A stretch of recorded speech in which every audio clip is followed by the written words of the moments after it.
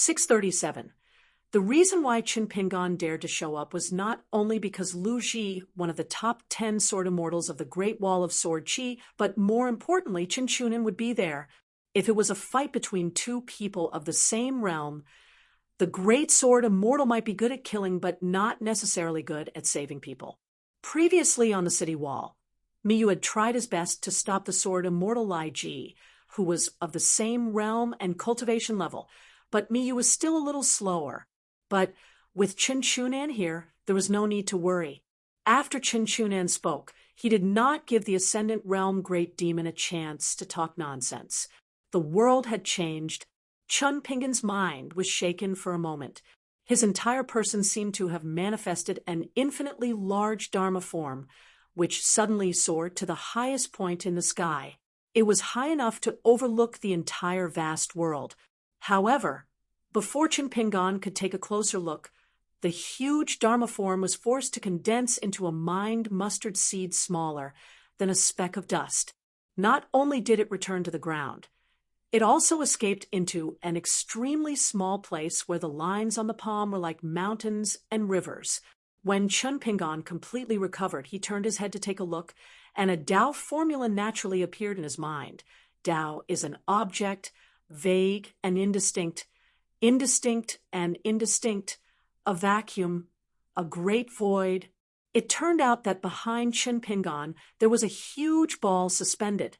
It was snow-white and sparkling.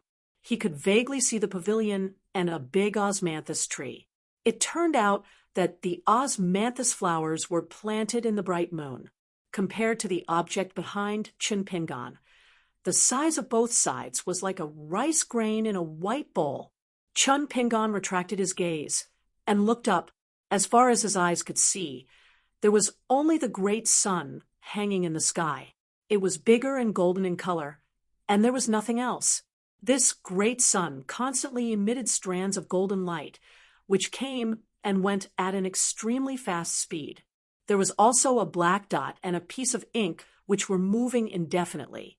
There were constantly snow-white slender lights flashing and disappearing, which could actually cut off those golden threads on the spot. It should be the fight between Lu Ji and the Ascendant Realm Great Demon at the border. Qin Pingan hesitated for a moment. He planned on sitting cross-legged and immersing his mind in it. Then he would conjure his intrinsic flying sword that he had yet to think of a name for. He would use a small world to confront a small world and use it to sense more of the great Tao circulation opportunities of this small world. He never thought that his shoulder would be pressed down by someone who laughed and said, "Some knowledge, if you start too early, it won't be pretty.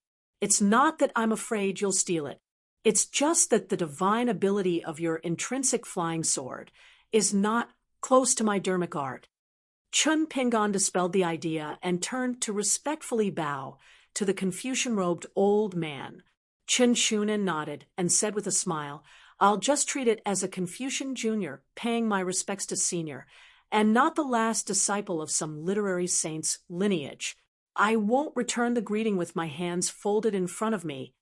After Qin Pingan stood up, he blushed with shame and said, "I only dared to ask for advice, but did not dare to ask."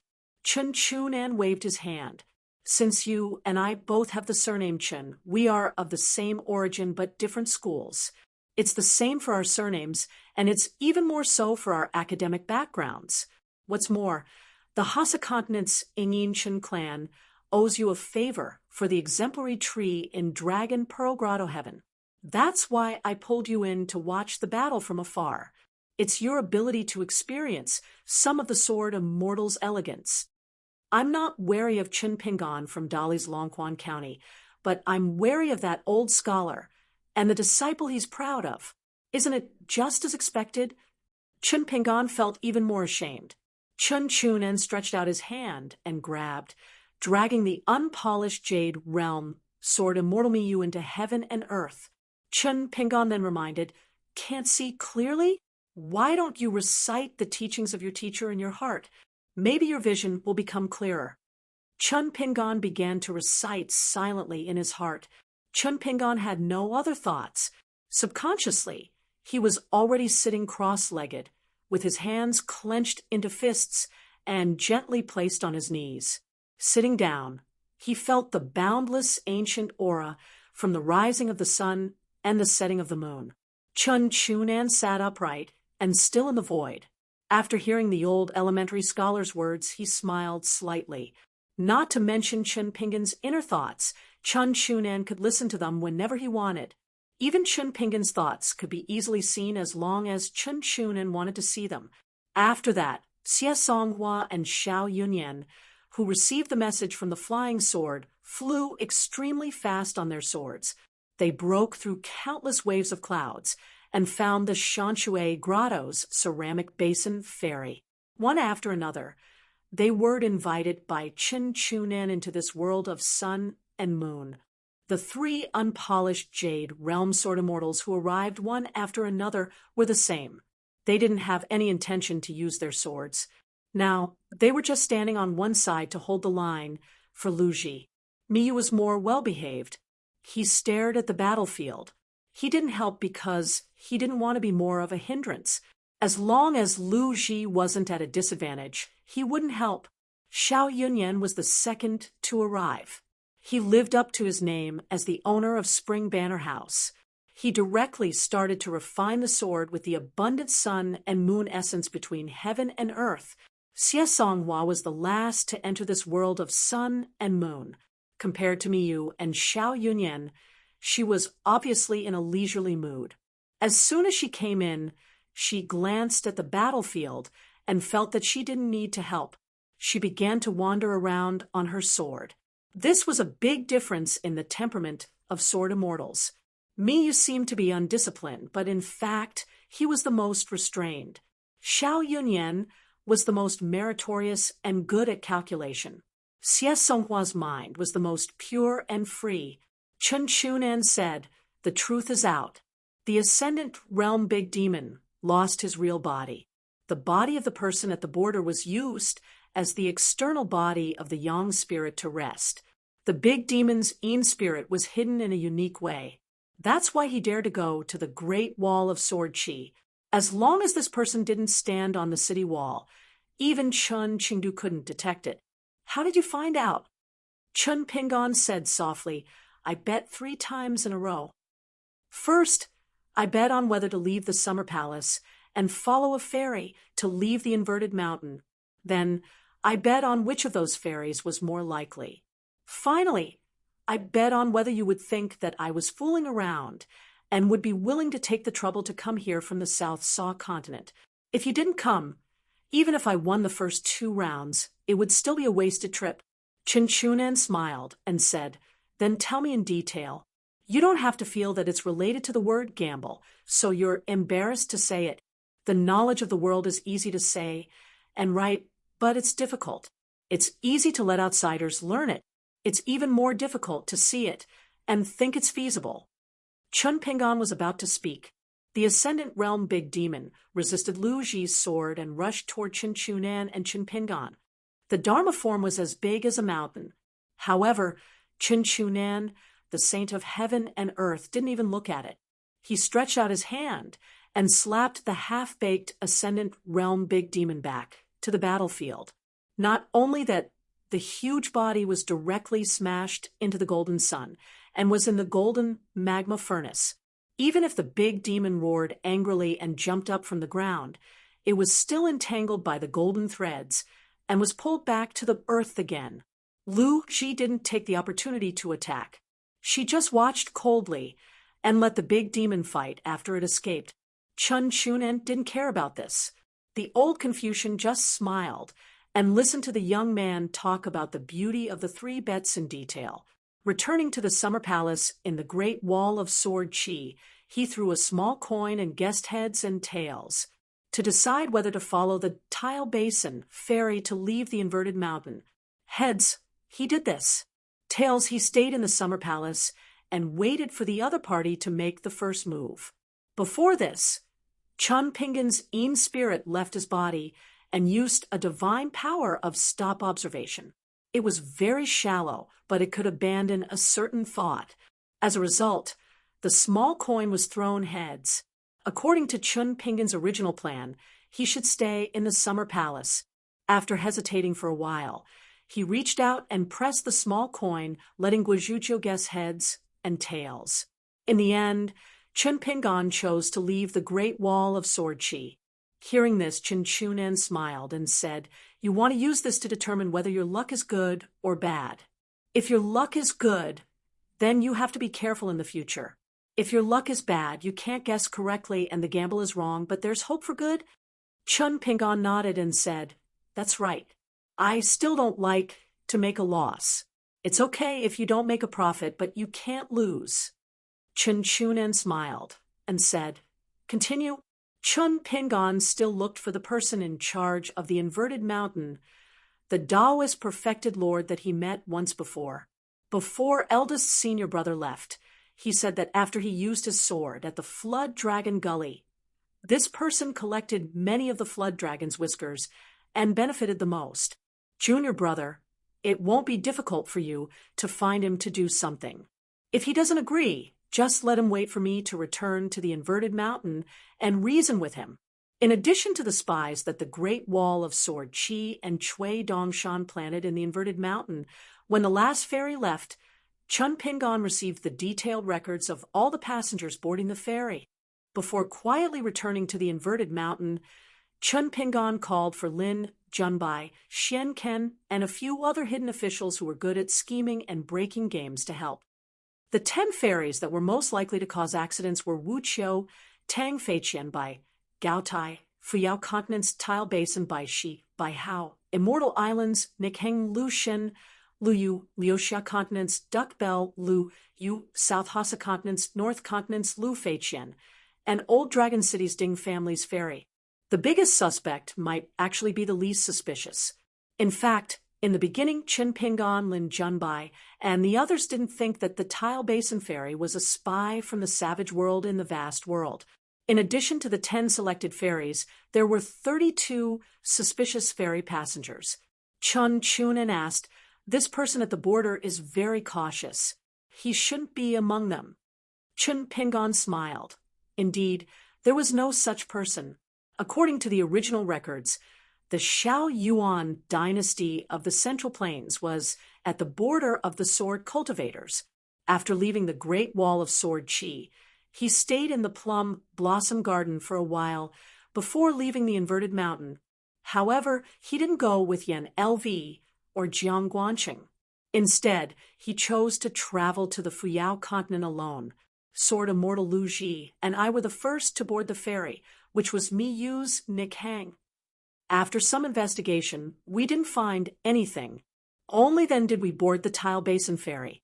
After boarding, we used the stupidest method, which was to walk around and count the number of people. We found that there was an extra person. Even so, we still can't say for sure that there's a great demon hiding on the ferry. We also can't say for sure that the mountain stream cave is colluding with the savage world. Chen Chunan nodded and smiled. You didn't board the ferry in the same direction as Sword Immortal Xie. Are you not worried about the Aquarius continent and the North continent? Chen Ping'an shook his head and answered, "It's because I believe that a great demon is smart enough to not act rashly and alert the enemy. The great situation of the Tongye continent that was exchanged with the lives of 2 great demons is unnecessary." Chen Chunan continued, "So you're not worried that I'll make a wasted trip? You just want to talk to me about the Tongye continent? You've never made a loss in business." Chen Ping'an said, "Old mister, please believe in the foresight of the Aquarius continent. The real gamble is my Aquarius continent's first and greatest one." Chen Chunan was silent for a while and smiled. "Good." Miyu continued to pretend to hold the fort for Lu Ji. The sun hung in the sky, but the key was that it seemed to be close. Just the heat alone was enough to make Miyu frustrated. Xiao Yunyan gave him an inch, and he wanted a mile. He took the opportunity to grab a handful of the golden lava in his hand. He did not dare to touch it, and could only hold it in his palm. He then tilted his palm and carefully poured it on his natal flying sword. Xie Songhua, who was carrying the bamboo box, asked loudly, Mr. Chen, can you give me some sun and moon essences? I won't return them. Chen Chunan raised his head and smiled. Sword Immortal Xie, please take them. Chen Chunan looked at Miyu, who had nothing to do, and smiled. Sword Immortal Me, can I borrow your sword? Miyu immediately took down his sword. Chen Chunan extended his hand, and the sword appeared in his hand. He unsheathed the sword and raised his sleeves. He shook out a ray of moonlight that was as thick as water. This moon essence came from the savage world. The old man put 2 fingers together and slowly brushed across the sword. A small dent appeared on the sword. The ray of moonlight flowed through his fingers and poured into the sword. Miyu's mind swayed and almost teared up. It was absolutely sincere. Ignoring the fact that the quality of his sword was destined to rise, the crux of the matter was that mellow scholar Chen Chunan had personally helped him refine his sword. How could Xiao Yunyan, who hammered here and there and secretly refined his sword, compare? How could Xie Songhua, who openly asked for the sun and moon essences, compare? Chun Pingon shot a glance at Miyu. The latter immediately understood. I understand. All of this was thanks to Lord Recluse.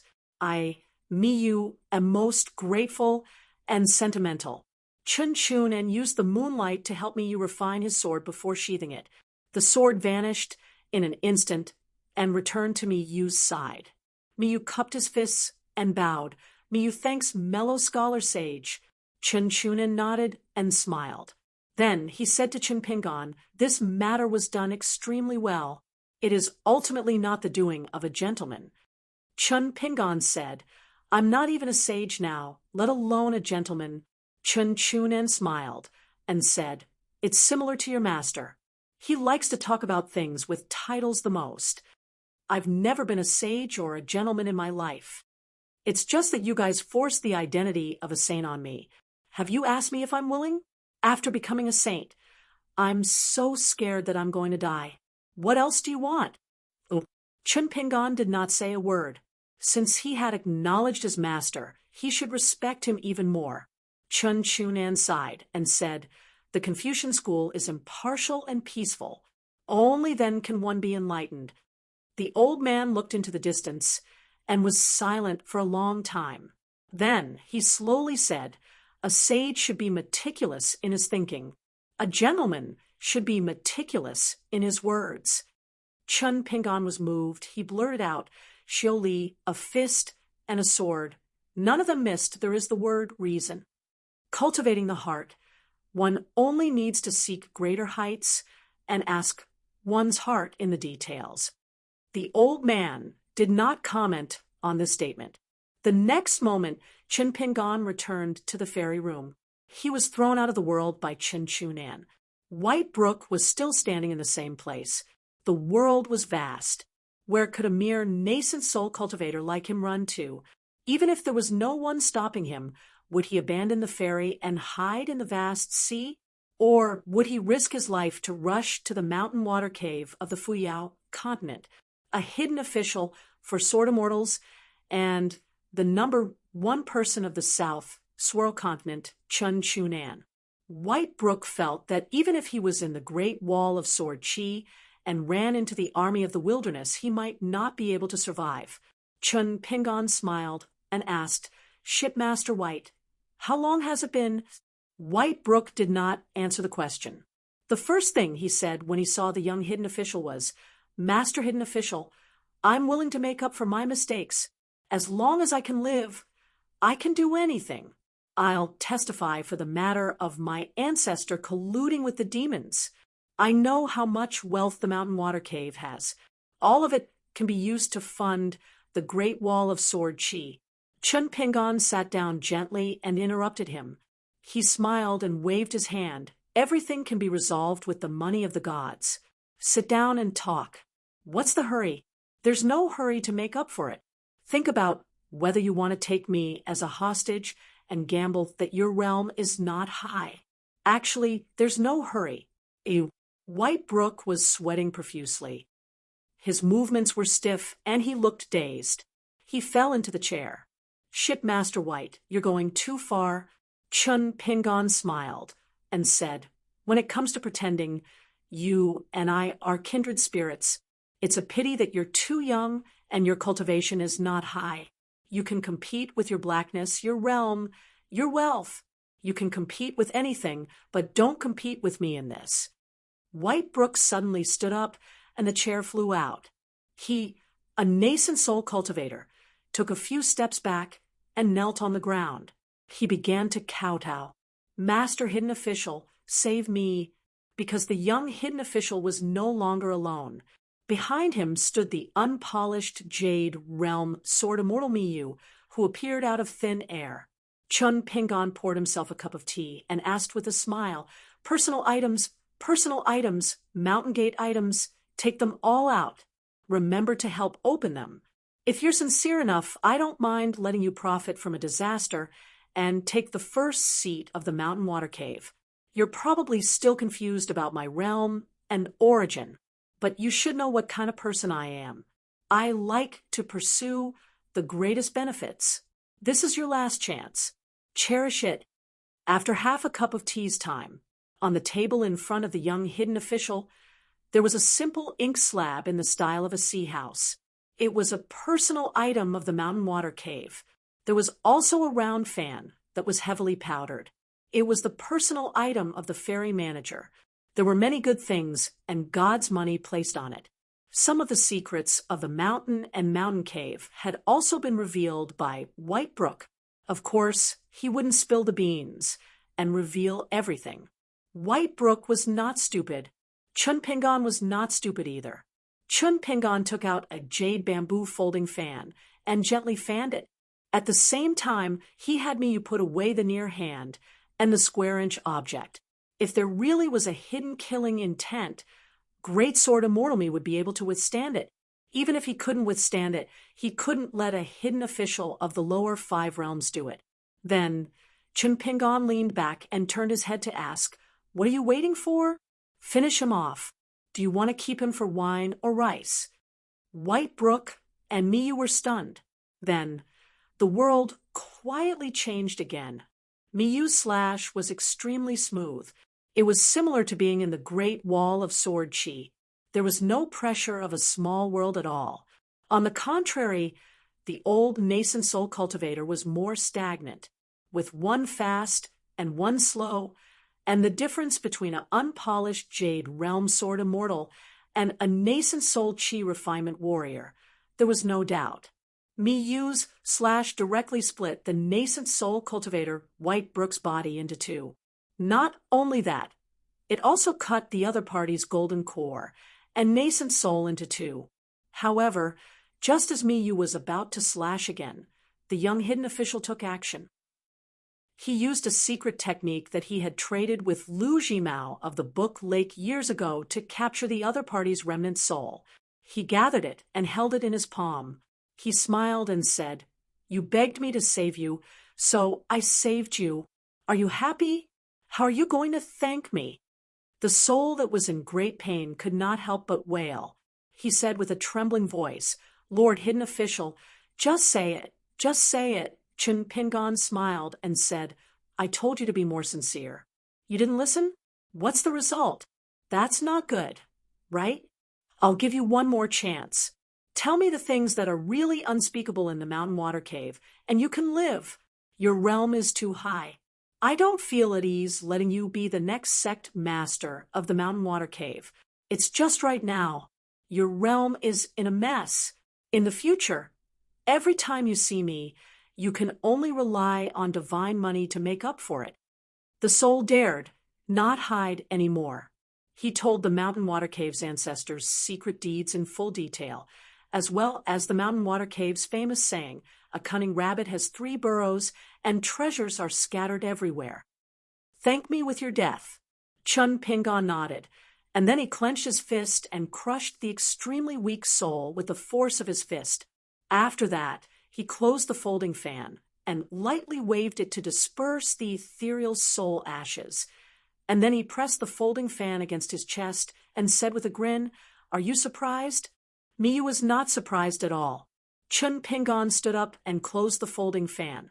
He asked, how long will it take for Lu Ji to kill that Ascendant Realm demon that doesn't live up to its name? Also, is it possible to ask about the demon's real body? Miyu looked troubled. Who should he ask? Lu Ji? Why would she bother to talk to him? Chun Chunan? Miyu is not that thick-skinned. Chun Pingon said helplessly, Great Sword Immortal Me, you should be more careful. Miyu felt wronged. Then Miyu became more curious. He looked around and saw some clues. No matter how beautiful a sword cultivator of the upper 5 realms was, he was still a sword immortal. He still had a good eye. Is this our hidden official's natal flying sword? Chun Pingon kept the natal flying sword and walked to the windowsill. Miyu sheathed his sword and stood guard at the side. In a world of sun and moon, a woman, Great Sword Immortal Lu Ji, was fighting with the Ascendant Realm Demon.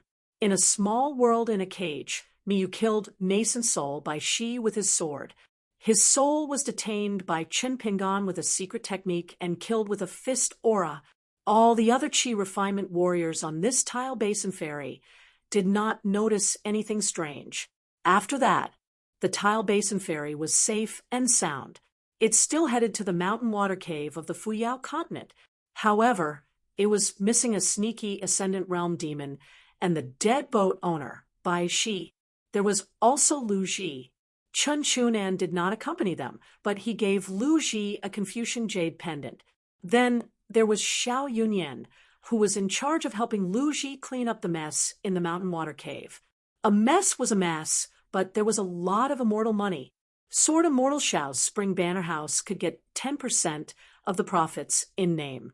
However, the entire Spring Banner House was now the private property of the hidden official of the Great Wall of Sword Chi. Xiao Yunyan did not understand the meaning of this 10% profit.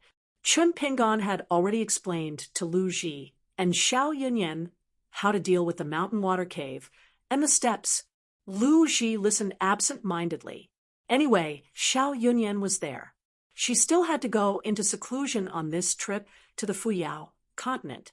As for Xie Songhua, she had to return to the Nanji ferry on the river platform and go to the Snow Mountain continent together. Before they parted ways, the young hidden official couldn't help but talk about the 2 children again. Xie Songhua was furious and asked this guy, could it be that the 2 children are your daughters and mine? Only then did the young hidden official shut up. She did not like to scheme against people, and she was not good at it. Chun Pingon and Miyu took the talisman boat together and returned to the inverted hanging mountain. Chun Pingon stood at the bow of the ferry and glanced back at Miyu. Languid Miyu, who was sitting at the stern of the ferry, suddenly felt uncomfortable. What?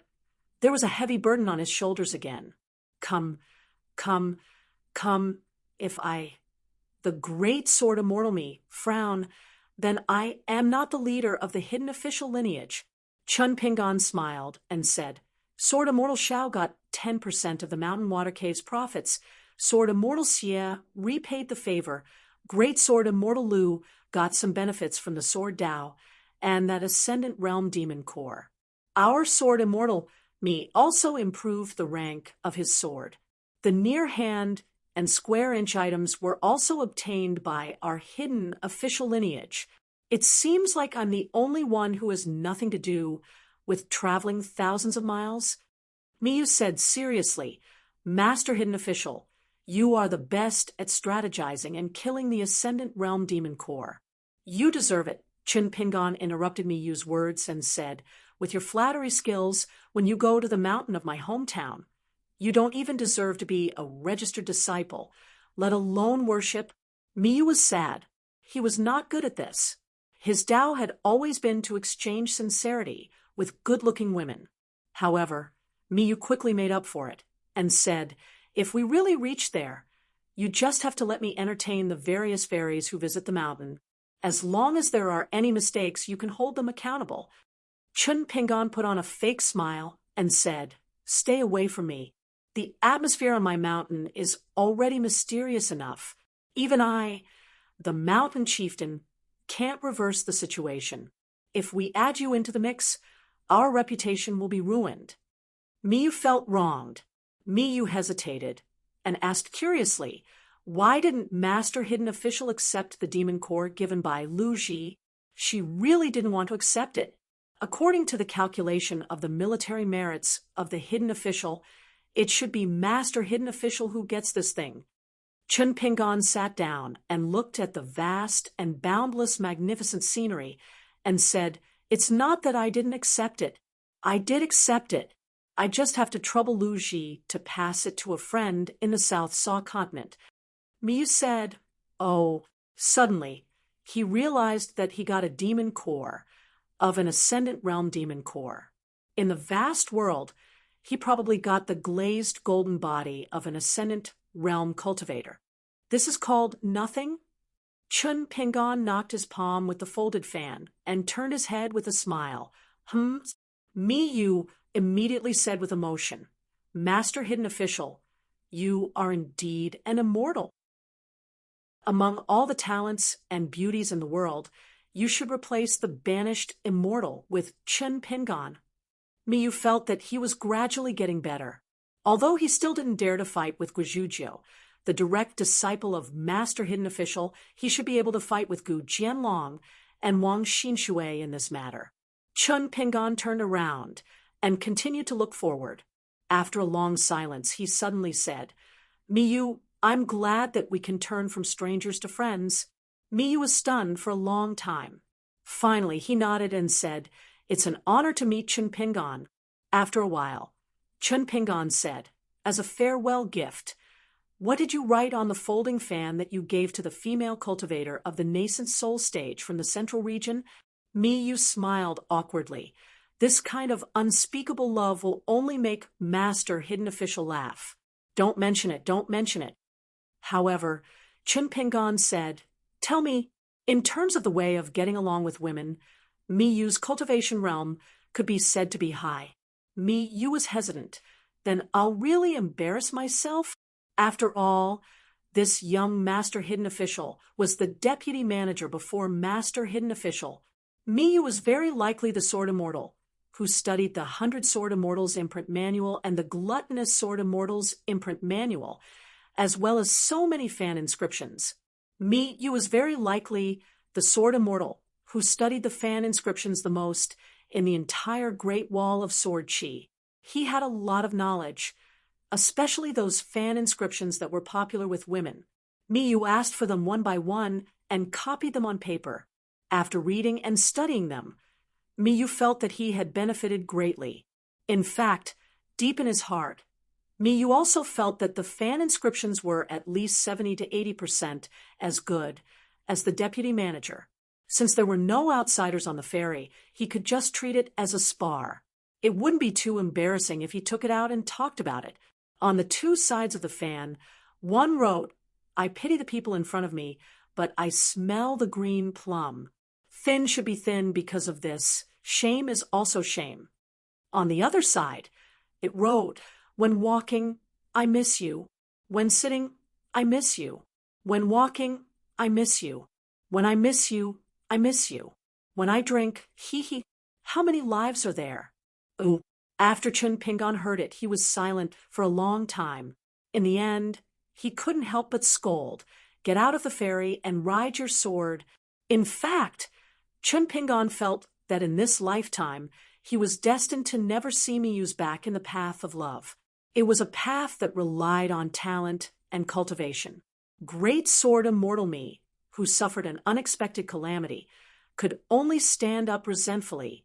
He obediently left the fairy talisman boat and rode his sword not far away.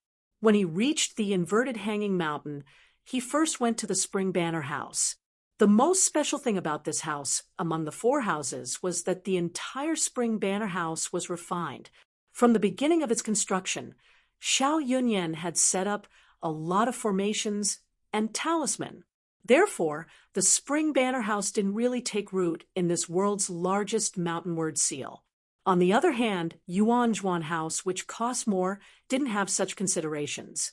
As for the Plum Blossom Garden, it was even more impossible for it to be refined. Xiao Yunyan gave the big formation core treasure to Qin Pingan. After confirming the details, Chun Pingan took Miyu and left the Spring Banner house. Yan Ming and Nalan Saihuan stayed in the house and were responsible for receiving the stewards of other fairies from the 8 continents. Miyu would also stay, but he still needed to escort Qin Pingan to the door that connected the 2 worlds. He asked curiously, "Why don't you go through the old door that's closer to the Spring Banner house every time?" Senior Zhang Lu, who is guarding there, and the little Taoist boy who likes to read are quite interesting. Chun Pingan just nodded and didn't say anything. You just asked casually and didn't want to think more about it. After escorting Mr. Hidden Official to the gate, Miyu needed to return to the Spring Banner house. Many female fairy owners and cultivators were his old acquaintances. Unfortunately, it was the kind of regret that they were not fated to be together.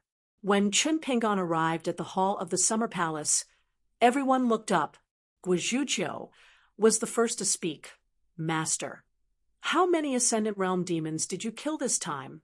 Chun Pingan was a little tired, so he sat on the threshold. "Just one." Guizhujiu blinked her eyes. "There really is one? Master, I don't know what to say next." Sword Immortal Cho Miao looked at Chun Pingan. Chun Pingan nodded and said with a smile, "There is." Cho Miao cupped his fists but didn't say anything. The first 3 sword cultivators who went to the city wall to fight were Cho Miao, Dong Bude, and Deng Liang. They had already returned. Because Miyu was taken to the Spring Banner house by Chun Pingan, only Pang Yuanji and Lin Junbai went there to fight. Chun Pingan said, "It's not as comfortable as here. I'll take a break. You guys go ahead." Everyone in the house started to get busy. Even Guizhujiu was stubborn and didn't get up to talk to her master. Now the Hidden Officials branch had gradually formed a few small hills. Lin Junbai and Pang Yuanji got along well. Pang Yuanji wasn't very ambitious now. Other than doing things, he would occasionally play chess with Lin Junbai as a form of guidance. Pang Yuanji learned chess very quickly. Lin Junbai grew very quickly outside the chessboard. Everyone else in the Hidden Officials branch saw it and took it seriously. The sword cultivator from another place, Song Gaoyuan, got along well with Luo Zhini, Su Ning, and Cheng Taiqing. Deng Liang liked to chat with Dong Bude every now and then. Even a blind person knew what this nascent soul sword cultivator, who was originally a wild cultivator and eventually became an immortal master of the sect records, wanted. However, everyone could see that Dong Bude didn't care about Deng Liang. In private, Chun Pingan once joked with Deng Liang, saying, "I'm Chin Sancho's good brother. If you continue to be like this, I'll pull Chin Sancho into the Hidden Officials branch." Deng Liang laughed and said, "It's okay. I'm a nascent soul sword cultivator, and that young Master Chen is only at the golden core bottleneck. As long as the Hidden Official didn't take sides, he could guarantee that he would come in with his head held high and leave with his head held high." Then Deng Liang added, "Even if we don't talk about the realm, young Master Chen is still no match for me when it comes to drinking. Gu Jianlong, Wang Xinshui, Chao Gun, and Xian can become the 4 protectors." They advanced and retreated together with tacit understanding. They liked to follow Guizhujiu's lead. As long as Guizhujiu used the sect's unique skills, the other 4 would follow. At the end of the day, these 4 young men were the ones who were close to the Hidden Official and were shameless enough to do so. Today was an exception. It was really because the merit of killing a hidden Ascendant Realm demon was too shocking, so Gu Jianlong and the other 3 didn't dare to say anything. Lin Junbai and Xian Ken were both masters of chess and often played chess together. Chun Pingan also helped Xian Ken to give advice. Xian Ken was stupid and didn't learn from his mistakes. Every time he listened to the Hidden Official's advice, he was defeated like a landslide. Guizhujiu complained that Xian Ken couldn't keep up with her master's thoughts and wasted her master's valuable advice. Gu Jianlong and Wang Xinshui didn't know how to play chess and liked to cheer. One was responsible for cheering for Xian, while the other was responsible for nagging Lin Junbai. Pang Yuanji often found a secluded place in the summer palace and zoned out alone. Chou Miao would give advice on swordsmanship to Deng Liang, Song Gaoyuan, and the other young people. As long as they were willing to ask, Chou Miao, who was already a sword immortal, was willing to explain in detail. From time to time, Dong Buji would drag Luo Zhini along to talk about the girls' boudoir. Luo Zhini, who liked to keep a straight face all day long, had a feminine gentleness in his eyes. Guizhuzhou, on the other hand, was the most casual one. She could ask Chou Miao about swordsmanship and talk nonsense with Pang Yuanji, but she preferred to get close to Dong Buji and Luo Zhini. The little girl forced herself to talk to the two old ladies of the Great Wall of Sword Aura. Naturally, she would end up banging her head on the table or the wall without exception. Chun Pingon felt that this was a good thing. A person's state of mind couldn't always be tense. Only when it was relaxed could it last. The lineage of the hidden officials complemented each other while doing their own jobs. They learned from each other's strengths to make up for their weaknesses. They were already on the right track. Chun Pingon couldn't expect these sword cultivators to do better, but that was what he thought. As a hidden official, there were times when he had to be the bad guy. In terms of sarcasm, Chun Pingon was a true master. Gu Jianlong, who was an expert in this field, was ashamed of his inferiority. Of course, the premise was that the words had to hit the nail on the head. Otherwise, sarcasm would only backfire. Chun Pingon thought of something. He tossed the near hand and square-inch items he got from the Shanshui cavern to Guizhuzhou, who was in charge of summarizing the records. He smiled and said, "These are additional benefits." Then Chun Pingon talked about the details of this trip. He skipped over the things that he couldn't say. For example, how he found out the secrets of the Shanshui cavern from a nascent soul boat owner. How he was able to guarantee that he would be killed while preserving the ink, slab, and round fan. Especially, he even knew the method to open the door. Guizhuzhou emptied her table. The little girl's eyes shone. She spat and rubbed her palms. Then she twirled her fingers and started to count the immortal treasures in the near hand and square-inch items, as well as the big pile of immortal money. Dong Bud smiled and said, "Master Hidden Official, tell us the truth. Do you have a natal item called the treasure bowl?" Previously, when he returned to the summer palace, he brought back more than 110 immortal treasures from the Spring Banner House. This time, when he left the inverted hanging mountain, he brought back these two treasures from the mountain, as well as the rich wealth hidden in them. Guizhuzhou didn't even raise her head. She snorted and said, "It's only because my master is righteous that he purposely held back his supernatural powers. Otherwise, he could have gone to the South Swirl continent today and the Central Divine continent tomorrow and brought back mountains of gold and silver." Chun Pingon smiled and said, "He couldn't bring back mountains of gold and silver, but he brought back a worthless snowball for you. You go do the things at hand first. Later, we can build a few smaller snowmen." Chun Pingon took out the big snowball from the near hand. In other places of the Great Wall of Sword Qi, the snowball wouldn't stay for long. However, in the summer palace, as long as it was placed under the big tree, it would probably stay for a few days. Guizhuzhou was overjoyed. "Master, you're giving me a gift again?" "Luckily, eldest senior sister can't see it. Otherwise, she would be my senior sister and junior sister." Chun Pingon's expression was gentle. He smiled and said, "Take it easy. Your eldest senior sister is vengeful. She won't even let me, her master, see her little account book." Guizhuzhou sat where she was, her shoulders shaking left and right. She was learning from her eldest senior sister. Today, she was really happy.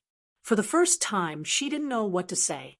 The little gongs and drums weren't by her side. What a pity. Then, Everyone in the room saw the young hidden official sitting on the doorstep. He bent over, his back facing them. In the summer heat, in the summer palace, where the climate was the coolest, he started to build little snowmen. Chun Pingon suddenly said, "Regarding the Ascendant Realm Great Demon Border, don't hold a grudge against Lin Junbai. It has nothing to do with him.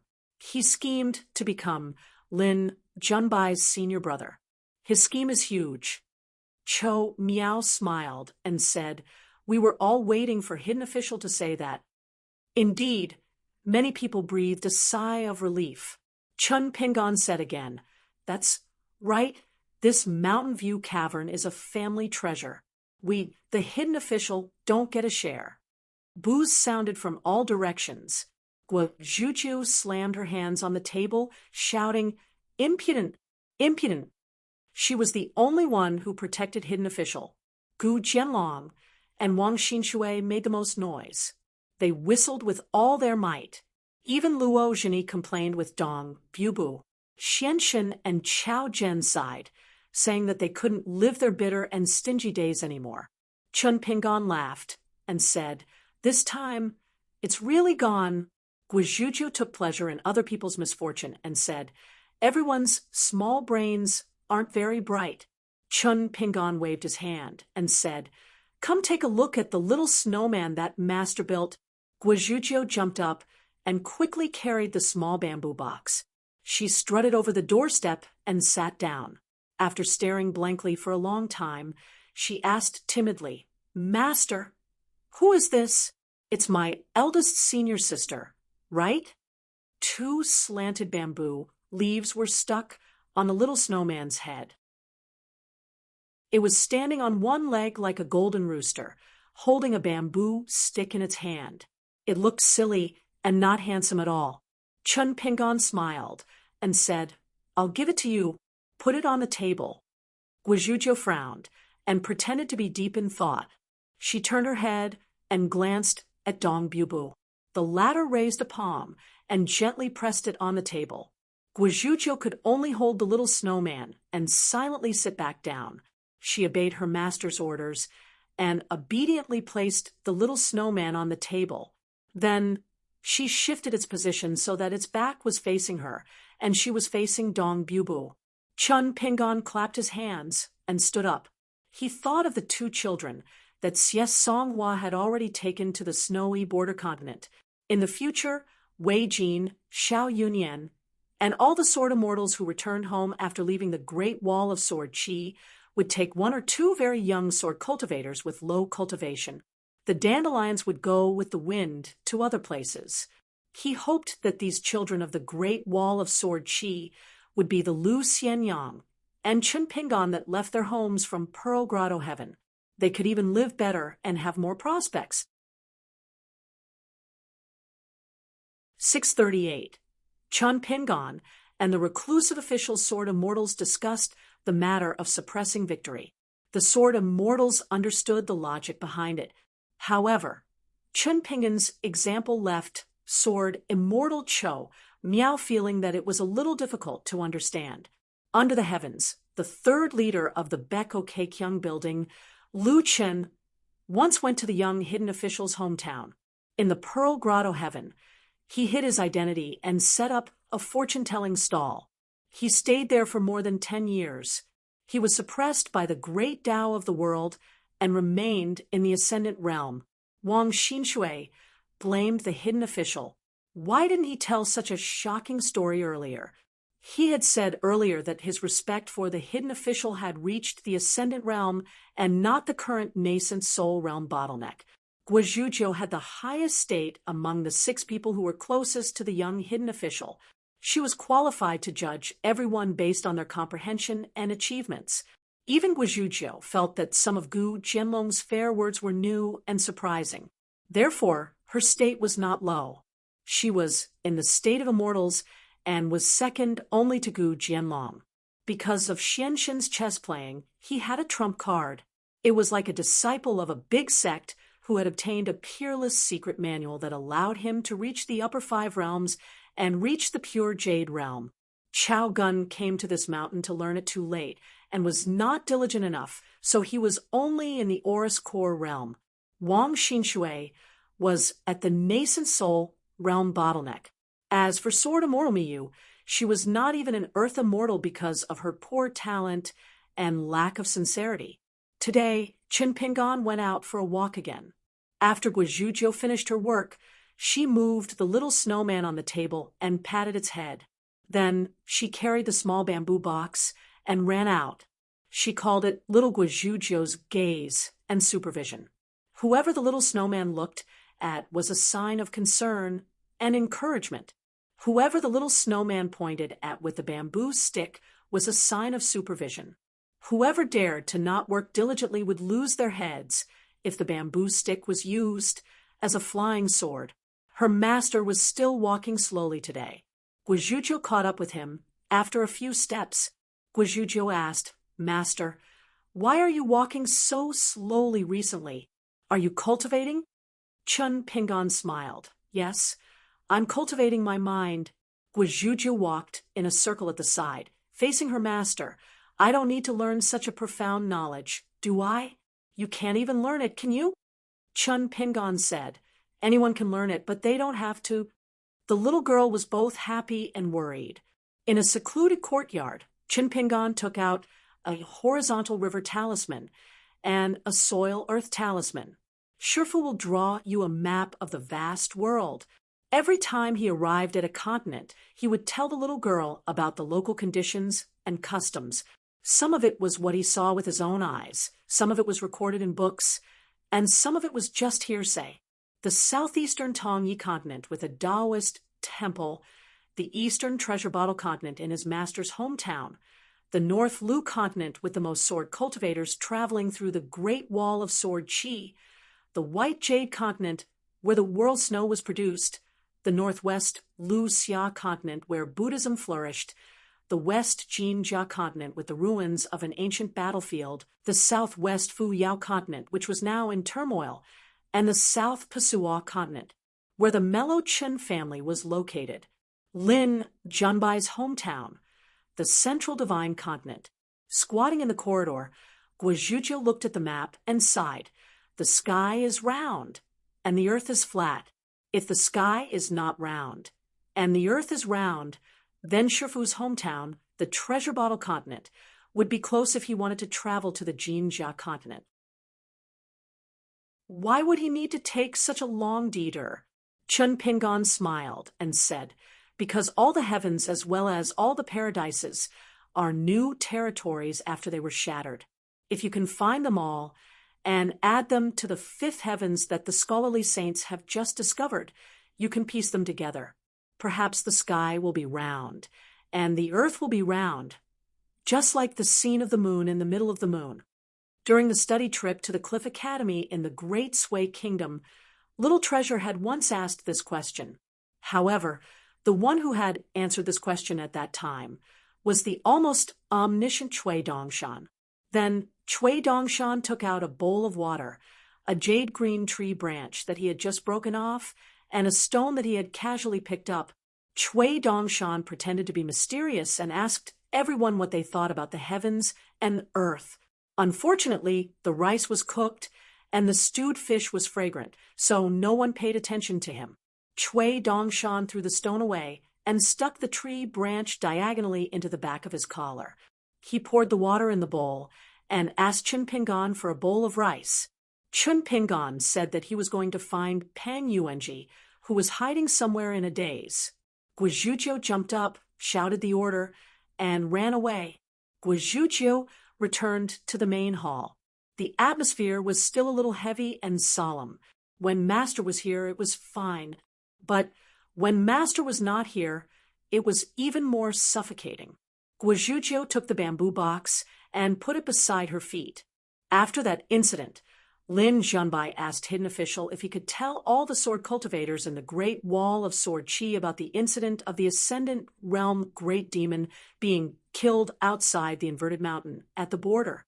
Otherwise, in the long run, the rise and fall of the people's hearts would be like a flood bursting through a dam. It could easily affect the entire war situation. However, Chun Pingon only said that it was not necessary and that they could wait. The heated discussion was only directed at him, hidden official, and not all the sword cultivators in the hidden official's line. Therefore, it did not matter much for the time being. Pang Yung sat on the railing of a corridor and was speechless. He had a lot on his mind and was speechless. Hearing the footsteps, Pang Yung turned his head and looked over. He nodded as a greeting. In the end, Pang Yung waited for a long time before that guy sat beside him. It seemed that every time Chun Pingon left the main hall recently, he was just taking a stroll. His pace was still the same. It could only be described as slow. Chun Pingon sat beside him and handed him a pot of wine. This is the immortal wine from Spring Banner House. It's very expensive. The taste is no worse than the Bamboo Sea Grotto Heaven wine. Pang Yung shook his head. Forget it. I haven't drunk for a long time. Chun Pingon looked at this guy with stubble on his face and said, Don't worry about saying something that makes you feel better. I know you're angry at me, but you feel that it's unreasonable, so you can only bear with it. Actually, there's no need to do this. Do you think you're in a wine jar? You think you can make good wine by storing sad things? Pang Yung said, You should have explored the corners of the Summer Palace and the Winter Palace, right? Chun Pingon nodded and said, Of course. It's a pity that there aren't any hidden mechanisms. I couldn't find any unexpected treasures. Pang Yung said softly, But you definitely don't feel what I feel. It's not that I only feel this way now. I realized it not long after I entered the line of the old hidden officials. What do you feel? Tell me. Chun Pingon opened the pot of wine and took a sip. He said, I only care about drinking and listening to your complaints. There's no need to reason. Sometimes venting your emotions is a kind of reason. Oh, Pang Yung was in a daze. He muttered, 2 residences. Is there anything extra? Are there any decorations or items? There's nothing. When my master left the Great Wall of Sword Chi, she left behind the hidden official jade token and all the secret records. Then I stayed here alone. There's only one feeling. It feels like my master has never been to this summer palace in her life. All this time, I've been thinking, what does my master think and do when she's alone? Does she have times when she's sad and disappointed but can't tell anyone? Everyone thinks that my master should always be strong and invincible. She kills demons again and again. I've never felt that way. At this point, Pang Yung looked at the top of the city wall. Speaking of his master, Xiao Chua, he could not help but think of the eldest sword immortal. If the 2 summer palaces of the hidden officials were so lonely, then the eldest sword immortal, who only had a thatched cottage, must be even more so. It seemed like very few people at the Great Wall of Sword Chi had thought deeply about what the eldest sword immortal was thinking and feeling. Chun Pingon looked around and nodded. Now that you mention it, I realize that the residences are indeed empty. This means that your master, Xiao Chua, is very powerful.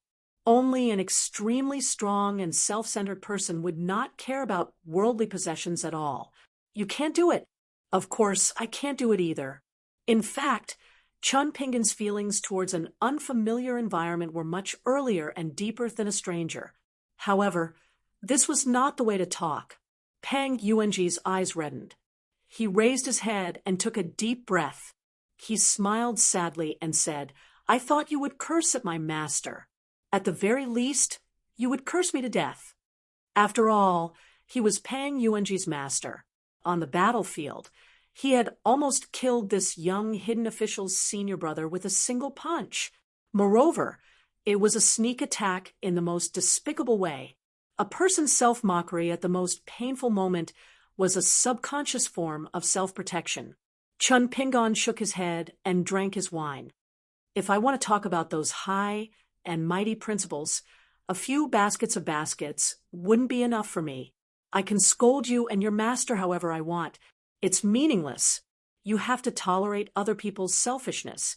Otherwise, in the end, You're the one who's mentally tired. Why bother? Ooh. Chun Pingon continued. Let's not talk about Xiao Chua's betrayal. You and I both know how much she has done for the Great Wall of Sword Chi. As for why she betrayed, I might understand it better than you. After all, I was a bystander. However, many sword immortals and sword cultivators from the Great Wall of Sword Chi chose to forget about it. Some did it on purpose, some did it unintentionally. Very few understood it, but did not accept it. Therefore, I guess that's why you feel the most aggrieved. Pang Yuanji remained silent.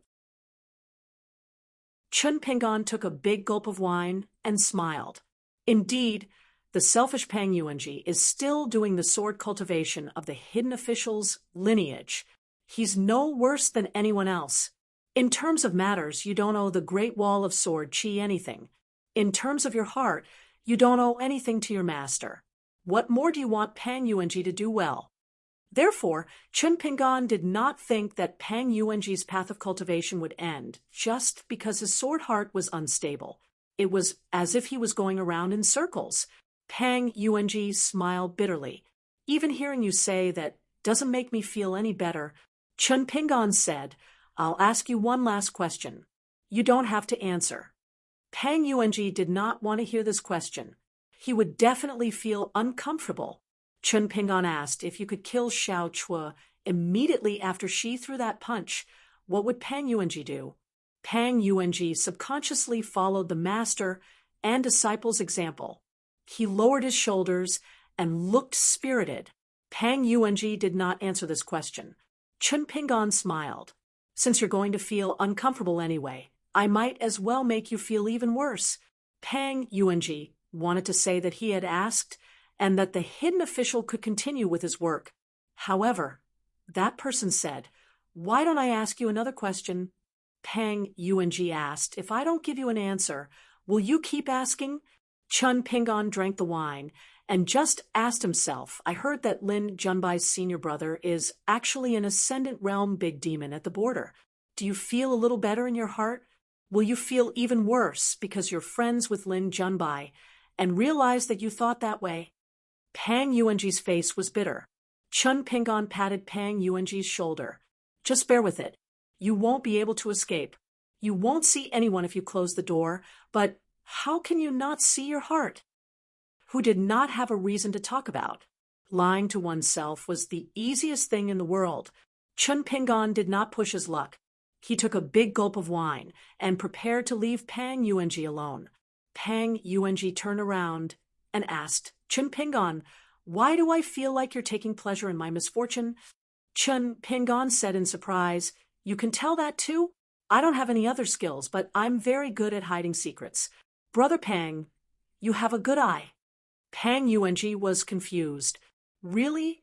Chun Pingon said unhappily. What's there to be honest about? We're brothers in the same boat when it comes to this. Why do you think I asked you to drink with me?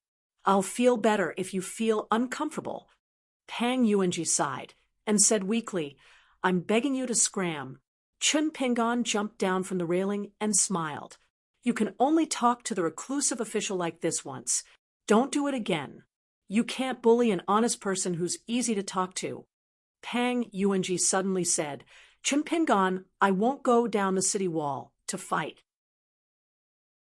In the corridor, Chun Pingon turned around and smiled. As long as you're not afraid of the cursing outside, you don't have to worry about anything on my side. The new reclusive official's line doesn't have any rules that require sword cultivators to go out of the city to kill demons. Pang Yuanji's expression was bitter.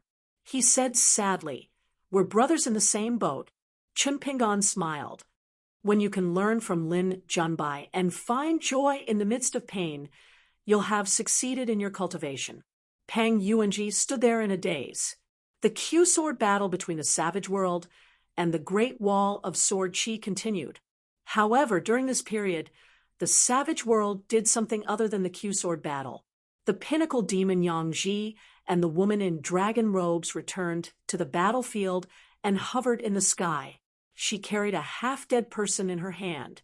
It was a sword immortal who had stopped an army from going north. Yang Ji and Huang Wan, who was of similar seniority, each had their own gains.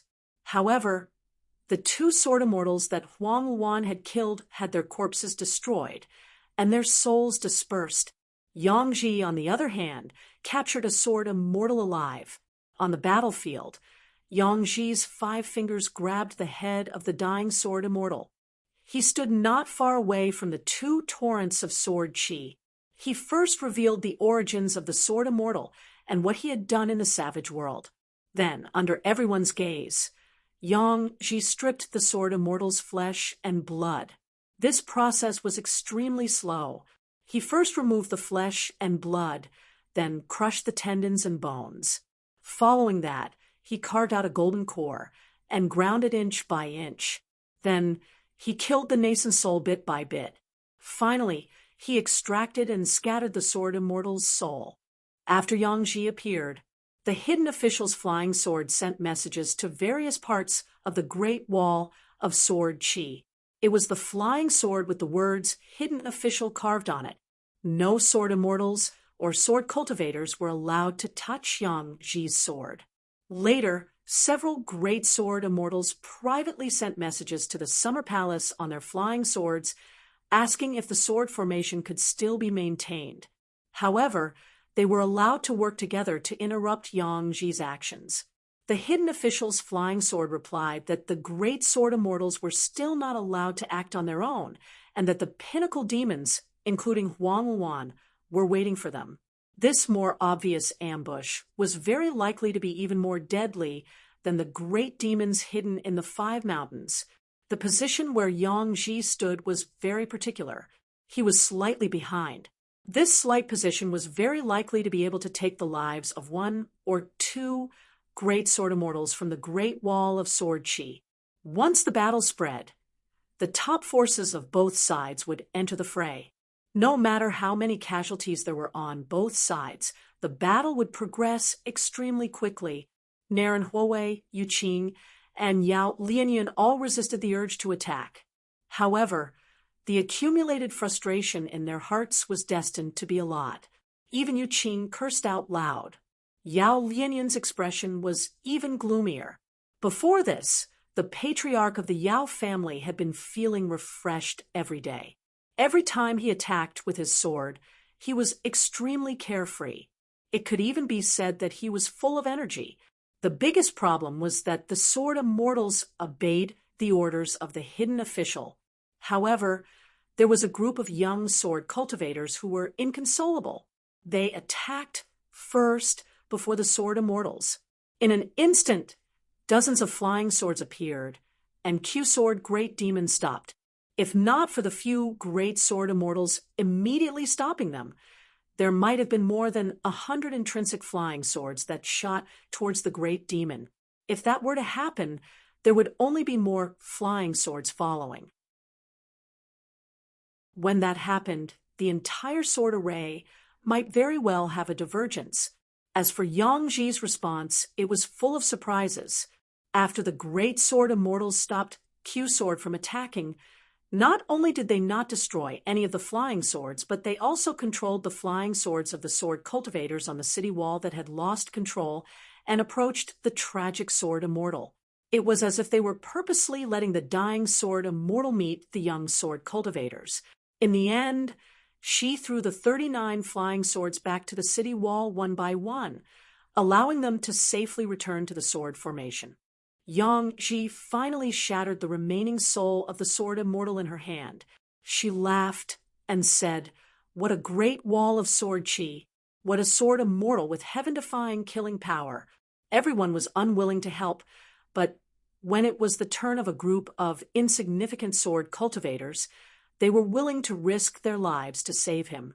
I understand that the former cherished their lives, but I respect the latter's stupidity.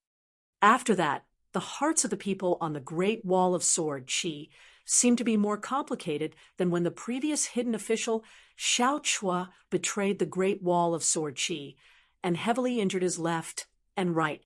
The command of the hidden official on the top of the city wall, which was originally becoming smoother and smoother, gradually became sluggish here and there.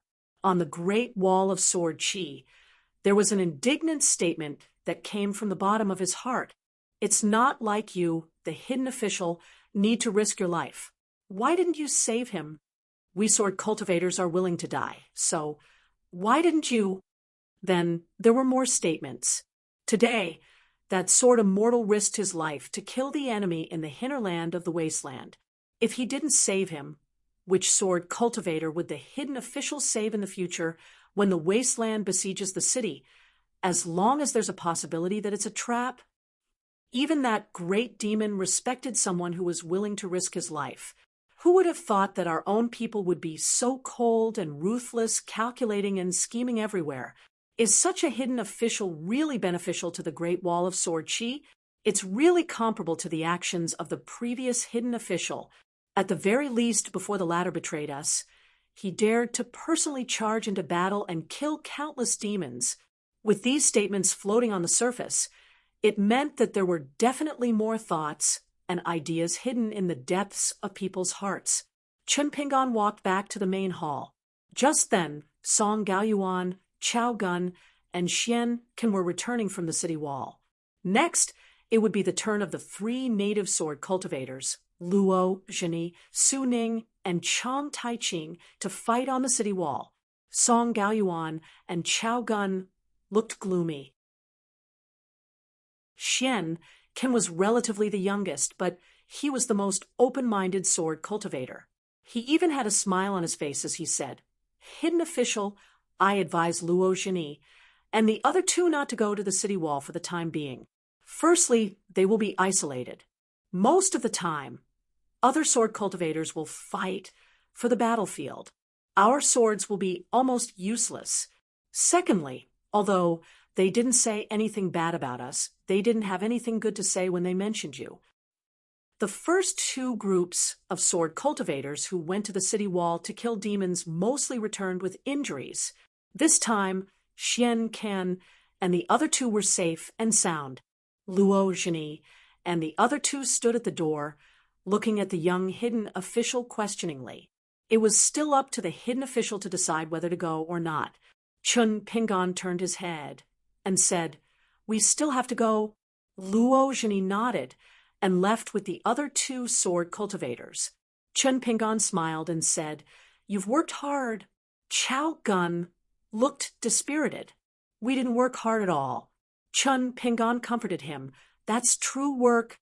Chao Gun's smile was forced. He wanted to say something but stopped. They returned to the main hall and sat down. Lin Junbai said, helplessly, "It's not like we can tell everyone. The vast Heaven's 8 continents ferries are no longer the same as our business deal. We have a chance to prolong the war and make the wildlands spend even more resources than before. Even the peak greater demons will be hurt. We've calculated for so long and finally saw a little hope of victory for the first time. How can we fail because of Yang Ji's dirty tricks?" Xian Ken said unhappily, "There's often a saying that the one who kills kills. The one who kills on behalf of the husband kills. It's called the Great Craftsman." Chao Gun nodded in agreement. "The one who kills on behalf of the Great Craftsman hopes not to hurt his hand." Lin Junbai smiled bitterly. "You're just using the words of the saints. Besides, it's not like they're comforting words." Chun Pingon smiled. "Let's not talk about the original meaning of the saints. Let's just say that it has a special meaning when used here. And now." Sword Immortal Cho Miao, who rarely spoke, had some insights. The truth in the eyes is the truth, but it's ultimately not the truth. This is the most difficult to reason with. Many endless quarrels were not because one side was extremely unreasonable and the other side was extremely reasonable. Instead, it was because each side had their own reasons, and how much was right and wrong? Lin Junbai asked, "Can this situation be resolved?" Chun Pingon nodded. "Of course." "How so?" "Let's first assume that there's no solution." Everyone was speechless. Only Lin Junbai seemed to have understood. After Pang Yuanji returned to his seat, Chun Pingon spoke telepathically to the three of them, Sword Immortal Cho Miao, Lin Junbai, and Pang Yuanji. Sword Immortal Cho Miao rejected him directly. Pang Yuanji was depressed and could not be bothered to say another word. Lin Junbai asked, Master Hidden Official, you were the one who caught that Ascendant Realm demon. Why are you sharing this great merit with the three of us? Chun Pingon smiled. To resolve the situation. If I'm the only one who did it, who would believe me? Even if they believe me, what can they do? Oh, right. When the young sword cultivators of the Great Wall of Sword Chi are at their wits' end, for example, when they gather outside the Summer Palace to cause a ruckus, Sword Immortal Cho Miao, who has the highest cultivation level, will be in charge of ascending the city and bringing back the demon's head to return the favor to the wilderness. Pang Yuanji said, if I had known, I would have agreed to drink and died outside. Guizhuzhou did not know what her master was mumbling to someone. They were probably discussing something. Guizhuzhou finally lowered her head and looked at the two items on the table that were under her care. They were gifts from the mountains and rivers of the Fuyao continent. The ancient inkstone was an inkstone with kuei long patterns and worm-eaten patterns. It was engraved with the Tibetan seal. Clouds drooped and water stood. The words were deeply intertwined. As for the round fan with flowing treasure light, the words on it were quite elegant. Golden ripples jade round ball. Old and stubborn, sleepwalking in the moon palace, chopping away the osmanthus whirlpool. Yes, more clear light. This night was the most reunited with millions of lights. Her master had secretly told her that as long as she earned some battle merits, she and her master could keep these two treasures for themselves. Dong Bud suddenly raised her head and said, Lu Duan, I have long taken a fancy to that fan. Guizhuzhou asked if Qin Sancho took it before. Sister Dong, would you want it? Dong Bud laughed coldly and said, if Qin Sancho wants to see this fan, you have to break through the walls of the Summer Palace to open a path. Guizhuzhou slapped her forehead and said proudly, my iron head technique is amazing. Even my master can't compare to it. Chun Pingon laughed and said, I don't want to compete with this. Remember, this is not an ultimate technique of the sect. You came up with it yourself. Guizhuzhou nodded and said, eldest senior sister's mad demon sword technique. And this ultimate technique of mine can be carried forward in the future. Chun Pingon waved his hand and continued to stare at the painting on the ground. Guizhuzhou touched the little snowman's head. It was getting smaller and smaller. Chun Pingon suddenly asked, will Lu Ji return to the inverted hanging mountain soon? Lin Junbai nodded and said, if there is no accident, she should return with Xiao Yunyan today. Chun Pingon stood up and said, Cho Miao, accompany me to the inverted hanging mountain, Spring Banner House. You was meticulous and focused on the matter of checking the accounts. In fact, this was not what you was good at. To put it bluntly, if Yan Ming and Nailan Saihuan really wanted to use the account books for personal gain, there was only one possibility that you could find flaws in them. That was, the young hidden official had seen it, and then asked you, who had memorized it by rote, to pass the message. Therefore, Nailan Saihuan and Yan Ming could cooperate and restrain each other. You was just a spy that the young recluse had placed in the Spring Banner House. Nailan Saihuan saw you as the second sword immortal Gao Kui, who deliberately drank the wine of the bamboo sea cave. Anyone who had a relationship with the young recluse did not have good intentions towards her. However, you often encountered difficult problems and asked Yan Ming for the key tricks. Yan Ming had a very bad impression of you. It could only be said that he did not have a good impression of you. In the Great Wall of Sword Chi, anyone who had some ambition, regardless of whether they were sword immortals or not, had a bad impression of sword immortal me, who liked to drink in the clouds. After you asked 3 times, he looked like he would ask 30 more times in the future. This made Nailan Saihuan feel that you was a little strange. Nailan Saihuan did not bother to hide anything from you and asked directly, is your brain cramping? However, you said, it's not like it's just a day or two. Nalan Saihuan did not bother to be polite and said, Miyu, you are really not suitable for settling accounts. Don't delay Master Yan's business. Not to mention that Xiao Yunyan is not in the inverted hanging mountain now. Even if he was in the Spring Banner House, Xiao Yunyan is still a sword immortal from another place. If no one from our side shows up early, it will be just a sword immortal in the Spring Banner House. It's not appropriate. You said something disgusting before, but it does make some sense. Miyu asked curiously, which one? Yan Ming said, thunder begins with lightning, but it starts with awe-inspiring sound. Miyu laughed, so that's how it is. This saying came from a fan in the Yen family shop. The reason why Miyu said it was because of the sentence on the other side of the folding fan. Before the beauty arrives, the fragrance wafts. Before the person rises, the body and mind is already moved, which made Miyu fall in love at first sight. The words on one side of the folding fan were serious, and the wording on the other side was graceful. It made Miyu feel that it was tailor-made for him. It was a pity that some young lady had beat him to it.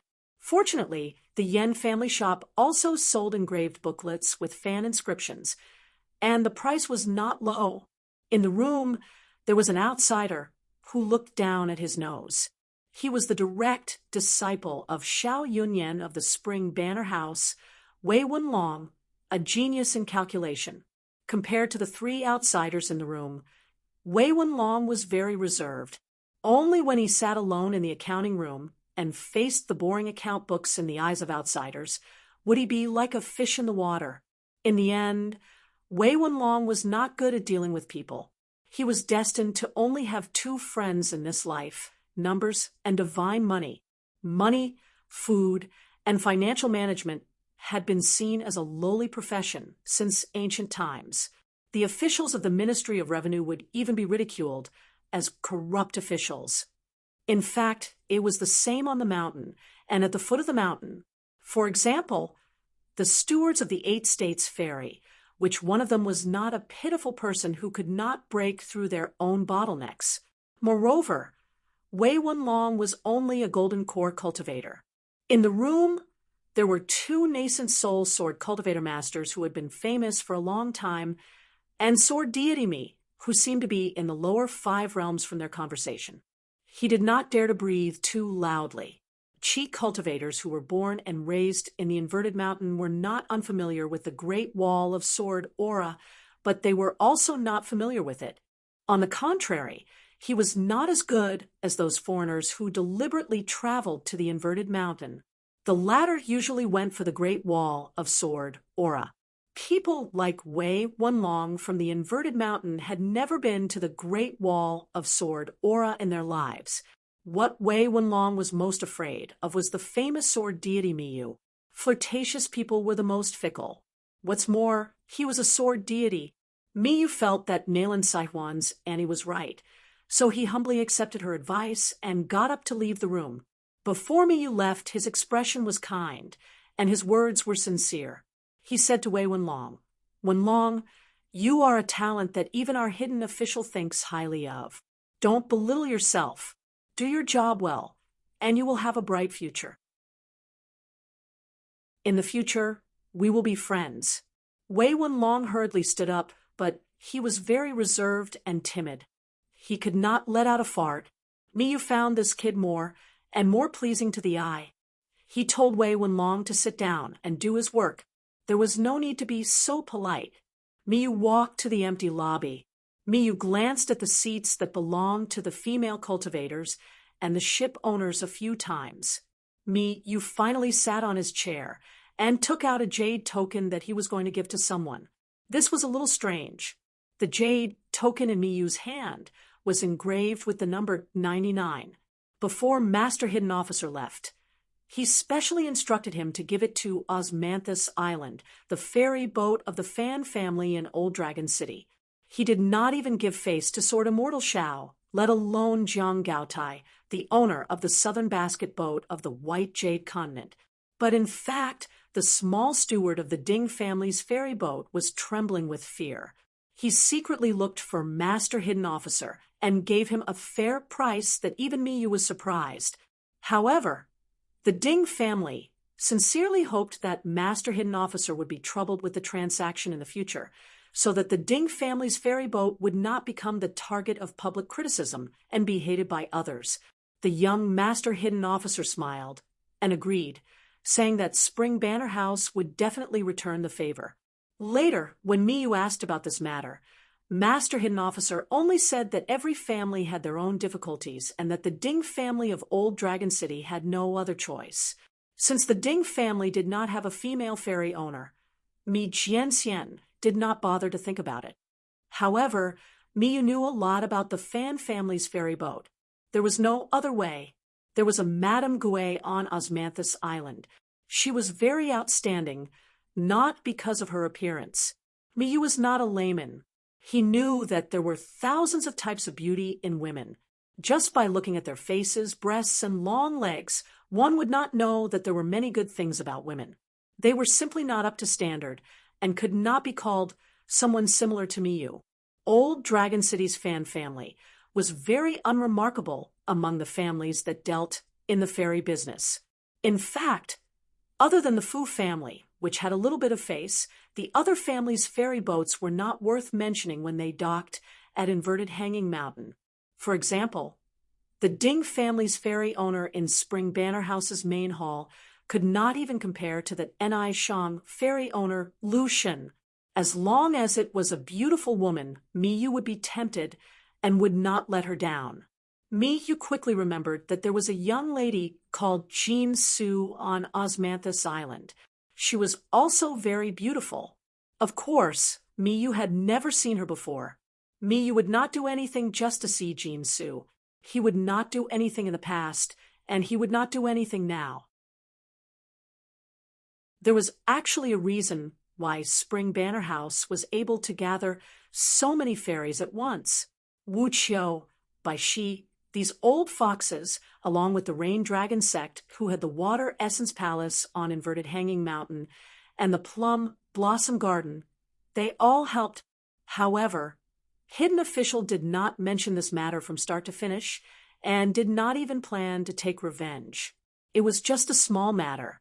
For example, this time around, only the 12 ship owners had received an invitation to the Spring Banner House to discuss the matter. Some of the ferry owners who docked at Inverted Hanging Mountain chose to stay for a while. They were not in a rush to unload or leave, waiting for Spring Banner House's invitation. Apart from the closest South SWA continent, the other ferries shouldn't have returned to their own continents and should still be on their way back.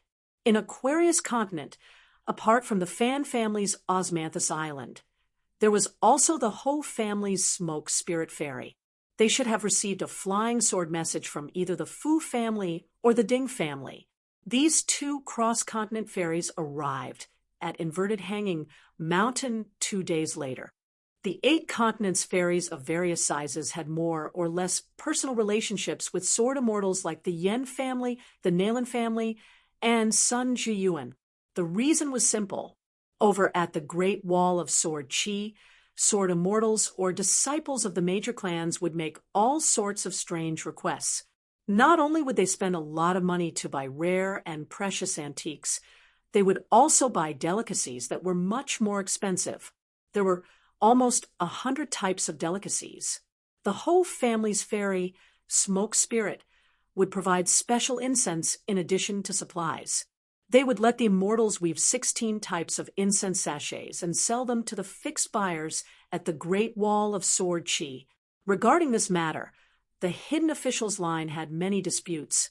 Lin Junbai and Sword Immortal Cho Miao rarely stood on the same side and proposed to cut off all such supply channels. In the future, the Great Wall of Sword Qi would no longer accept any useless items.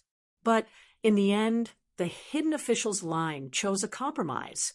They reduced such transactions but did not cut them off completely. Osmanthus Island, which was still docked at the Release Pavilion ferry, received an invitation from the Spring Banner shop. After the Ho family's ferry manager arrived, he first informed them. Now, the manager of Osmanthus Island had fallen into the hands of Ma Ji of the Fan family. He was a Jindan sword immortal, and his flying sword was cool shade. The small courtyard of the Gui family on Osmanthus Island was under the name of a foreigner and had not been opened to the public for many years. Ma Ji had once taught a foreigner's swordsmanship there. In Lady Gui's elegant courtyard, her disciple Jean Su was in charge of cooking tea and entertaining guests. Ma Ji and the Ho family's ferry manager were discussing how to present gifts. They had heard that Lingji's shop had lost more than 100 immortal treasures in a single night. What was left were either some fancy spiritual weapons that were too little in value, or some rare magical treasures that were too expensive and intimidating. The ferry manager, Ho Peng, was very worried about this matter. Although the Ho family's business was very good in the vast area north of Old Dragon City and south of Lakeview Academy, the amount of Guyu's money on the books was actually rather limited. If the Ho family had already heard of this matter before their ferry, Smoke Spirit, left Old Dragon City, they would have needed to make a trip to Spring Banner Shop. It would not be too troublesome if they had prepared a generous gift before entering. Guyu's money was still something they could fork out. However, Ho Peng and Osmanthus Island had received a flying sword message midway.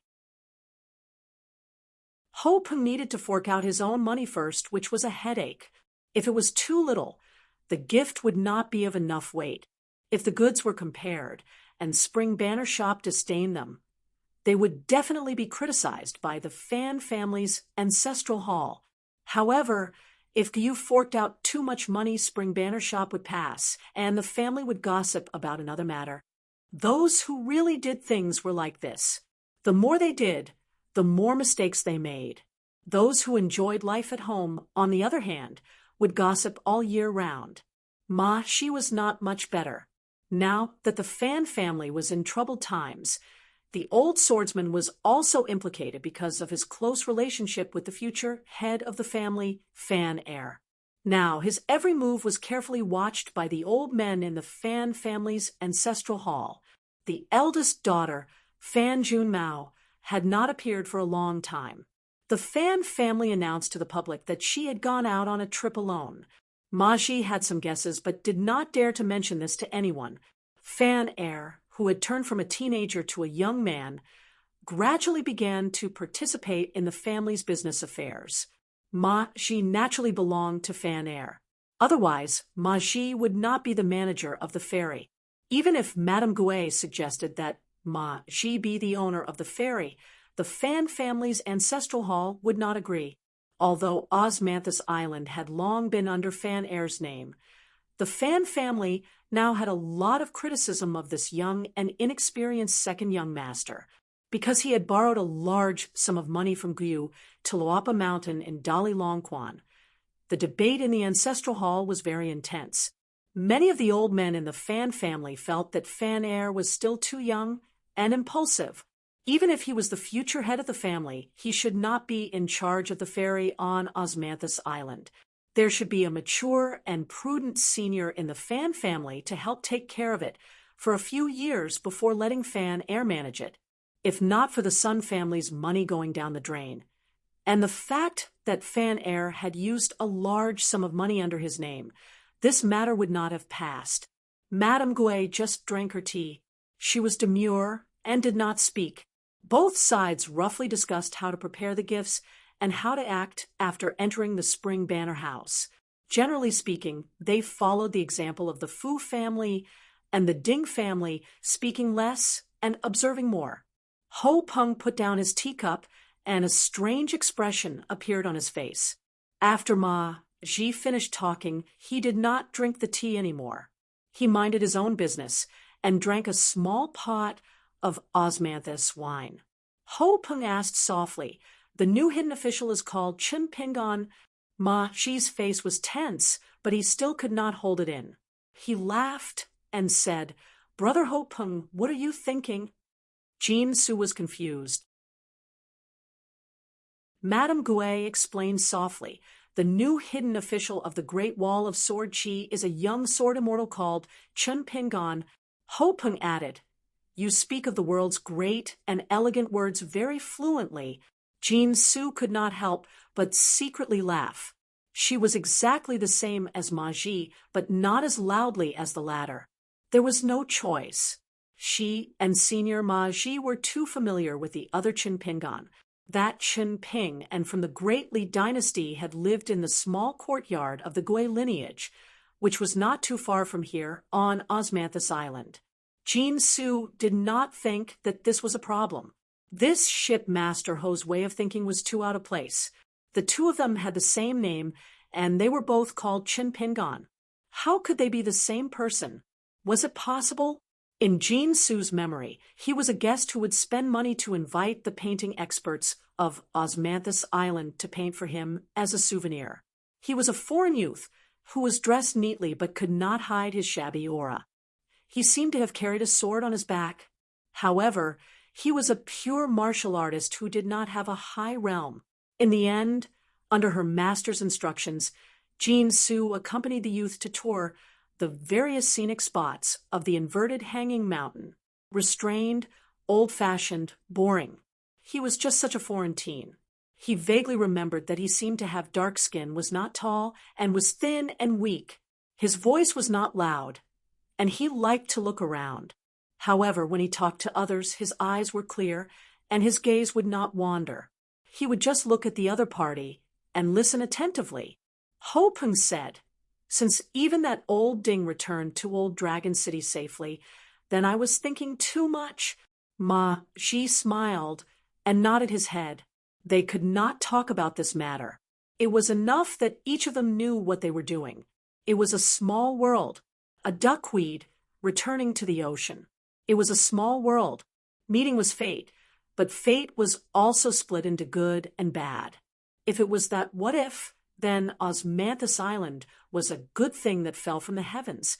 As for the Fu family and the other families of Old Dragon City, it was hard to say. Dust Medicine Shop, Martial Grandmaster Zheng Dafeng, and the Fu family agreed to go to the dragon platform. City Lord Fu Lu, who used a half-immortal weapon, had a fight with Zheng Dafeng after that. Apart from the Fan family and the Sun family, the other families of Old Dragon City were all involved. They helped the Fu family and were in charge of stopping the people from the Dust Medicine Shop. Among them, the Ding family was also involved in the originally arrogant Tongyi sect. It was said that the #1 celestial sect in the Tongya continent was not having a good time. When it rains, it pours. When it rains, it pours. Things that add fuel to the fire happen one after another. In short, the situation was very bleak. The Ding family was now implicated and suffered for nothing. Many of their business shares were mysteriously divided up in secret. However, the other families did not go overboard, so the Ding family could bear with it. Moreover, the Ding family was still following the Fu family and earning a lot of money. However, the Ding family would be at the bottom of Old Dragon City in the future. Therefore, the Ding family was bound to be very enthusiastic about the cross-continent ferry. They hoped to break the deadlock and establish a relationship with the Spring Banner House. Ma Ji and Ho Peng were both experienced people. Therefore, they could completely imagine that the Ding family would definitely offer an extremely low price. They would give up the ferry as a source of income. Under the premise that they would not make a loss, they would also want to form a relationship with the Great Wall of Sword Qi that was even more important than those in the same trade. After that, Ma Ji and Ho Peng left Osmanthus Island together. They first had to sit down with a few familiar ferry stewards. Then, according to the agreed time, they each went to Spring Banner House to bring gifts and pay a visit.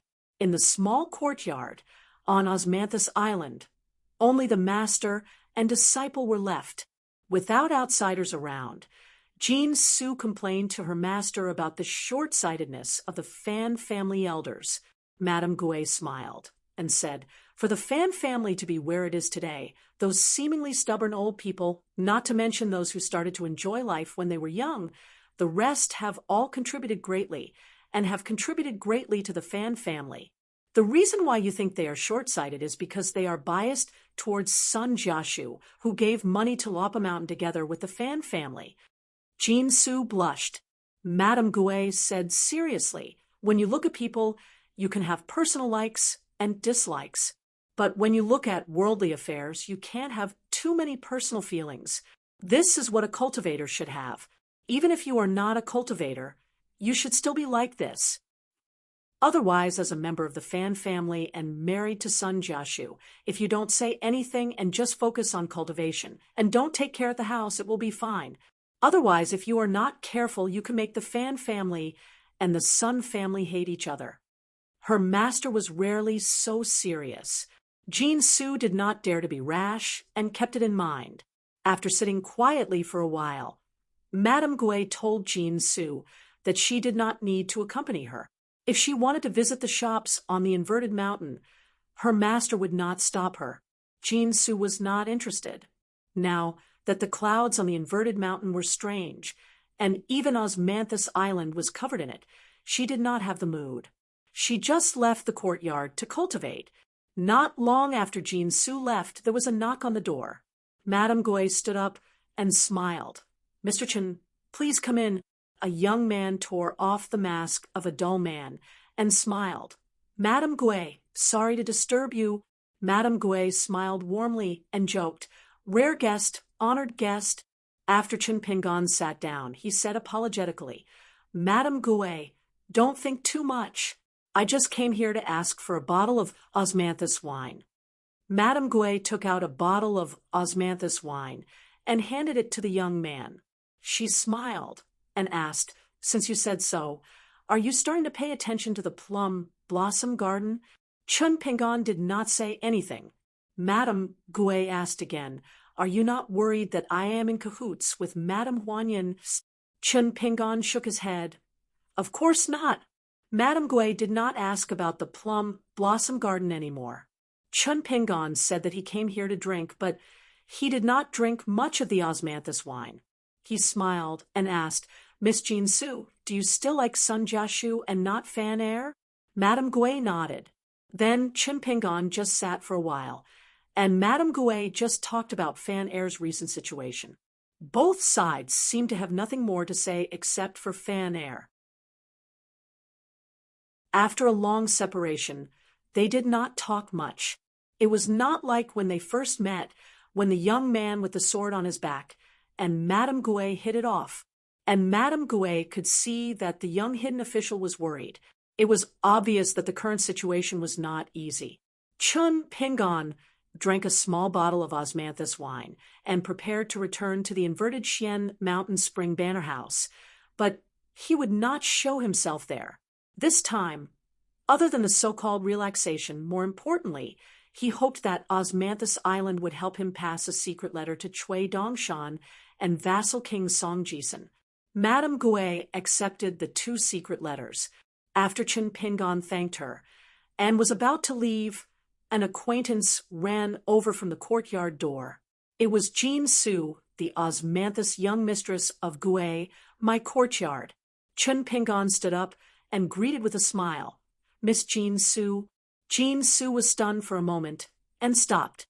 Obviously, she did not expect this guy to sneak to Osmanthus Island. She also smiled and said, "Chen Pingon, why are you here?" Then Jean Su quickly changed her words. "Young Master Chen." Chen Pingon said helplessly, "You can just call me by my name." Jean Su nodded and sat beside Madame Gouet. She asked softly, "Aren't you practicing at the Great Wall of Sword Chi? Why do you have time to come here to drink? I heard that the 2 gates of the inverted Xian Mountain are very strict, like guarding against thieves." Jean Su hesitated for a moment and asked softly, "Is it because you accidentally have the same name as the hidden official and are a little depressed, so you came here to drink?" Chen Pingon held back his laughter and nodded. "Yes." Madame Gouet also smiled knowingly.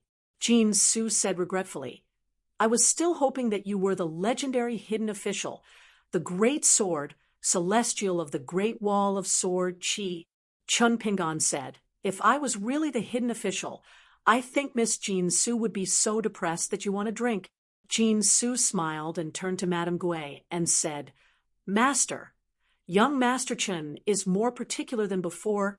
Madame Gui smiled and asked, "Why did you come back?" Jean Su said softly, "I still want to go to Elk Cliff for a walk." Madame Gui looked at Qin Pingan. The young man signaled with his eyes. Madame Gui nodded and said, "Just nice, you and young Master Chen are going the same way. You can go to Capture Pavilion together." Jean Su immediately said, "No need, no need. I am more familiar with the inverted Xian mountain than young Master Chen." She liked Sun Jiashu and did not like Fan Air, and Qin Pingan and Fan Air were good friends and were business partners with Sun Jiashu, so she felt that she should not have anything to do with Qin Pingan.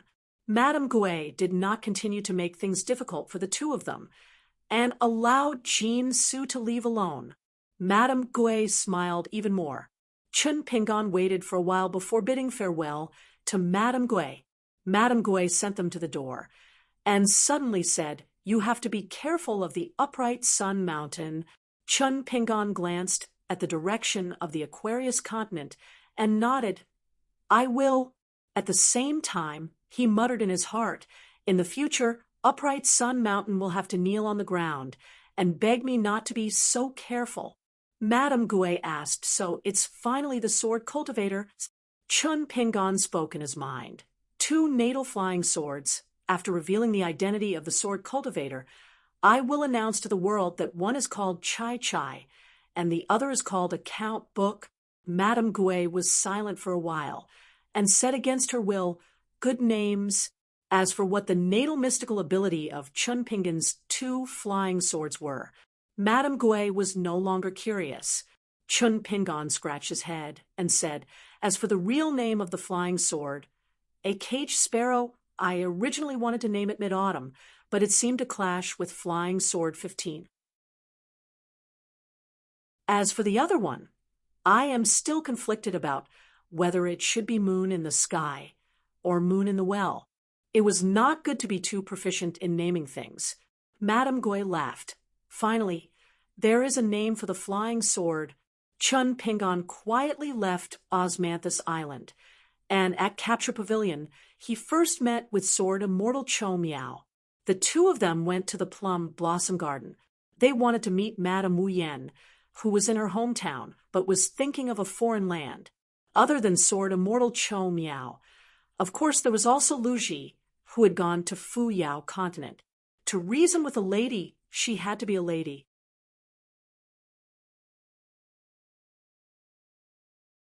"639. There is one more chapter at night." The Plum Blossom Garden was one of the 4 private residences in the inverted hanging mountain with the most winding corridors. Of course, the most famous ones were the plum trees. However, the plum trees planted in the Plum Blossom Garden grew naturally. They did not have the appearance of sickly plum blossoms.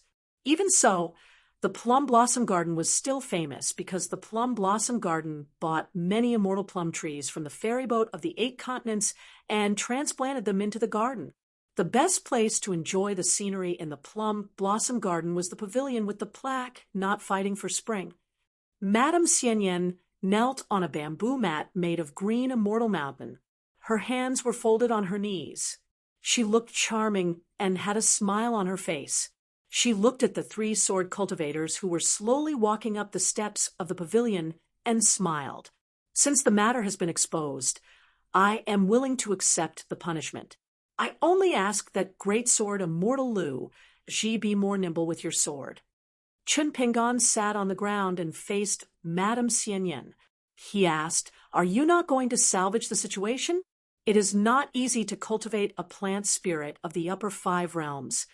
In the entire history of the Aquarius continent, there had never been a plant spirit of the upper 5 realms." Madame Xianyan shook her head. "You can even find the border and kill it. I am not destined to live. I will not pretend." Qin Pingan asked, "Is the real body of the Ascendant Realm demon buried in the Plum Blossom Garden?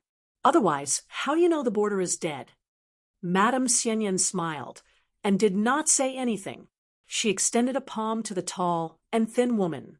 Someone once said that among the women of the Great Wall of Sword Qi, Sword Immortal Lu Ji is the most beautiful. You are the most beautiful. You and the sword are the most compatible. Today, I have seen you. Lu Ji frowned. Sword, immortal Cho Miao sighed. The reason for that was because he knew who had said those words. Chun Pingon said, "Then I will only ask you one thing. You grew up in the vast world. Why do you yearn for the desolate world?" Madame Xianyan smiled. "The rules set by the Sage of Rites are good. Unfortunately, the later cultivators did not do it well. After ascending the mountain and cultivating the way, there were thousands of immortals. How many of them would treat us plant spirits who were lucky enough to take human form as human beings? Putting aside the hardships I suffered, after I was fortunate enough to escape from the sea of suffering, I looked up and saw that there were few exceptions in the world for thousands of years. That's why I've been resentful for a long time." She turned her head to look in the direction of a gate near the plum blossom garden. After retracting her gaze, she smiled and said, "It's not that I really like the uncivilized world. With a bunch of uncivilized beasts in charge, how much better can this remote world be compared to the vast world? I just want to see the vast world with my own eyes. Everyone on the mountain and at the foot of the mountain will die. Among them, the cultivators will die out first. Only the grass and trees will continue to grow, withering and blooming with each passing year. Was this reason enough?" "Lord Hidden Official," Chun Pingon said, "if you say it's enough, it's enough." Sword Immortal Cho Miao felt that this trip to the Plum Blossom Garden was unexpectedly smooth. Lu Ji suddenly said, "It would be a waste not to use the military merits I saved up. In exchange for her life, I will keep her by my side in the future." "Hidden Official, what do you think?" The worried seedling was a little surprised. Madame Wu Yen was even more shocked. Just now, she really did have the will to die. Previously, she had calculated everything. She would either die or live a life worse than death. If that was the case, her luck was not the worst. At least there was a woman among the Sword Immortals. Fortunately, it was not just those dirty men. She might as well be straightforward. Madame Wuyen did not expect Lu Ji to say such things. Lu Ji said to Madame Wuyen, "From now on, you will follow me in cultivation. You don't have to be a servant." Then Lu Ji looked at Chun Pingon, wanting to know the answer. Chun Pingon thought about it and nodded. "Sure." Madame Wu Yen collapsed to the ground, tears welling up in her eyes. In the entire plum blossom garden, countless plum blossoms bloomed. This was Madame Wu Yan's life connected with the entire small world. Lu Ji frowned and said, "Wu Yan, I only have one request for you. In the future, if there is a man in front of you, don't be like this. Of course, it won't be easy for others to kill you." Madame Wu Yan bowed to Lu Ji. "Thank you, Lu Ji." Madame Wu Yan stood up and walked slowly to stand beside Lu Ji. Even Cho Miao had to admit that Madame Wu Yan was a natural beauty. The young hidden official was already squatting on the ground, rolling up the invaluable bamboo mat from Mao Qing. Compared to the bamboo sea grotto heaven wine, it was more authentic. Sword Immortal Cho Miao pretended not to see anything. Madame Wu Yan hesitated for a moment. She looked at the young man who was rolling up the bamboo mat and moving a step. She could not help but ask Lu Ji telepathically, "What is this?" Lu Ji smiled. "Our hidden official is too embarrassed to plunder the land of Spring Banner House. The ownerless Plum Blossom Garden is doomed." Cho Miao was even more confused. Judging from Great Sword Immortal Lu Ji's tone, it seemed that she had a good impression of this hidden official. Chun Pingon finished rolling up the mat and tucked it under his arm. He stood up. "Lu Ji, let me say this first. The Plum Blossom Garden was able to take root in Inverted Mountain not only because of Madame Wu Yan's realm, but also because of scheming. Coincidentally, you are not good at it."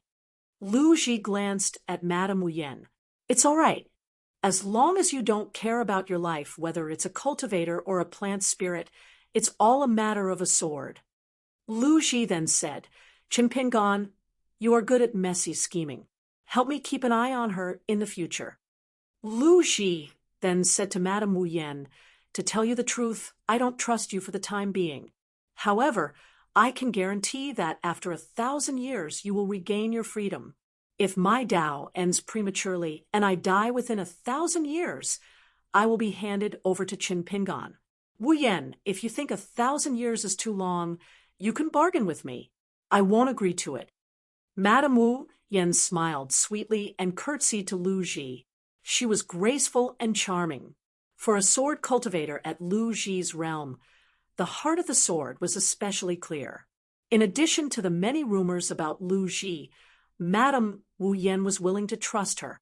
Chou Miao gave the hidden official a thumbs up. Indeed, it was more suitable for women to reason with each other. Qin Pingan kept the bamboo mat within his reach. He then asked Lu Ji and Chou Miao to leave for a while, saying that he had something to ask Madame Wu Yan. The two sword immortals left the pavilion. Madame Wu Yan exclaimed in surprise and looked around. Hidden official, you are so secretive. I haven't seen you for a few years, and you are already a sword cultivator? This flying sword's natal supernatural power is so rare. There was a world of difference between Lu Ji's presence and absence. Qin Pingan was not surprised at all. He asked, Jiang Heng from Yugui's sect came to Hanging Mountain once and stayed in the Plum Blossom Garden. What did the eldest son of the Jiang family want?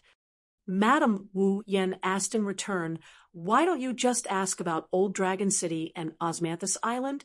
Is it because you don't have the heart to ask, but you have to? Or is it because you don't have the courage to ask? Qin Pingan frowned and said, there is no need to ask about this. Madame Wu Yan smiled again and said, dare I ask, if you go to Osmanthus Island now, would you call Aunt Gui or Madame Gui? Qin Pingan did not answer the question. When you are by Lu Ji's side in the future, think about her more. The heart of a sword immortal is too pure. But without this heart of the sword, Lu Ji would not be the Lu Ji today. But when she goes to the vast world in the future, she may not be able to do everything smoothly. Madame Wu Yan's eyes lit up. I don't have to stay in the Great Wall of Sword Qi. Qin Pingan nodded and said, you will accompany Lu Ji to the South Hassa continent in the future. Madame Wu Yan smiled and said, since I can not only live but also have no worries in the future, then I will answer all your questions and tell you everything I know. Let's talk about Jiang Heng first. He has great ambition but little talent. He is worlds apart from the border. Jiang Heng had his eyes on Fan family's Osmanthus Island, but Madame Gui did not agree. So he wanted to persuade my Plum Blossom Garden to help Yugui's sect open up a new channel. The transit port is Luhua Island, where Qi cultivators gather pearls as their profession. Qin Pingan asked why not Rain Dragon sect. Madame Wu Yan glanced at him and said, do you really not know, or are you pretending to be confused? Qin Pingan said, please tell me. Madame Wu Yan smiled and said, Rain Dragon sect has a female ancestor. She once traveled to Tongye continent in her early years. Her heart and liver were crushed by Jiang Shangzhen, and she dropped her realm and returned. She was a good immortal in the embryo, but today, hundreds of years later, she just entered the pure jade realm. As Jiang Shangzhen's son, would Jiang Heng dare to go to Rain Dragon sect to seek death? But today is different from the past. If Jiang Heng goes to Rain Dragon sect now, even if he is serious about seeking death, it will be difficult for him to die. Qin Pingan sat on the long bench and rubbed the space between his eyebrows. As long as he was involved with Jiang Shangzhen, it was all those F***king accidents that made him scratch his head. How many consecrators in the world would send money to the mountain for expenses? However, the biggest surprise was that Jiang Shangzhen had now become the sect master of Jade sect. Sun Yuan was really a terrifying person. In Qin Pingan's heart, Sun Yuan's contribution to Jiang Shangzhen's success today could not go unnoticed. Personal grudges aside, in Chen Pinggan's opinion, Sun Yuan was the best when it came to being a sect master. Chen Pinggan still had lingering fears about Sun Yuan's scheme back then. Madame Wu Yan formed a seal, and an old man's skin appeared in the pavilion. Chen Pinggan also kept it close to him. The questions and answers that followed in the pavilion were not sloppy. Finally, the group left Plum Blossom Garden.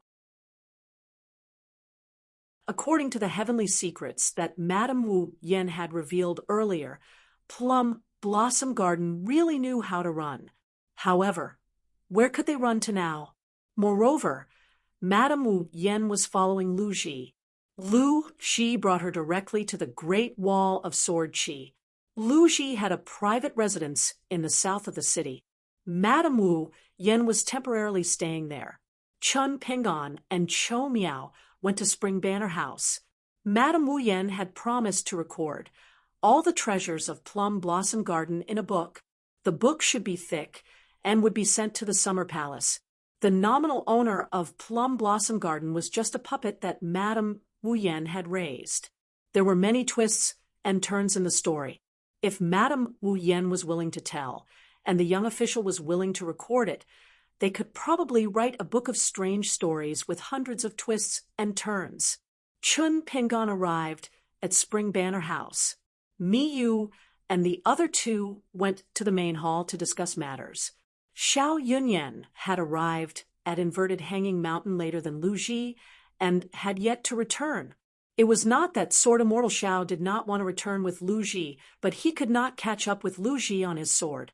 For the sake of speed, it was not easy to fly from Fuyao Continent to Inverted Hanging Mountain on a sword without taking the ferry. Not all the stewards of the 12 ferries who visited Spring Banner Shop tonight could take away a jade token. However, as long as they didn't have a good relationship with each other, these fairies who were used to the evils of Jianghu wouldn't talk about it easily after taking the jade tokens. Those who did not obtain it would probably want others to think that the jade token was in their pocket. Chen Pinggan did not go to the main hall. Instead, he found Wei Wenlong in the accounting room. Chou Miao did not want to face a pile of accounting books. In the Summer Palace, Chou Miao had flipped through many books to calculate. In Chao Gun's words, as long as he left the Summer Palace, he did not want to read a single page of books for the rest of his life. However, Chen Pinggan dragged Chou Miao to sit with him. When Wei Wenlong saw the young hidden official and Sword Immortal Chou Miao, he became even more fearful. Wei Wenlong moved some miscellaneous books over. Chen Pinggan picked one up and flipped it open. He was pleasantly surprised. One could tell whether a person was an expert with a single move. If this Wei Wenlong was just an empty shell, Chen Pinggan felt that he would eat the book in his hand. Because this miscellaneous book that Wei Wenlong used to pass the time was actually the Ministry of Revenue's secret records of the Aquarius Continent's Lu dynasty. It should be the contribution of Old Dragon City's intercontinental ferry. Wei Wenlong was a little uneasy. He braced himself and explained softly, "Hidden official, as long as I have nothing to do, I don't need to calculate. I just looked at these records of the destroyed dynasties of the various continents. The prices were not expensive. They were all bought one sack at a time. Compared to those rare items, it did not cost much. Also, because of my master's relationship, Old Dragon City's 6 fairies were very polite. They were all half sold and half given." Chen Pinggan patted Wei Wenlong's shoulder and smiled brightly. "I've met an expert." Wei Wenlong staggered. Actually, it was more of a shock. Wei Wenlong's smile was forced. His heart was anxious. As expected of the great sword, celestial hidden official, the strength of his hands could be said to be terrifying. Chen Pinggan moved a chair and sat near Wei Wenlong. He began to ask about the tax situation of the Dali dynasty over the years. Wei Wenlong answered smoothly. He even talked about the little tricks of the Ministry of Revenue officials in the early years. However, He also said that the finance of the Dali dynasty's Ministry of Revenue in the past 100 years was getting more and more cloudy year by year. Moreover, for such a large dynasty, the transactions in the account books were illusory. The key was still to look at the secret collection of the mountain and mountain's secret records. Otherwise, there was no need to mention the imitation Baek Okkyung building in Dali's capital, just the mountain ferries and sword boats that the mechanical engineers of the school of Moism built for Dali cost a lot of celestial coins. Wei Wenlong guessed that other than the school of Moism, there must be a merchant supporting the financial operations of Dali behind the scenes. Otherwise, from the celestial coins on the mountain to the gold, silver, and copper coins at the foot of the mountain, they would have all collapsed and become rotten. Evidently, in order to truly grasp the matter of finance, Wei Wenlong needed to deeply understand a series of rules related to it. Chun Pingon threw out an extremely small question, allowing Wei Wenlong to speak openly. When it came to matters of money, Wei Wenlong was another Wei Wenlong. He was knowledgeable in literature and science, skilled in laws and regulations, and skilled in writing and calculating. Chun Pingon listened with rapt attention. This knowledge was truly valuable. The Cho Miao Sword Immortal was the first time he had seen such a young hidden official brimming with energy. Chun Pingon suddenly said, "Once the matter is done, there is no interest." Wei Wenlong was taken aback. Then he softly asked, "What is the way of governing a country?" Chun Pingon smiled. "Everyone benefits at the end of the farm. There is no lack of closed markets." Wei Wenlong asked again, "What is the purpose?" Chun Pingon answered, "Money wants to flow like water." Wei Wenlong grinned, unable to restrain his emotions. His hands pressed against the desk. He excitedly said, "Fellow Taoist. It really is a fellow Taoist." Then Wei Wenlong was incomparably embarrassed. He resentfully withdrew his hands. He did his best to restrain the expression on his face, forcing himself to be as respectful as possible. He softly said, "Hidden official, I have offended you." Chun Pingon laughed. "Fellow Taoist, offending him my ass. In the future, just call me fellow Taoist Chun. Good fellow Taoist is also fine." The Cho Miao Sword Immortal could not help but ask, "Are you guys discussing the knowledge of the merchant?" Chun Pingon waved his hand. "There is a great connection, but you cannot mix them together." Wei Wenlong shot a glance at the Cho Miao Sword Immortal, who was sitting there like a wooden person. Wei Wenlong almost could not resist rolling his eyes. As soon as he opened his mouth, he knew that he was an inexperienced layman, a complete mess. Ha! He was even a sword immortal. No wonder he could not become the hidden official of the Great Wall of Sword Chi. Chun Pingon looked at the sky outside the window. He left a pot of osmanthus wine on the table. He stood up and laughed. "You are welcome to visit our summer palace in the future. If you are willing to stay for a long time, even better, I will help you empty out a house. However, we have to wait until the 8 provinces ferry business is on the right track. Otherwise, it will inevitably delay official business. No rush, no rush. When I return to the summer palace, I will first help you clear out a house." Wei Wenlong stood up and said anxiously, "Hidden official, you cannot do this. You cannot do this." Chun Pingon waved his hand. "Then it is settled." Leaving the house, Chun Pingon habitually rubbed his hands together to keep warm. Cho Miao laughed. In a good mood, Chun Pingon laughed. In a very good mood. If there was a chance, he would definitely kidnap Wei Wenlong to Luapa Mountain in the future. He could very well use that lotus root-blessed land for Wei Wenlong to practice. Cho Miao looked at the young hidden official who was laughing foolishly. He laughed and asked, "This Wei Wenlong, is he really that powerful?" Chun Pingon nodded and said, "Give me a spring banner house in exchange. I won't trade." Cho Miao asked, "Then what about a plum blossom garden?" Chun Pingon grumbled, "Great sword immortal Cho Miao, chatting like this is no fun. Cho, Meow suddenly said telepathically. The hidden official has so many plans. There is an effect. It can delay for half a year. If it is the 8 provinces fairy business, there is no big surprise. It will probably be another year. So there is still a year and a half left. Cho Miao was considered the best candidate for the next hidden official, or rather, one of them. Of course, it was not without reason. Chun Pingon cursed. Cho Miao laughed and asked, "Who are you cursing?" Chun Pingon said, "It is not Big Brother Sword Immortal."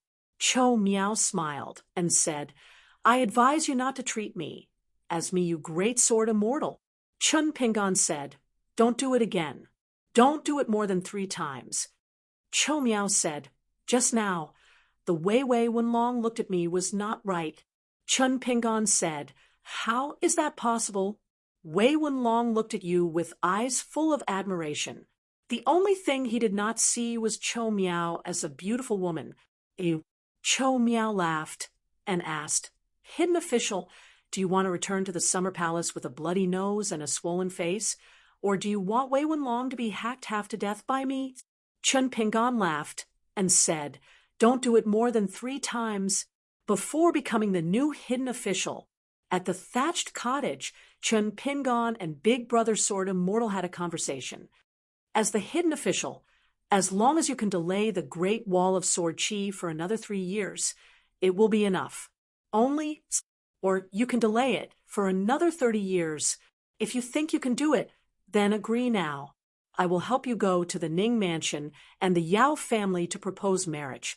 Okay, no problem. Scram. After saying goodbye to Sister Bao Ping at the Cliff Academy, Pei Qian and Cui Dongshan left the capital of the Great Sui Kingdom. After a long journey, they were about to reach the border of the Huangting State, a vassal state of the Great Sui Kingdom. In the words of the Big White Goose, leisurely and carefree, following the great path. Along the way, Pei Qian, who was carrying a small bamboo box and holding a mountain staff, copied books every day without fail and performed the crazy demonic sword technique against Cui Dongshan. He had never lost. Otherwise, he would stare blankly at the ball of golden silk. It was the pure sword that Zhou Cheng gifted to Pei Qian by the female sword immortal, who swung at the Great Wall of Sword Chi. Pei Qian asked the Big White Goose many times, "Is this thing really inedible?" Sister Bao Ping and Li Huai liked to read the Jianghu romance. It was said that these treasures given by the elders could increase one's inner strength after eating them. Cui Dongshan said that it really could not be eaten. If he ate it, he would have to wait for his intestines to burst open. His hands would not be able to hold it all. Was he supposed to put it in the small box? How horrifying would that be? Today, the 2 of them were by the river. Cui Dongshan was fishing while Pei Qian was copying books beside him. He used the small box as a small table. It was a small green bamboo bookcase made by Cui Dongshan himself. Pei Qian reluctantly accepted it. He didn't like it, but he didn't directly say that he thought the color of the bookcase was not right. He just asked Cui Dongshan if he knew what green and glistening meant. Cui Dongshan also pretended not to hear the endless hints. Cui Dongshan was fishing while he talked about some fancy knowledge that Pei Qian could only hear from one ear and out the other. He talked about the path of practicing calligraphy, copying the ancient method like a ghost enjoying a sacrifice but sucking in its breath and not eating its quality. It was considered to have passed a threshold. He talked about how a child was just learning how to pick up a brush, but the frame should be tight, the strokes should be clear, and the words should not be exaggerated.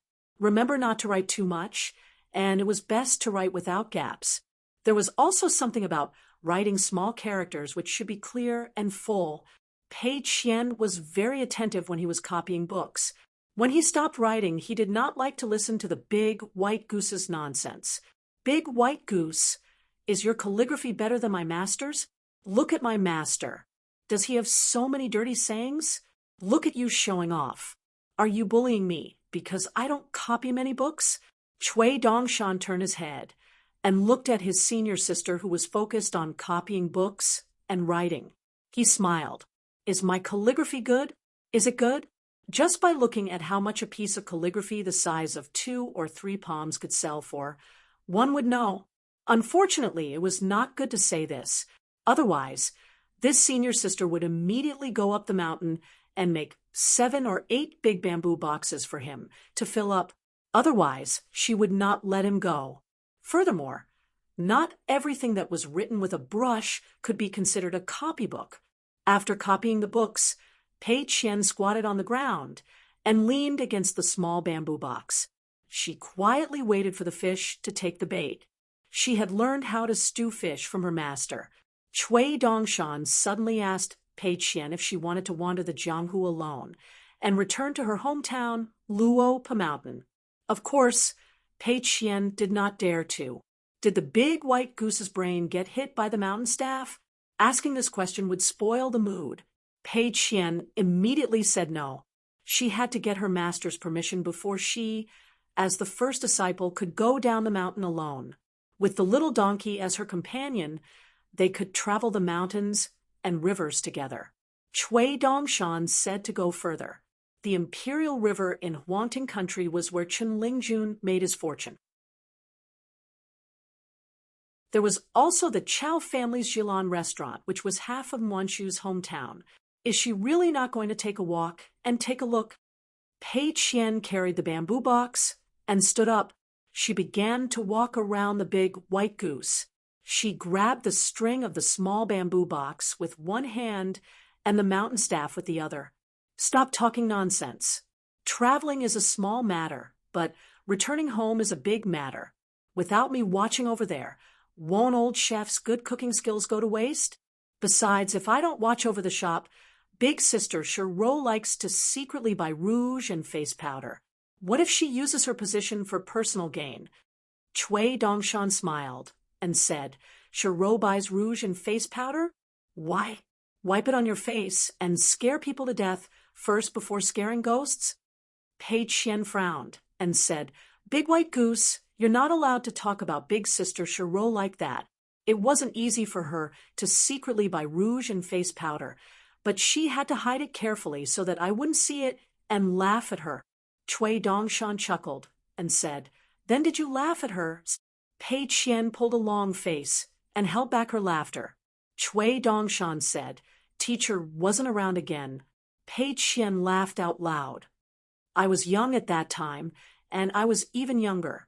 I didn't know any better, so I almost died laughing. I laughed so hard that my stomach hurt, and I almost smacked a few holes in the counter. Pei Qian quickly added, But I only laughed. I didn't say anything disgraceful. Not a single word. I swear to God. Cui Dongshan smiled and said, You were too busy laughing to speak, right? Pei Qian slapped Cui Dongshan's head and beamed. Little senior brother knows me best. Look at how smart you are. You caught a fish and stewed it in a big pot. After eating and drinking, we still have to go back together. Then Pei Qian was a little sad. Big sister Shiro is quite pitiful. Don't bully her in the future. Be reasonable and learn from teacher. Big sister Shiro is not stupid. She will listen. Of course, I didn't just say that casually. Pei Qian said softly, Little senior brother and teacher are both people who think a lot before doing things. I don't care too much. I can't even copy a book. Cui Dongshan stared at the water and raised his hand to rub his head. He said, When teacher was younger than you, he dared to leave the great Sui kingdom alone and walk back to his hometown. Pei Qian was puzzled and said, What's so strange about a disciple being inferior to teacher? Cui Dongshan said, A disciple doesn't have to be inferior to teacher. It's the teachings of a saint written in black and white. Pei Qian curled her lips and said, I only listen to teacher. Cui Dongshan said helplessly, I really have something urgent. I have to go to the capital of Dali immediately. Even taking a ferry is too slow. If I delay it, it will be difficult to meet big sister next time. I don't know how long it will take. Pei Qian thought for a moment and nodded. Okay, if you had begged me so bitterly earlier, it would have been over. Go. I will walk back to Luapa Mountain alone. It's a small matter. She took out a piece of yellow paper talisman from her sleeve. She did not immediately stick it on her forehead, but carefully hid it in her sleeve. She had walked thousands of mountains and rivers with Teacher, so this talisman had accompanied her for almost the same time. With it, she was not afraid of anything. Cui Dongshan asked with a smile. Then, I'm really going? Pei Qian said impatiently. So much nonsense. Do you think my crazy demon swordsmanship is vegetarian? Cui Dongshan sighed. Forget it, forget it. I'd better accompany Big Sister for a while. Otherwise, Teacher will blame me when he finds out. Pei Qian stood beside the big white goose and said, Go, go. Don't worry about me. I'm not even afraid of the Great Wall of Sword Qi of the Sword Cultivators. Why would I be afraid of haunting country? Cui Dongshan put away his fishing rod. I'll send you off a little. Do you see the stone cliff over there? I'll send you there. Pei Qian and Cui Dongshan walked by the river and said softly, Big white goose, can I tell you something from my heart? Sure. Actually, Teacher is worried that I won't be sensible in the future. I can understand that.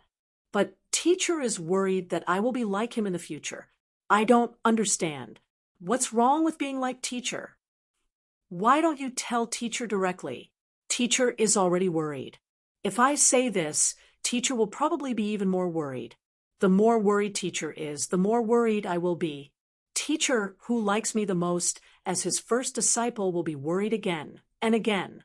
Then I will be worried again and again. Cui Dongshan looked at the distant mountains and smiled. My heart is calm. I laugh at the clouds for being troublesome. I come out of the mountains for the rain. Pei Qian frowned. Are you mocking me in a roundabout way? I'm praising you. In all honesty, at last, Pei Qian stopped and said in a low voice, Little senior fellow apprentice, be careful. Cui Dongshan smiled and nodded. If I hadn't met Teacher, how could I have such a nice big senior sister? Cui Dongshan rose from the ground and returned to his hometown like a white cloud. However, Cui Dongshan did not leave. He cast the camouflage skill and looked down at the river. Pei Qian stood in the same place for a long time. Finally, she was willing to move and shake off her hands. Every step she took was huge, but she was a little slow. At this speed, it would take her 100 years to walk to the Chiduan Mountain. Cui Dongshan rubbed between his eyebrows. What is she doing? After looking at her for a long time, the big senior sister seemed to be enlightened. She took a deep breath and stomped hard on the ground. In an instant, she rushed forward. In a flash, she was as fast as thunder. Cui Dongshan was even more worried. With Grand Senior Sister's meager guts, if she really met those mountain spirits and ghosts, it would be you scaring me, and me scaring you. They wouldn't delay each other, and would scare each other to death together. Cui Dongshan looked around and flew away with the wind. He was as fast as lightning, but quietly went to a bigger river. He stomped his foot and directly shook the river god out of his nest. He grabbed the god's head and twisted his wrist so that his face was facing the petite figure carrying a bamboo box in the distance. Cui Dongshan said calmly, Do you see my big senior sister? You can escort her all the way to Red Candle Town. Don't show up and don't leave any clues. Then you can go home. You'll be credited. After that, you'll get a Dali medallion. The Ministry of Rights of Dali will send it to you. Just wait at home. However, if there's any mistake, I'll destroy your golden body. At this point, Cui Dongshan increased the strength of his 5 fingers. The golden body of a water god exploded like a firecracker, causing countless cracks to appear on the spot. After retracting his hand, he said, I keep feeling that you're unreliable. I'm afraid that you won't take it seriously. I'll shatter half of your golden body first. After that, Go to the Iron Talisman River's water god, Yang Hua, and ask her to repair your golden body before taking the medallion." The water god heard the white-robed youth mutter to himself after shattering half of my golden body, "I don't have any evil thoughts. However, my abilities are getting worse. Won't I be even more unreliable?" Ooh. The water god's golden body almost collapsed completely. This old immortal with powerful spells and an arrogant tone. "What are you going to do?" From the beginning to the end, I didn't say a single word, and I didn't do a single thing. Chui Dongshan loosened his fingers and gently patted the water god's head. The countless cracks in the golden body instantly closed and returned to normal. Chui Dongshan shook his sleeves and looked at the dumbfounded water god. He asked, "Why are you in a daze?" The golden body was shattered and repaired. "The taste is too good. Why don't you do it again?" The water god swallowed his saliva and was about to chase after the so-called eldest senior sister. In the end, he was slapped into the river by the white-robed youth, causing countless waves to splash. He said angrily, "Are you going just like that? I told you not to leave any traces." Chui Dongshan slapped his head. "You should look for the mountain god. It's my fault. I'm sorry. Where did you come from?" He did not expect the water god to not be too stupid. He actually endured the changes in the golden body and the intense pain caused by the kick. He knelt and kowtowed on the water surface.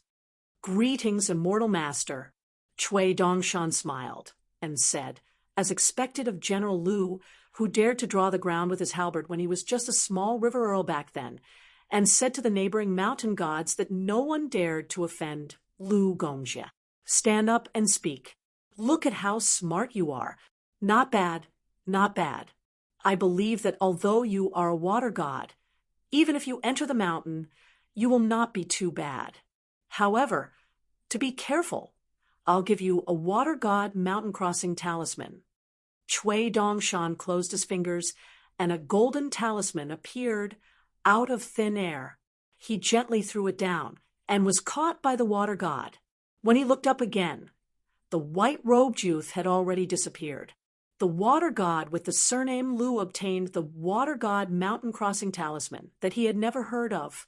He realized that he could fuse with the golden body after circulating his spiritual energy slightly.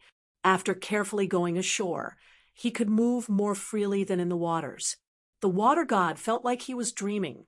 He immediately hid his aura and chased after the young lady. Just as the water god heaved a sigh of relief, ripples appeared in his heart lake like a raging wave. The water god had no choice but to stop in his tracks to resist it with all his might. It was the white-robed youth's voice again. "Remember, don't easily get within 1,000 feet of my eldest senior sister. Otherwise, you will still be discovered with the talisman.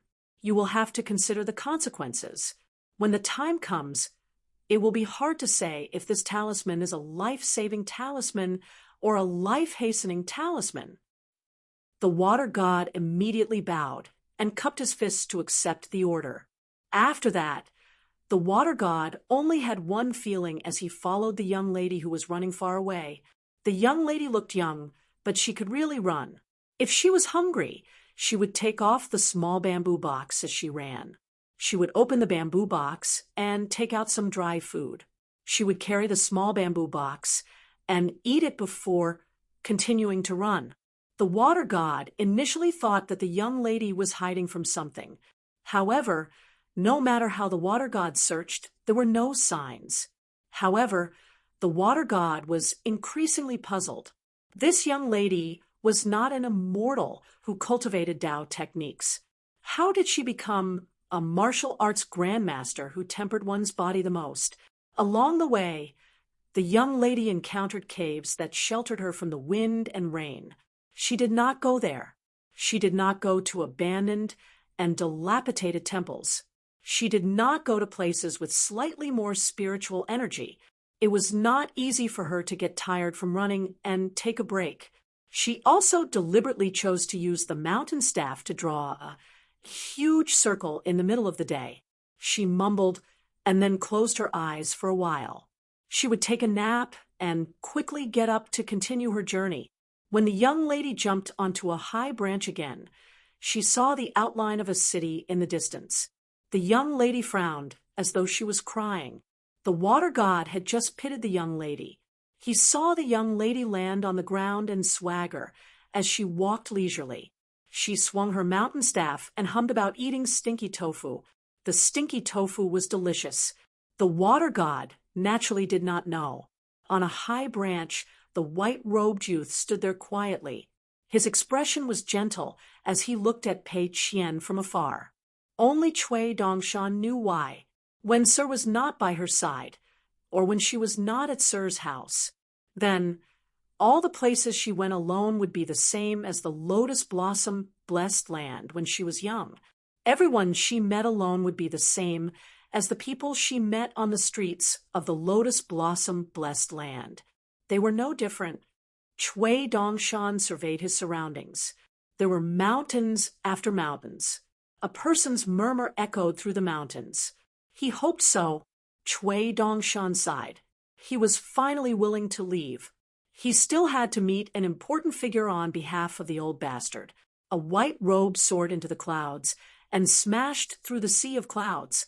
A series of muffled thunder boomed in the sky, as though they were bidding farewell. Pei Qian, who was walking in the forest, was originally happily mumbling about the arrogant, fiendish demon. She was taken aback and hurriedly turned around. She raised her head and jumped up as she waved goodbye. The water god realized that the young lady did not stay in an inn even when she arrived at a small town in the county. At most, she would buy some snacks and put some in her pockets. Most of them were placed in small bamboo chests. Then she would go to the mountains and rivers to pay her respects. When she encountered a Taoist temple, she would also burn incense. Outside of that, she almost did not speak to anyone. It was just that her footsteps were much slower than walking in the mountains and rivers. She did not need to bury her head in running. The only time she stayed in the same place for a long time was when she squatted on a low yellow wall and looked at a group of wandering pugilistic heroes on horseback. The young lady seemed to be envious.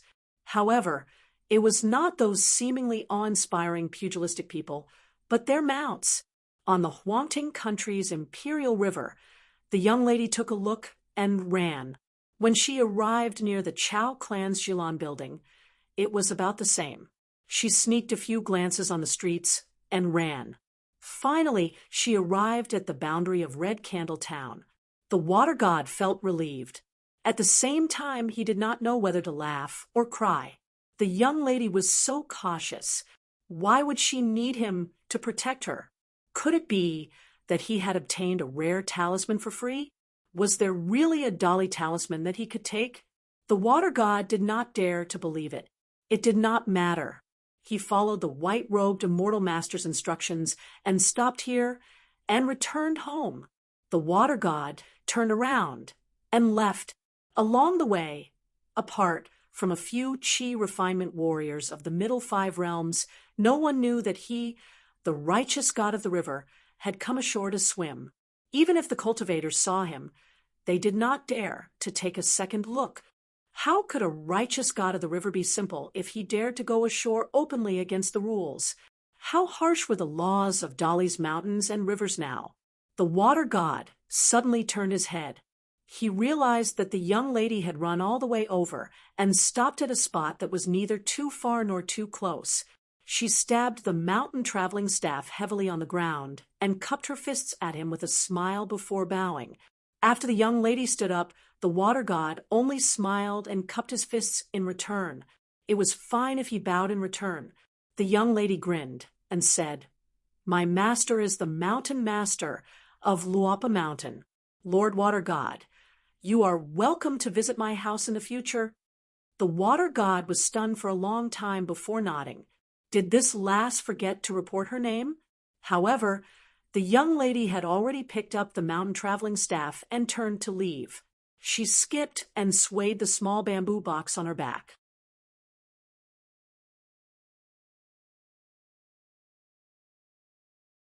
6:40, Luo Pa Mountain, late nights for snow. Zhu Lian was very arrogant. Rain comes again and again. Snow comes again when it's not sunny. My hometown scenery is the most beautiful. Today, Zhu Lian and Zheng Dafeng were playing chess and complaining to each other. Zhu Lian complained that Brother Dafeng's gaze was too righteous and scared away the yellow court fairy.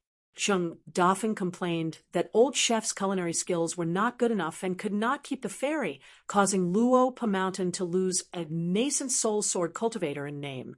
It was a big sin, and he had to take out a few precious immortal books for Zheng Dafeng to take care of. Wei Pai sat at the side and did not understand why the two of them were still arguing after so long. After thinking about it again, he figured it out. Was the yellow court fairy beautiful enough? Zhu Lian looked at Wei Pai and asked with a smile, I heard that I'm going to the capital to meet the emperor soon and see if I can get some dragon chi back to throw into the blessed land. That's the right way to travel. Zheng Dafeng agreed. Indeed, Mountain Lord can't just watch the game and not do anything. Wei Pai was helpless. Now, the name of Mountain Lord Bei. You had spread to the North Continent. It was the kind of wild chicken that could not leave without laying an egg. However, his efforts were not in vain. In the new lotus root-blessed land, after spending a few thousand grain rain coins, not only did it become a medium-grade blessed land, but it also had a new atmosphere. The spirits of the mountains and rivers, lonely souls and wild ghosts, as well as the heroic spirits of the land, sprang up like bamboo shoots after the rain. However, in terms of overall numbers, there would be a bottleneck. However, as long as enough immortal coins were spent, the sky would be higher and the land would be wider. The matter of fate would become stronger, and the previous bottleneck would be naturally broken. What interested Zheng Dafeng the most was a book about a scholar and a beauty that was popular in the Nanyuan kingdom. The woman in the book appeared in the world with a demonic body. She was actually born from induction. However, her spiritual intelligence had not yet been developed, and she was still a little muddle-headed. She liked to float around and secretly look at the unfamiliar world among the books and paintings. Her appearance was a rare thing in the vast world. She and the little girl Chen Wanshu lived in a different world. The birth of this unknown woman was purely the condensation of strands of the hearts of people from all over the world. It could be considered as a comparatively unconventional manifestation of the grand Tao. However, no matter how mediocre it was still a manifestation of the great Tao. Even if it had a little bit of Tao, it was still a big deal. If it was in other blessed lands, once discovered, they would definitely be arrested. There was no need to worry about buyers at all. They could casually sell it for an unimaginable sky-high price. Fortunately, he was born in the lotus root-blessed land and had such a well-behaved young mountain chieftain. He reckoned that his luck in the future would not be too bad. Zheng Dafeng wiped his mouth. It's a place worth visiting. A delicate and timid young lady and a great hero who has tender and protective feelings for the fairer sex. Neither of them could be missing, so that we won't fall into the hands of those lonely souls and malicious ghosts. However, Zhu Lian said, I don't think it's a bad idea to just stay on the mountain. Zhu Lian always had a hidden worry in his heart. The lotus root blessed land of the past and the lotus root blessed land of the present. Zhu Lian always vaguely felt that the old Abbey Dean's plan was very far-reaching. As long as one entered the blessed land, no matter who it would not be easy. Wei Pai also said, since you've chosen to live a leisurely life, you might as well live this leisurely life until you're old. Zheng Dafeng laughed. What are you thinking about? Our Luo Pa Mountain is a gathering of heroes. There's no need for me to do anything.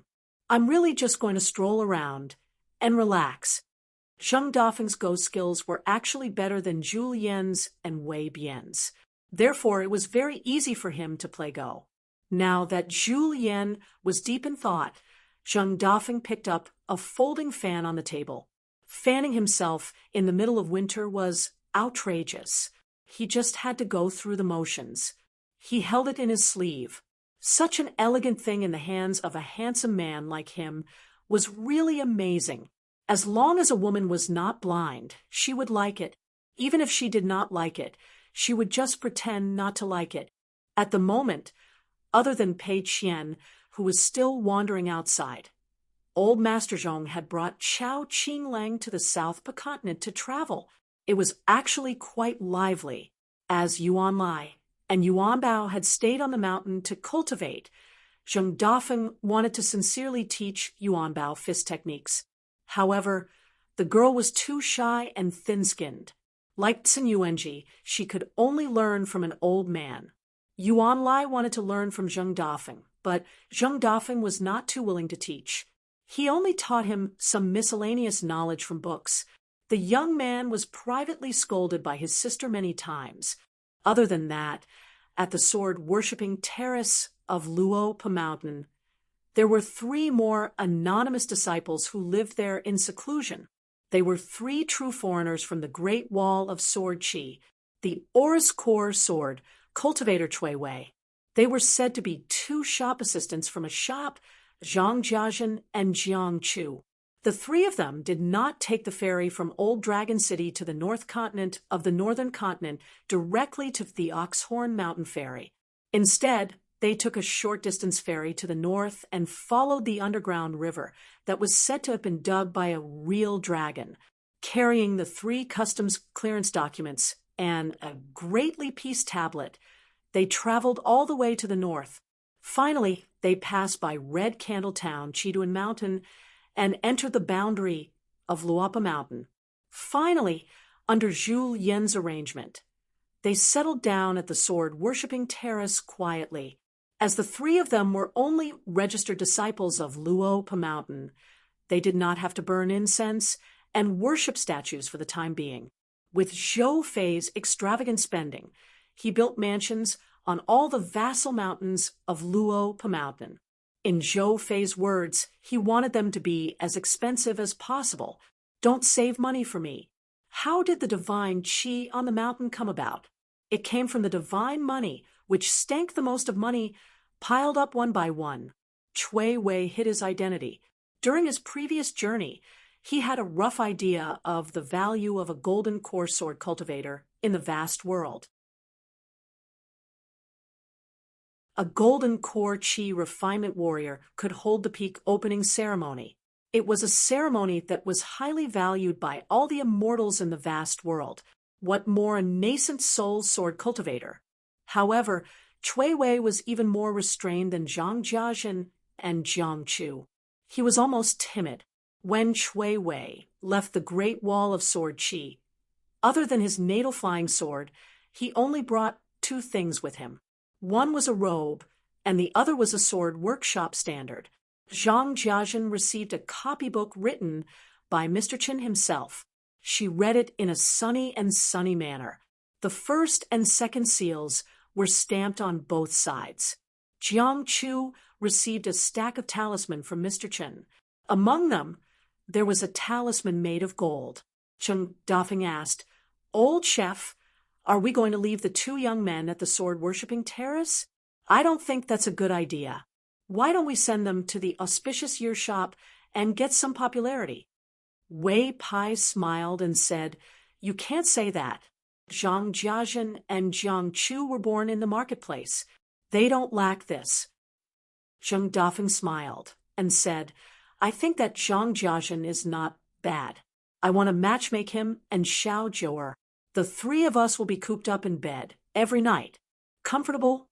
Do we want these juniors to follow in our footsteps? I don't think so. Absolutely not." The auspicious year shop was owned by Shiro.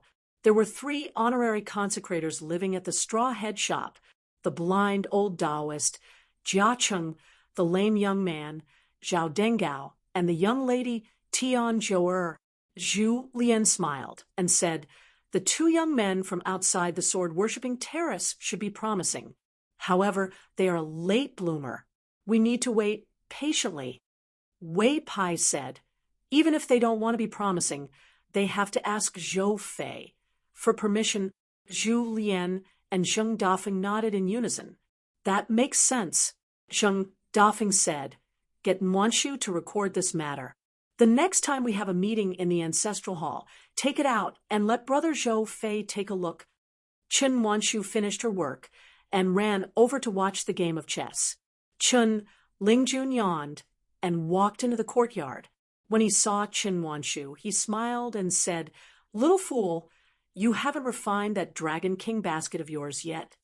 Before Chen Pingon left Luapa Mountain, he gave the pair of Dragon King baskets he obtained from the ruins of the immortal abode in the North Continent to Chen Muanshu and Chen Lingjun, respectively. He let them refine it and use it as a trump card for Luapa Mountain's vassal mountain, Yellow Lake Mountain. Chen Lingjun had already succeeded in refining it, but Chen Muanshu's progress was slow. However, this was only slow compared to Chen Lingjun.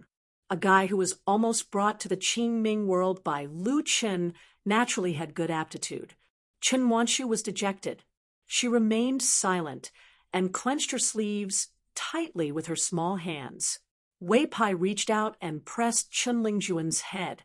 He bent over and asked with a smile, "What's?" Chen Lingjun blinked and said seriously, "Muanshu, when it comes to cultivation, hard work is enough. Don't be anxious. It's easy to spoil things if you're anxious. You have to learn from our master. Only by walking slowly can you punch quickly." Wei Pai patted Chen Lingjun's head. "If you keep talking like this, when Pei Qian returns to Luapa Mountain, you'll have to deal with it yourself." Chen Lingjun almost knelt down in front of Wei Pai. Chen Lingjun immediately stood on his tiptoes and placed his hands on Wei Pai's shoulders. He smiled flatteringly and asked the standing Wei Pai to sit down and talk so that he could massage his master's shoulders. North Continent's Taihui Sword Clan, the #1 clan in the North Continent, soared immortal Qi Jinglong's direct disciple. Whitehead was powerful, right? After being kicked by Pei Qian, he fell to the ground and twitched. The most terrifying thing was that Pei Qian held a grudge. Sun Yuanji, Yuan Bao, and Yuan Lai also came to the courtyard to relax during their training. As soon as they arrived, they saw Chen Lingjun helping Wei Pai massage his shoulders and back while praising Brother Feng Feng for having a good mood. If this fan had a spirit and was enlightened, he would be grateful to the point of tears and snot. He was glad that he had accumulated good karma in his previous life, which allowed him to fall into the hands of Brother Feng Feng in this life. Chen Muanshu gave up his seat. Sun Yuanji and Yuan Lai did not sit. Yuan Bao thanked him and sat down. Chen Lingjun rolled his eyes hard. This little girl that Lu Baixiang picked up was the most king ignorant. Look at the people that his master picked up, with him as the leader, which one of them was not a genius. Little Millet was still squatting at Chiduan Mountain, waiting for Pei Qian, right? She was even carrying a big bag of melon seeds. Little Millet's conscience was bigger than a bowl. Yuan Bao was lucky to have arrived at Luapa Mountain late. All the people with special abilities had risked their lives for Master Chen to get a feel for them. He had personally fought Lu Chen, Wan Qi, and Old Yang. Otherwise, with Yuan Bao's temper, his little head would have been smashed into pieces. Zhu Lian smiled. "Yuan Bao, do you have something to say?" Yuan Bao nodded. "I can wait for old Mr. Zhu to finish his chess game." Although the young girl showed off her abilities, she still had etiquette. Moreover, Yuan Bao had a very good impression of old Mr. Zhu Lian. The bad one was Zheng Dafeng. The normal one was the great mountain lord, who came to Luapa Mountain for a stroll. When old Mr. Zhu went to Lotus Root Blessed Land, he only brought out an extremely long painting scroll that was hidden in a secret place.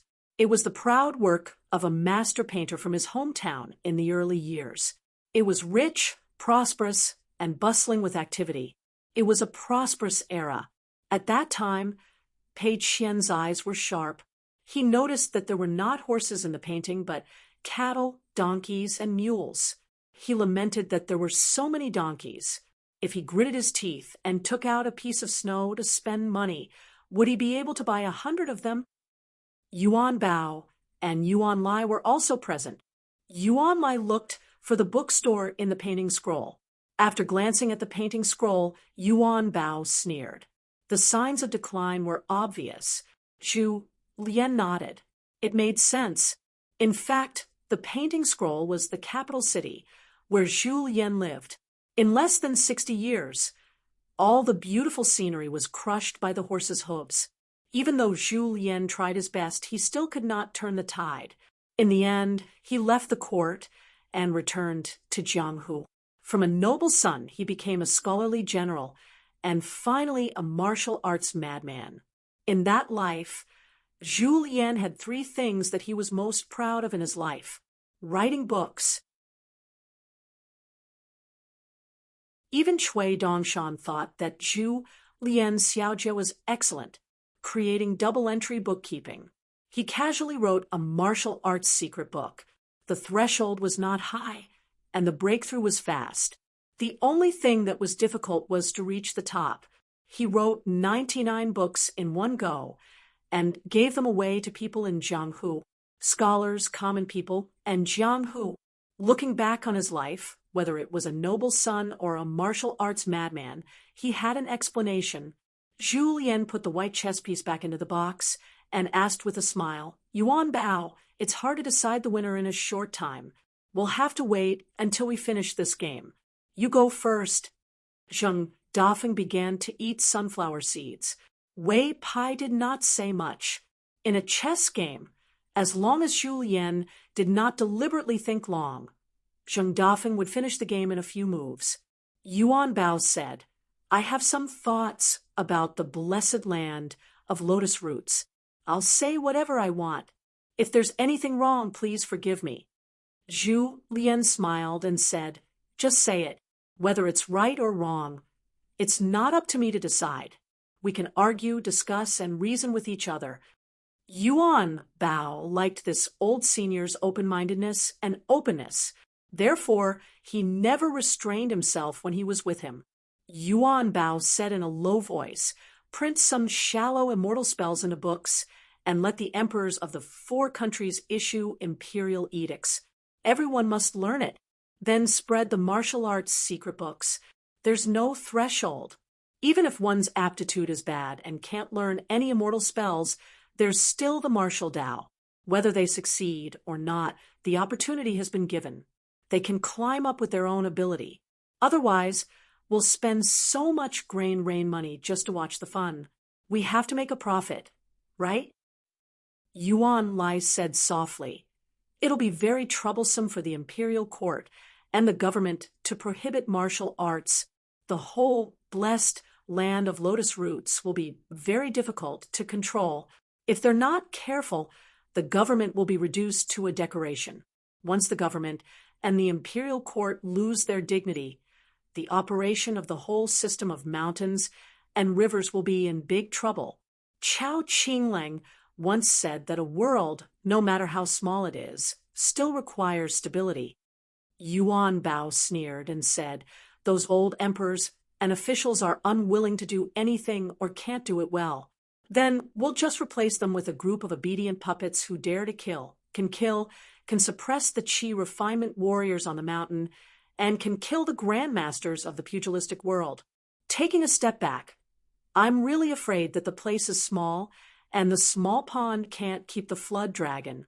It's simple too. Once there are good seedlings, we'll just grab them from the blessed land and raise them in Luo Pa Mountain. There are so many mountains and so many immortal residences. Even if they're empty, they'll be empty.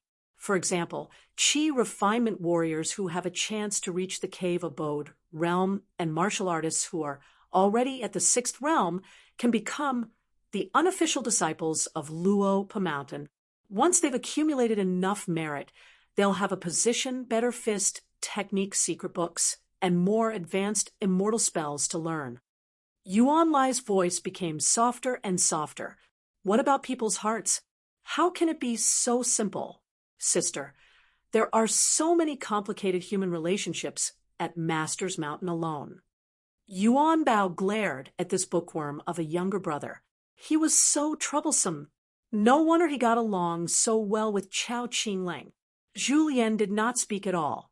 The young lady's words could not be said to be completely right or completely wrong. It's just that some things were interconnected.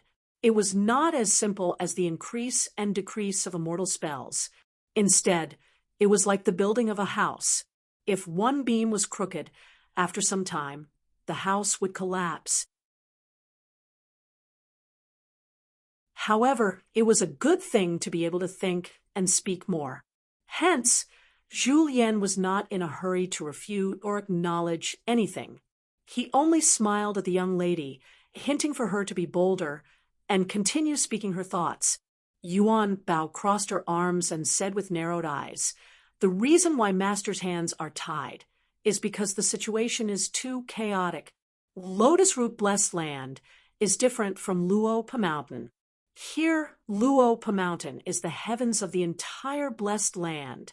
As a human who isn't afraid of death and who doesn't care about their lives, we rule the world, and our spells are so mysterious. Under the big picture, what's the human heart? Perhaps it's too late to rely on Luopa Mountain." Zheng Dafeng said with a smile, "When I was young, I was afraid that studying was difficult. When I was young, I always felt that it was easy to be a human." Young Yuan Lai immediately remembered it in his heart. Uncle Zheng's knowledge was not small. Zhu Lian scratched his head and said with a sigh, "Yesterday, the young man was writing a childhood sweetheart. Why is it a Chinese pulsatilla tonight?" Wei Pai smiled and asked Yuan Bao, "I have a question. When this group of people arrives at the vast world and is raised on Luopa Mountain's vassal mountains, what will they do in the future?" Yuan Bao already had a plan in mind and blurted out, "Continue to cultivate or supervise them to practice martial arts. As long as the Qi refinement warriors become Dragon Gate cultivators or Realm 7 martial arts masters, they will be sold to the various forces in the Aquarius continent to form good karma and earn a lot of money. Those who are ambitious and unwilling to be reduced to goods can sign a contract with Luopa Mountain. After leaving Luopa Mountain for a few decades or 100 years, just casually agree on a number of years. Let this group of people use money to buy their lives and freedom." Wei Pai asked again, "Among this group of people, if someone is evil and causes chaos, who will be responsible for this mess?" Yuan Bao frowned and said, "Why do you care about this? In the pugilistic world, one is responsible for one's life and death. One can only blame oneself. If one is not capable, one will be trampled on. Those with bigger fists have more reason. This has always been the way of the world on the mountain, and at the foot of the mountain, why should it be our Luopa Mountain's fault?" Zhu Lian was still as calm as usual. Zheng Dafeng rolled his eyes. Wei Pai stretched out 2 fingers and twirled the gold earring. He was also a little worried. Lu Baixiang really saved him a lot of trouble when teaching his disciples. Yuan Bao clenched his fists and said in a deep voice, "In the Lotus Root Blessed Land, we are the heavens. We control them everywhere. Those who obey us will prosper, and those who defy us will die.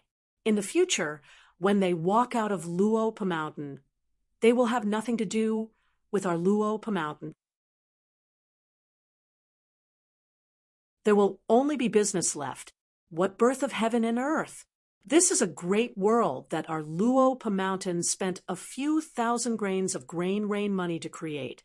In the future, we will continue to spend more and more grain rain money. Why should we?" Yuan Bao was a little annoyed. The formation of those heavenly materials and earthly treasures is too slow. How fast can the gathering of spirit energy to form a cultivation treasure land be? Are we going to lose money like this? It is not easy for my master to earn money. It is very tiring. Unlike some people sitting on the mountaintop to bask in the sun, play chess, and admire the snow. Zhu Lian smiled and waved his hand. Yuan Bao, in our Luopa mountain, even if we don't talk about it now, even if we quarrel in the future, we have to remember the words talk about the matter. Otherwise, even if you are right, you are unreasonable. Yuan Bao nodded. I will listen to old Mr. Zhu. Zheng Dafeng chewed on his melon seeds. He really felt a little guilty after hearing the little girl's words. Yuan Bao took a deep breath. His eyes were firm as he glanced at Zheng Dafeng and Wei Pai. If any of you don't like them, fine. In the future, I will be responsible for punching them and cleaning up the sect. Just treat it as raising a good-for-nothing trash for nothing. Sun Yuanji hoped that this good sister of hers would say less, so she kept winking. After a long time, she could no longer move her eyelids. Sun Yuanji began to rub her eyes. Yuan Bao gently pinched Sun Yuanji's arm, indicating that he understood. In the entire Luopa mountain, Sun Yuanji was the most pleasing to the eye. She was his friend. As for the rest, if they were not here to make a living, they were here to scam others. If not, they were here to be cheeky. There were also those who were muddle-headed and who knew what they were thinking all day long. Yes, that girl Wanshu was an exception. She was diligent and stood aloof from worldly affairs. She was still very pleasing to the eye. Zhu Lian said, Yuan Bao, I have a rough idea of your thoughts and have noted them down. Don't worry, I will not leave you hanging on purpose. Perhaps during the next meeting at the Ancestral Hall, I will bring up your thoughts and bring them up alone. The meeting at the Ancestral Hall is not child's play. Every word has to be recorded.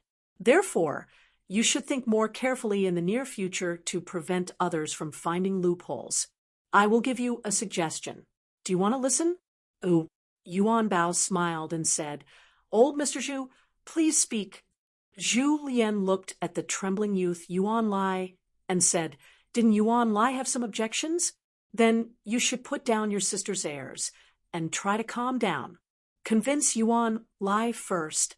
Think about it. If you can't even convince Yuan Lai, even if I am willing to put this matter on the agenda of the Ancestral Hall, do you really think you have the confidence? Isn't this the case? Yuan Bao thought for a moment, then nodded and said, Okay.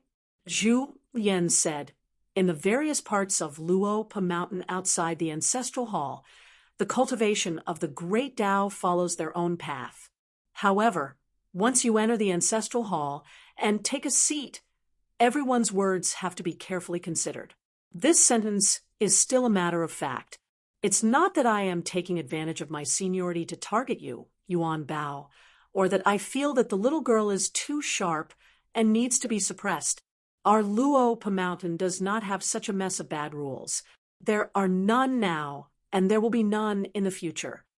Yuan Bao smiled and said, Old Mr. Zhu has always been magnanimous.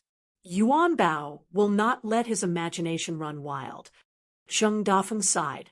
No matter what the old chef said, the little girl would listen to it. There were so many immortal books, but they were all bought by the old chef and hidden in the mountain. Why was he the only one who idled around?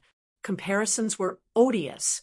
Yuan Bao brought his good friend Sun Yuanji and his stubborn brother and left the courtyard in high spirits. Chen Lingjun muttered, What a domineering little girl. Zhu Lian smiled and said, Luopa Mountain should have such thoughts to fight and compete, the more the better. So I will tell you in advance, no matter what the final result of the Ancestral Hall meeting is, you are not allowed to hurt the little girl's heart. Wei Pai shook his head and said, This is not to say that there are no benefits. In fact, there are many blessed lands in the world that follow this path. Doing this is not even as direct as what Yuan Bao said. On one hand, it is too cheap and its reputation is too bad. In the future, if they want to become a sect and then be promoted to a proper sect, there will be great resistance. On the other hand, just as Yuan Lai was worried, Yuan Bao still underestimated the human heart. The more great Tao seeds, or martial Tao geniuses, not to mention all, most of them will rebel and become enemies with Luopa Mountain. In the end, It is easy to drain the pond to fish. Zheng Dafeng said, "What realm is the little girl at now? It's already not easy to have such vision." Wei Pai's face suddenly darkened. Zheng Dafeng asked, "Did something happen to Xiaomi?" Wei Pai only had a subtle feeling before, so he immediately used his divine ability to observe the mountains and rivers. Unexpectedly, Chen Lingjun had already flown up on the wind and left Luopa Mountain like a green rainbow. Wei Pai smiled and said, "Pei Qian is already protecting Xiaomi." Zhu Lian said indifferently, "Wei Pai, don't worry about this matter. Luopa Mountain will take care of it." Wei Pai did not mind and nodded. "If I do, it will be difficult for me to do so. Coincidentally, I have to go to the capital for a meeting. I will leave first. You guys can do whatever you want." Zhu Lian suddenly became bashful. "This is so embarrassing. It's quite embarrassing." Wei Pai smiled and asked, "Then I'll leave later?" Zhu Lian had already stood up. "Mountain Lord, important matters are important. Go early and return early. It's best if you bring back a few windfalls." Wei Pai's figure dissipated, and he was thousands of miles away in an instant. Zheng Dafeng gestured for Nuanshu to not be nervous and not to follow Chen Lingjun to Red Candle Town, where the three rivers converged. Zheng Dafeng continued to eat melon seeds. "How can our Luopa Mountain be bullied in our own territory? Are you kidding me?" Afterward, Zheng Dafeng rubbed his chin. Fortunately, the young mountain chieftain wasn't at the mountaintop. Otherwise, with Chun Pingan's current temperament, he would most likely send a punch down first. At most, he would find a secluded place and cut off some river before reasoning with him. Emperor Dali's imperial study was actually not very big.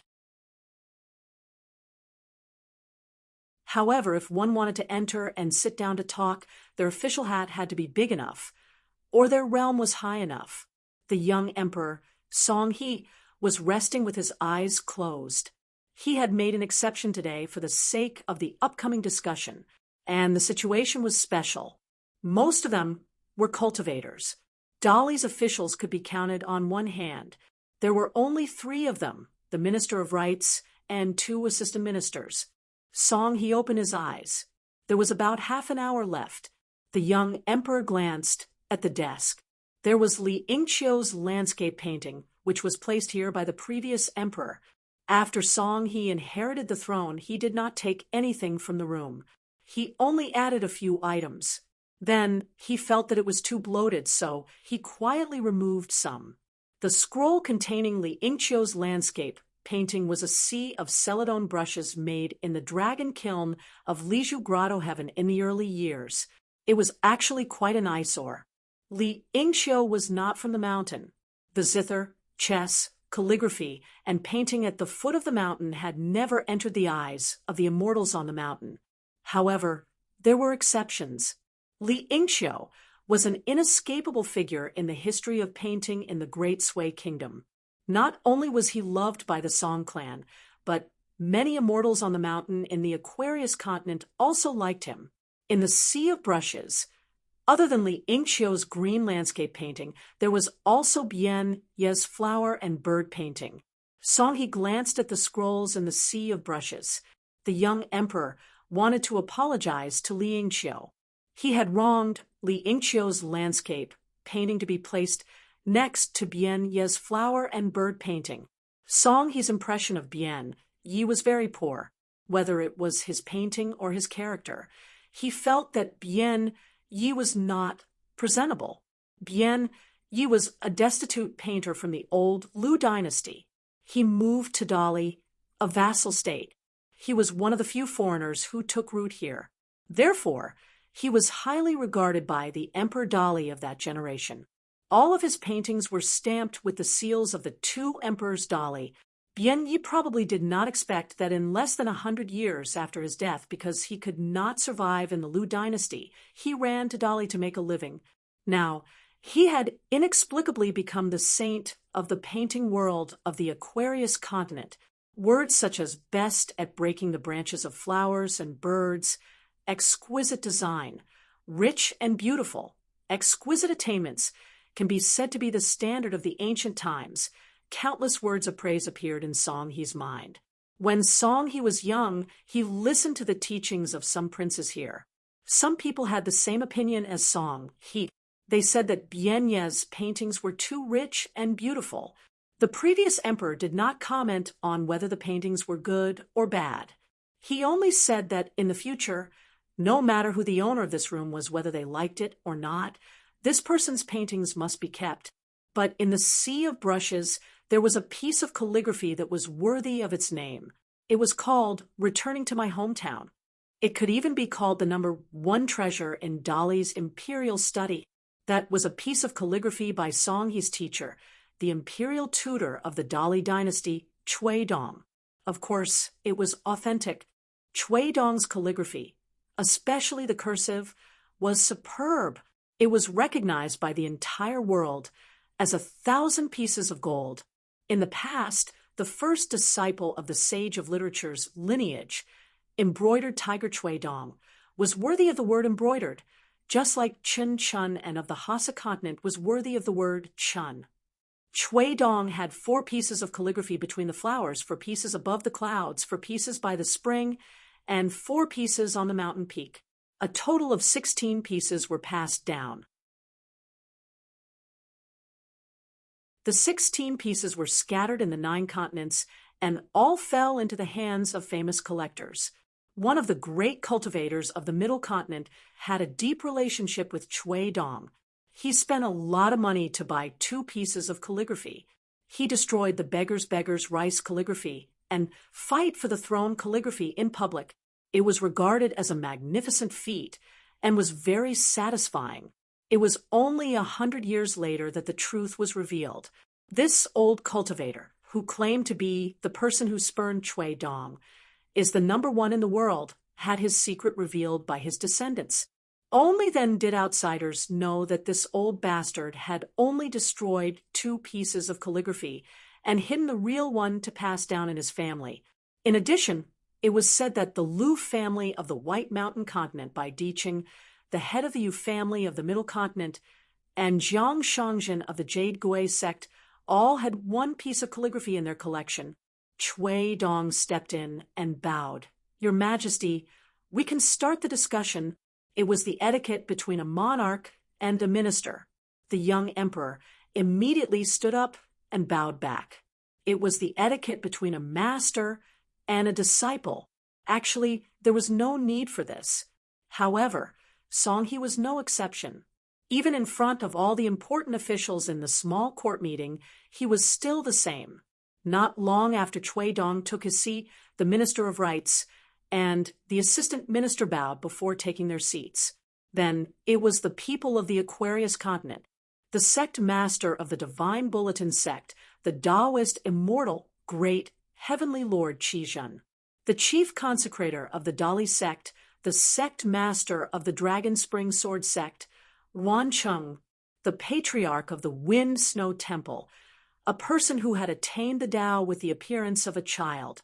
The last time he appeared was during the 3 matches in the Wind Thunder Garden and Jingyang Mountain, Martial Mountain, a man with a sword on his back who had just been promoted to the Patriarch Hall's head of justice. In the eyes of outsiders, Martial Mountain only needed 1 Ma Kuxuan to have a future. In fact, the Wind Snow Temple was not bad.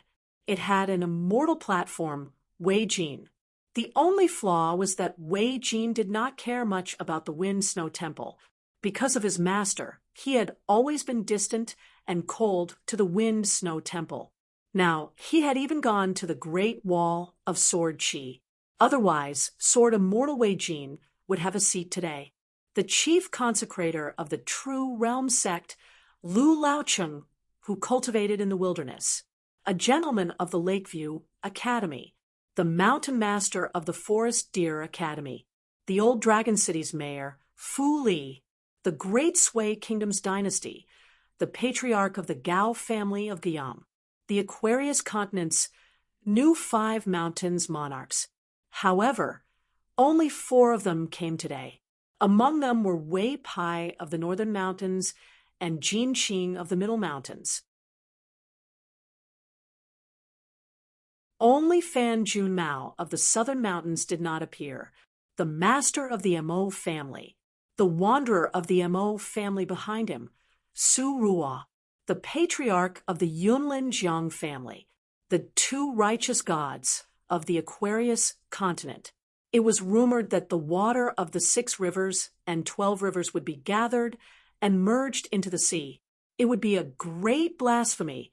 It seemed that this shocking rumor was not just empty talk. The patriarch of the Su family of Qingfeng City, after obtaining the Swansea armor, was like a tiger that had grown wings. A young woman of Xinjiang Mountain, it was said that she was an old patriarch who had just started managing the flow of money. Compared to the sword cultivator patriarchs of Xinjiang Mountain, she could be said to be unknown. She was sitting at the back today. Compared to the leaders of the old Dali territory, her position was even further back. Normally, Xinjiang Mountain and the Su family of Qingfeng City were close allies. However, the patriarch of the Su family was waiting for an audience elsewhere. When he saw the female cultivator of Xinjiang Mountain beside him, he only nodded in greeting and did not bother to exchange pleasantries. Instead, she took the initiative to stand up and bow before sitting down. A total of 36 cultivators and gods of the mountains and rivers had gathered together earlier. Most of them were talking to each other. For example, the Jiang family and the Fu family of Old Dragon City were in-laws, while the Su family of Qingfeng City and the Yuan family of Shang Pillar Nation were in-laws. They had some relationship with the right assistant minister of the Ministry of Rights. The Minister of Rights even sat beside Wan Fei and chatted cordially. Wei Pai and Jin Qing, the 2 mountain monarchs, were at loggerheads with each other. The other 2 mountain monarchs seemed to have a good relationship and were talking about serious matters. Qi Zhen and the great son of the Mo family chatted happily. Even the patriarch of the Gao family of Guiyang City, who had lived in seclusion for many years in the Cloud Forest Deer Academy, and the great gentleman of Lakeview Academy could talk about academic matters. It was a pity that this female cultivator of the Xinjiang Mountain did not have anyone to talk to. Cui Dong stood up and went straight to the point. Today, I've gathered all of you to discuss 10 matters. The inside and outside of the house were 2 different worlds. Everyone held their breaths and focused their minds, not letting their minds wander. Other than the discussion in the Imperial Study Room that concerned everyone, Dali Imperial Tutor's cloud-shrouded cultivation realm was also very important. As for the 3 elders of the Ministry of Rights, they were like students listening to their teacher's teachings. Cui Dong said, "The first matter is that the Imperial Court is about to announce that the Crown Prince of the 5 mountains will assist the mountain monarchs. The 4 mountain monarchs naturally listened carefully to this matter. It involved the foundation of the Great Tao. In reality, this matter was not only about the 5 mountains, it also involved the vital interests of everyone present. The Minister of Rights stood up, opened a booklet, and began to sign up. After the Minister of Rights finished reading the last word, he looked at Cui Dong. Cui Dong, who had been standing all this while, nodded slightly. Only then did the old minister take his seat. Cui Dong said, "The second matter is to choose a few mountain monarchs that everyone supports." The head of the Su family of Qingfeng City straightened his back and sat upright. The female cultivator of the Xinjiang Mountain also hurriedly restrained herself. The woman seemed to be especially afraid to look at the saint of the Dragon Spring Sword Sect, Wan Cheng. Even when she was waiting for the emperor's summons, the female cultivator did not even look at Wan Cheng. The reason was very simple. If the Xinjiang Mountain wanted to become an immortal sect, they had to take in the sword Dao fate of the entire Zhuiying dynasty. They had to open an immortal sect residence there to recruit and plunder all the sword Dao embryos. In the end, the 4 mountain monarchs, including the Su family of Qingfeng City and the Xinjiang Mountain, had a chance to become a sect. In the future, the Dali Imperial Court would naturally pour in financial and material resources.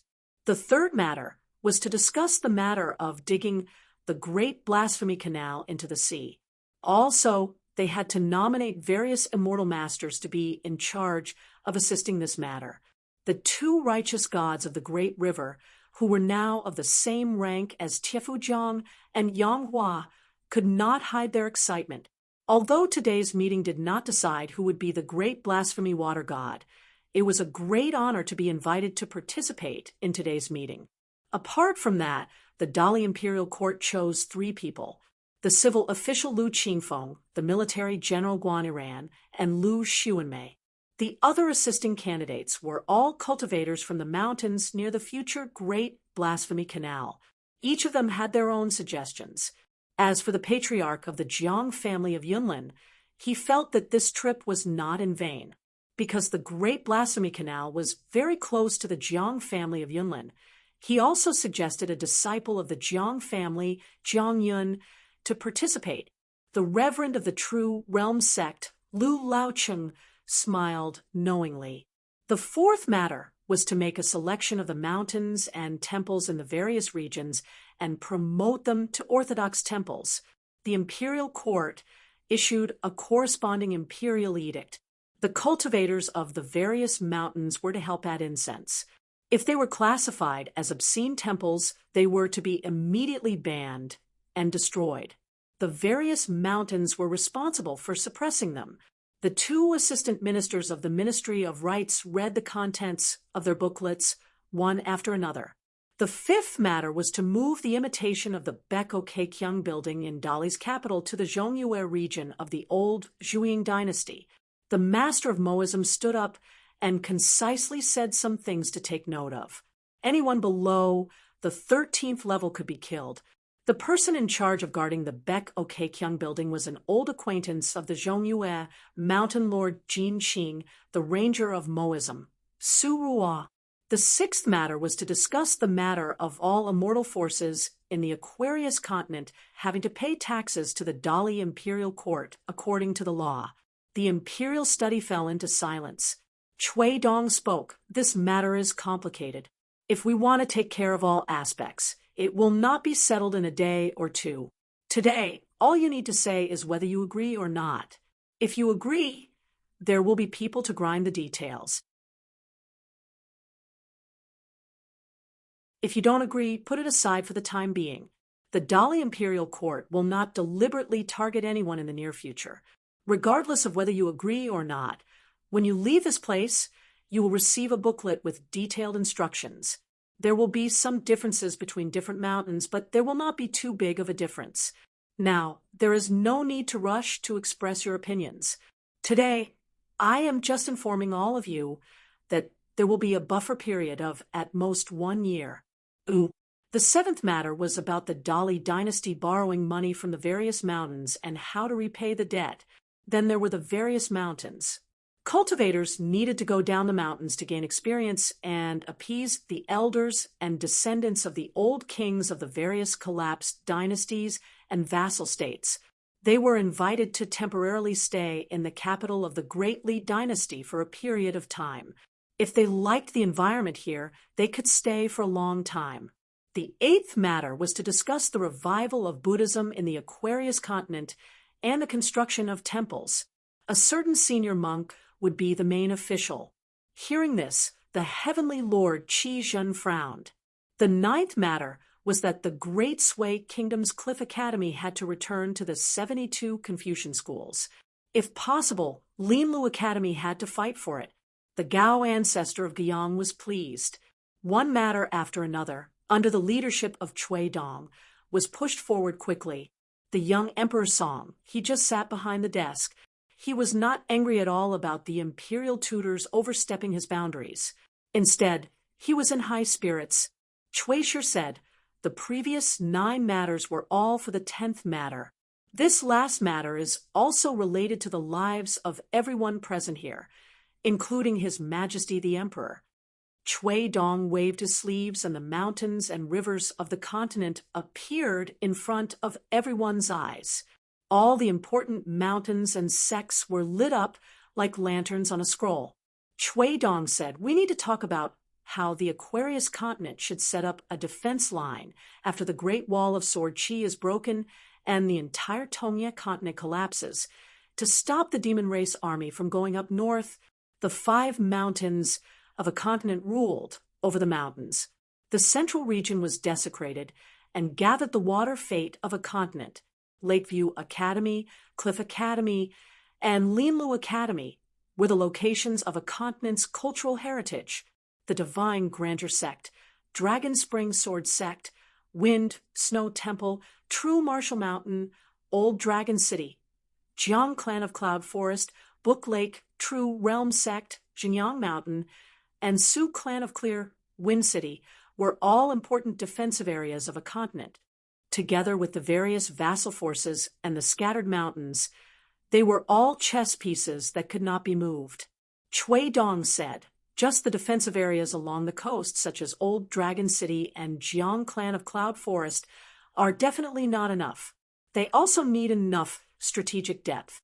They also need to cooperate with each other. Using a point as a line to reach the surface is still not enough. It's too inflexible. We also need a large number of attacking sword boats and even more mountain ferries. We need to spend a lot of money on them. There are many other plans that have nothing to do with you.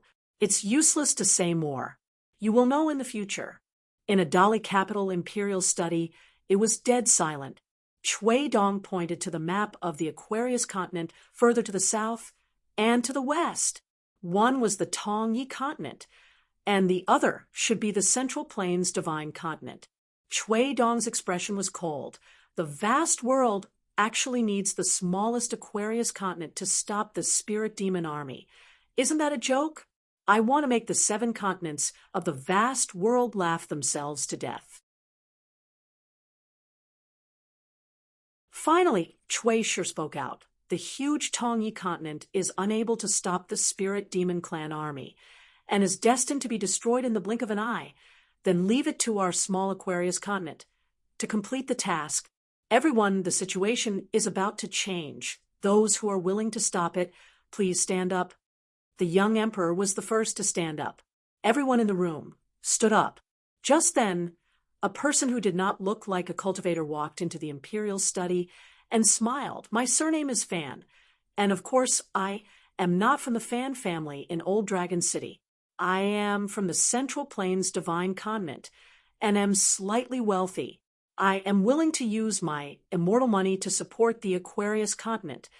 In the corridor outside the imperial study, there was an old eunuch dressed in red robes. With a strange expression, he looked at the white-robed young man who was squatting on the floor and leaning against the wall. The white-robed young man raged. This old man has been running around for so long, working myself to death to trick old man Fan here. I have been standing here for half a day, and you don't even allow me to rest? Did I *** King P or shit here? Why do you care if I am standing or squatting? If you look at me again, I will give you a monkey-picking peach. Do you believe me? Are you afraid? Ooh. With the isolation of heaven and earth, no one could hear the conversation outside, but inside the room, Chui Dong still shouted. Chui Dong Shan. The white-robed young man with a mole on his forehead swayed his sleeves. He did not walk into the imperial study, but just walked away, leaving behind a sentence. I have good news. The Great Wall of Sword Chi can last for 2 to 3 years longer than expected. Chui Dong Shan went to the imitation Beko Keikyung building and went up alone. On the rooftop, Chui Dong Shan looked through the window and looked at the sky outside, reminiscing about the time when he was young and locked up in the loft to study. Who would have thought that he would still be a young man with white hair? *** K the youth who does not know the taste of worry. K the old crane's cry. All noise is useless. Young but not showing off. Since ancient times it has been sad. One continent was like that. Several continents were like that. The world on the mountain was like that. Chui Dong Shan slapped his face. In such a situation, cry for me? He rubbed his face, opened his mouth wide, and whimpered, I am fierce. After leaving Dali's capital city, On the official road, pedestrians looked sideways. A thin and weak poor child was carrying a white-robed young man on his back. The child was staggering. The young man was very happy.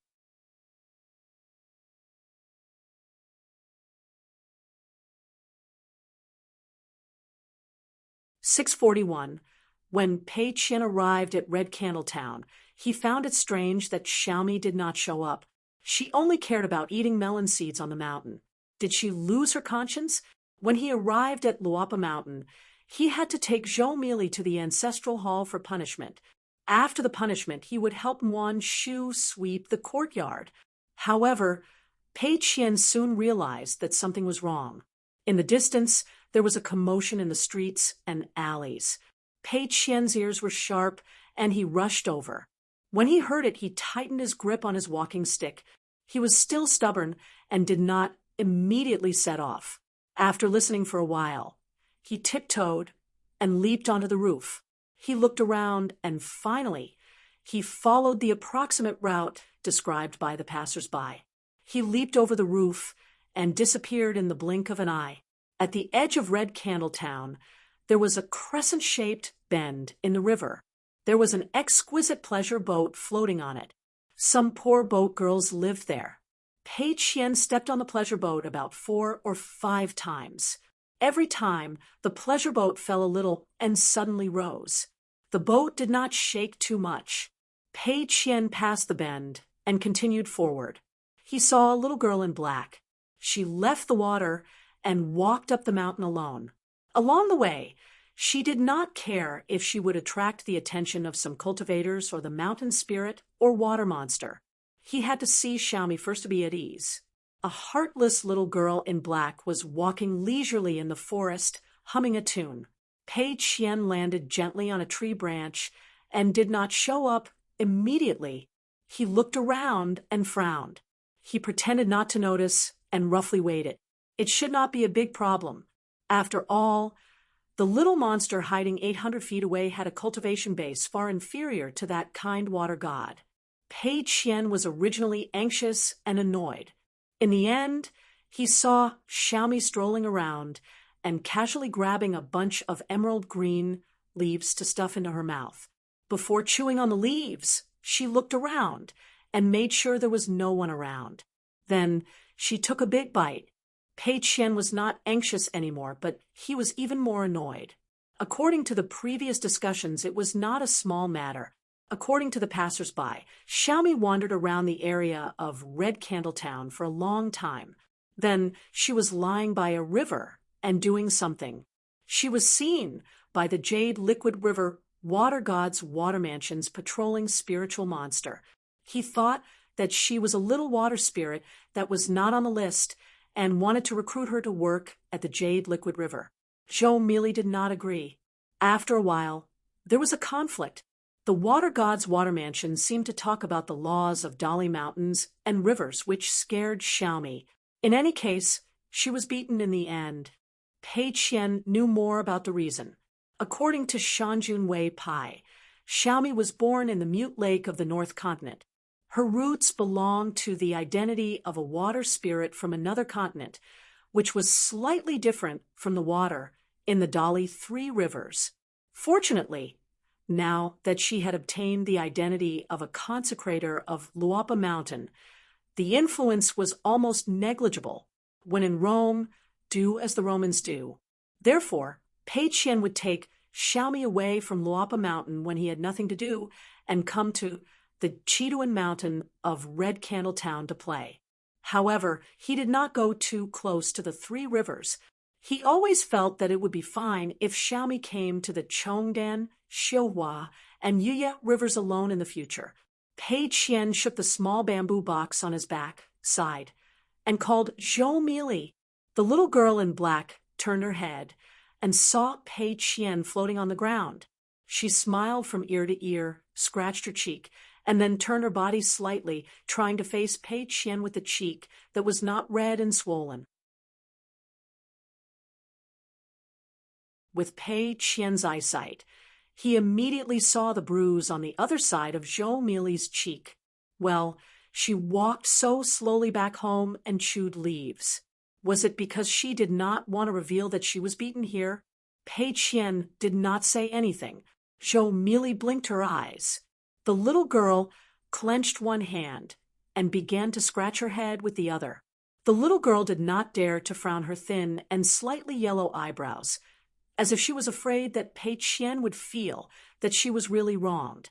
When they were traveling in the North Continent, that person once said that every little worry when they were young was a small grain of rice. When they were old, they would think about it and have a big bowl of rice. Pei Qian asked, "What's the matter?" Zhou merely thought for a moment. "I was playful, so I went to the river and stuck my head in the water to see if there were any fish or prawns. I didn't dare to eat them to satisfy my cravings. Then I met a big official in the Jade Juice River God Mansion. I explained for a long time before he believed that I lived in a small town in Huaihuang County. I didn't say Luapa Mountain or Mud Bottle Alley. I just made up the names of other alleys and raised some chickens and ducks. I was very clear, so the big official believed me and let me go home." Pei Qian said angrily, "Zhou Mili, why didn't you tell him my master's name when you were bullied like this? Your home is Luapa Mountain, and you are the right guardian of Luapa Mountain." "Ooh," the little girl in black said timidly. "I was afraid of causing trouble for him. It's not a big deal, just a small grain of rice." Now that Pei Qian was a little taller, she felt that she was a little shorter. Zhou merely spread out her hand. It was the only handful of melon seeds left. She had brought a big bag of them before, so this was all that was left. The little girl said softly, "Pei Qian, let's go home. We can eat melon seeds while traveling." Pei Qian glared at her. Zhou merely frowned. This time, she was really going to cry. Pei Qian had been away from his hometown for so long, and now that he was finally back, he scolded her as soon as they met. This made the little girl feel really wronged.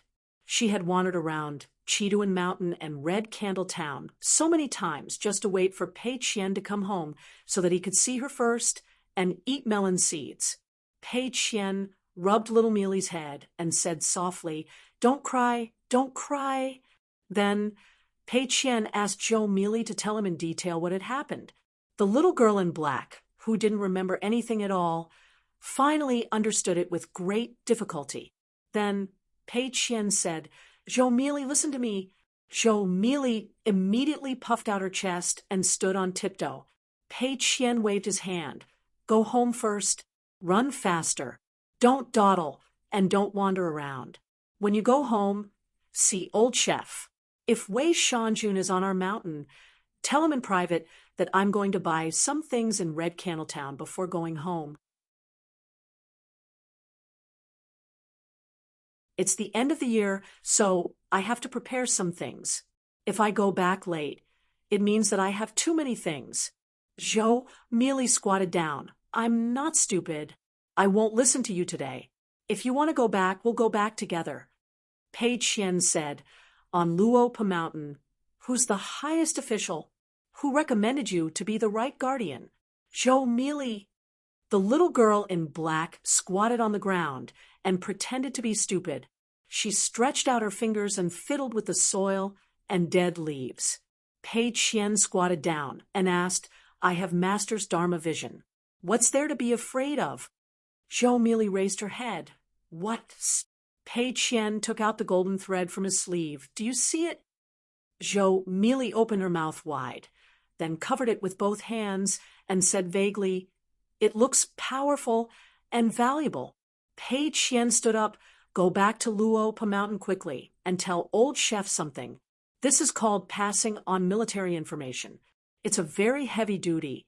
Can you do it? Can you take on this responsibility?" Zhou Mealy immediately stood up and said loudly, "Right guardian receives the order. Go now." Pei Qian put away the golden sword in tent, and then took out his beloved talisman from his sleeve, which he had kept for many years, and patted it on Zhou Mealy's forehead. When the talisman is in front, demons and devils should avoid it. Go. Zhou Mealy ran away, But before she left, she didn't forget to spread out her hands. Pei Qian laughed angrily. Knock it on the way. Pei Qian turned around, clenched the mountain walking staff tightly, took a deep breath, and went straight to the water god mansion in the distance. In Jianghu, one had to be righteous. As the god of mountains and rivers, he should protect the water and soil. What kind of ability was bullying a little mealy? The water god temple was on the other side of the river. After Pei Qian ran down the mountain, he leaped up and punched the river water. His falling body rose a few centimeters, and in the end, he crossed the vast river in one step. A young man in black, who opened a bookstore in Red Candle Town, was sitting on the roof. When the young shopkeeper saw this scene, he smiled and said, "It's fun." He was now the righteous god of the Chongdan River, and could be considered colleagues with the Embroidery River and the Jade Liquid River. The water of the three rivers was different. The Embroidery River had a wide surface and the softest water. The Chongdan River's water flow was rapid, so the water was the strongest. The Jade Liquid River was the shortest, and the water was unpredictable. The spiritual energy of the Jade Liquid River was the most abundant. The water god was famous for being good at handling people, and she had a good relationship with all parties. The water god temple was full of incense, without waiting for Pei Qian to enter and reason. Then, an old woman walked out of the ancestral temple, together with a middle-aged man with a smile on his face who had cast a clumsy camouflage spell. The old woman had just received the news that a capable spirit in charge of tracking the little girl had hurriedly entered the water and returned, informing her of an extremely bad news. That black-clothed little girl was actually a spirit from Luapa Mountain. She seemed to be a protector. The old woman didn't take it seriously. Protector? Not to mention that Luapa Mountain that no one dared to investigate, even in her own water god temple. Wouldn't the protector be, at least at Jindan stage? Then how could Luapa Mountain, which could be protected by Lord Wei Shan, have a low realm? In the old Li Zhu grotto heaven, Luapa Mountain was a strange existence shrouded in clouds and mist. The young mountain master, Qin Pingon, was said to be a poor orphan in the Mud Bottle Alley in his early years, but his luck was too good.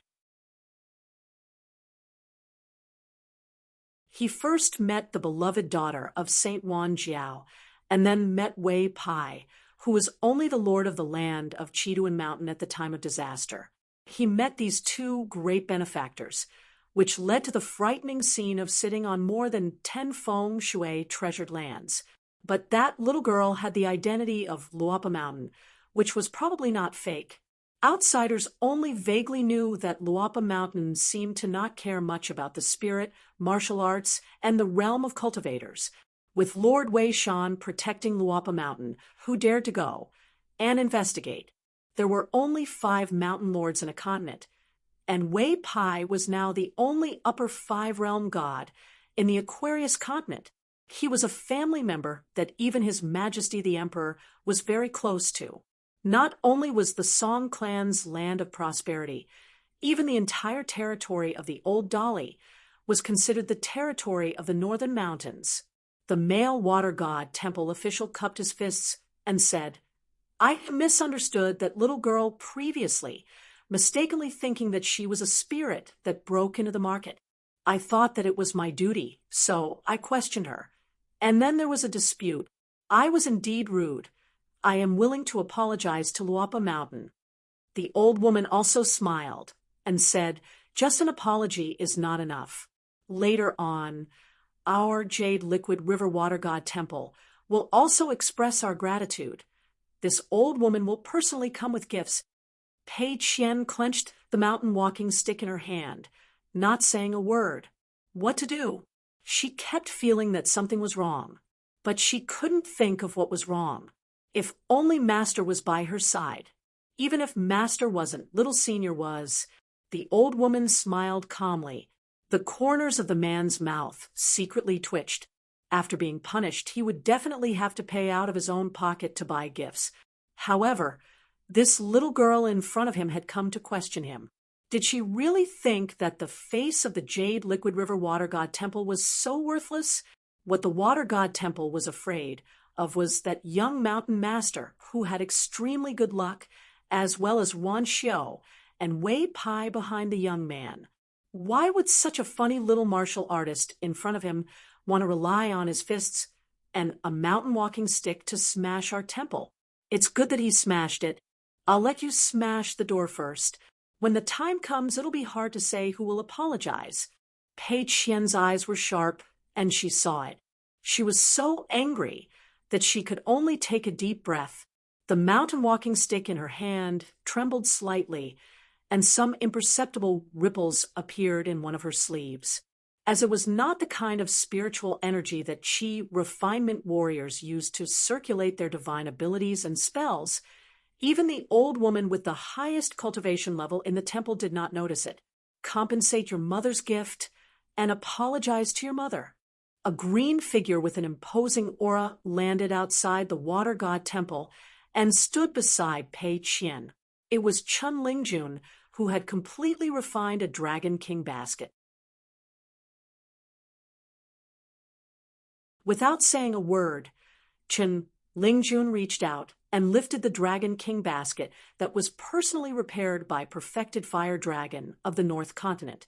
The Dragon King basket suddenly became as big as a mountain and enveloped the entire Water God Temple.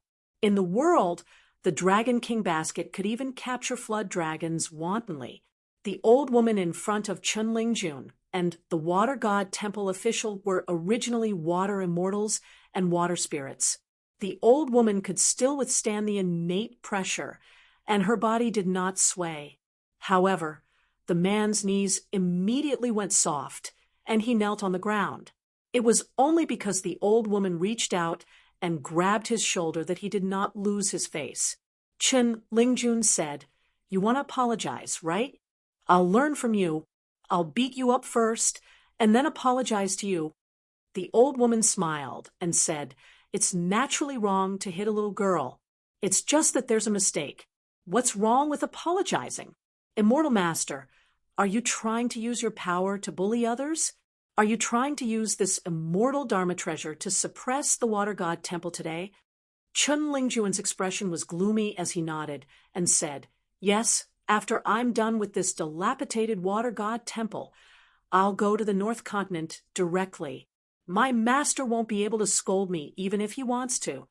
Pei Qian suddenly said, "Chun Lingjun, I'm used to being scolded by master. Let me do it." Chun Lingjun was stunned. How could his master bear to scold this little girl? Chun Lingjun smiled and said, "Pei Qian, your current realm." Before Chun Lingjun could finish, Pei Qian slammed the mountain traveling staff in his hand, heavily on the ground. The golden threads in his sleeve that even Pei Qian could not suppress instantly spread out like a waterfall. The threads wrapped around the mountain traveling staff. It was like a golden sword. It was supported by Pei Qian's sword. In an instant, the world was filled with sword intent. Even Chun Lingjun, who had an abnormally tough physique, could not help but take a few steps back. The female sword immortal Zhou Cheng's lineage, the great sword immortal, had once said that he was unhappy and should attack. The old woman was flustered and could no longer maintain her previous calmness. She felt that it was a small matter. The little girl in front of her, with a bamboo box on her back, was clearly a sword cultivator. It was even very likely that she was the legendary sword immortal embryo.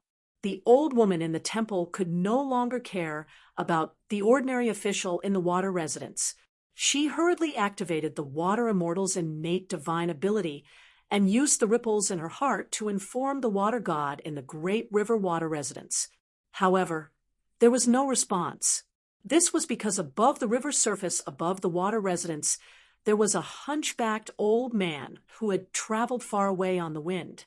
He hovered in the air with his hands behind his back and looked down into the water. He smiled and said, "You will die." Pei Qian lifted the mountain traveling staff that was surrounded by golden sword intents, his eyes shining brightly. She said, "I remember what Master said. An apology is of the utmost importance not the amount of compensation. This matter is wrong, and the order is wrong. What is sincerity? You don't have to apologize to Luapa Mountain, but to Zhou Mili. The water god of Chongdan River retracted his palm with a helpless expression. He couldn't just let the Jade Liquid River Water Temple continue to court death like this. He hurriedly rode the wind and rushed over. After seeing too much commotion, it was easy to get into trouble by just being happy. Sooner or later, he would be laughed at by others. He didn't expect that just as he approached the water residence, the old man laughed and said, "Taking sides and speaking crooked logic will also die." The black-clothed water god could only descend and sit on the surface of the Jade Liquid River. A graceful woman in palace attire floated to the surface and sneered, "Luapa Mountain is using force to provoke the Jade Liquid River. I will definitely have Dali's Ministry of Rights report you." Zhu Lian took out a Dali Peace medallion, which was still a first-class medallion. He placed it at his waist and nodded with a smile. "All right, I'll give you this chance. Otherwise, your Chong Danjiang colleagues will think that your auntie is bluffing." When the water god saw the genuine first-class medallion, her expression changed drastically. She was hesitating and was about to grit her teeth and lower her head before making a decision. She didn't expect a fist to arrive. She was directly sent to the depths of the Jade Liquid River, not to mention the trembling of the golden body. The golden blood of the water god flowed out of her 7 orifices. As for the short and thin old man, his majestic fist, intent, exploded. It was like an immortal's ability to repel water, landing directly not far from the bottom of the water.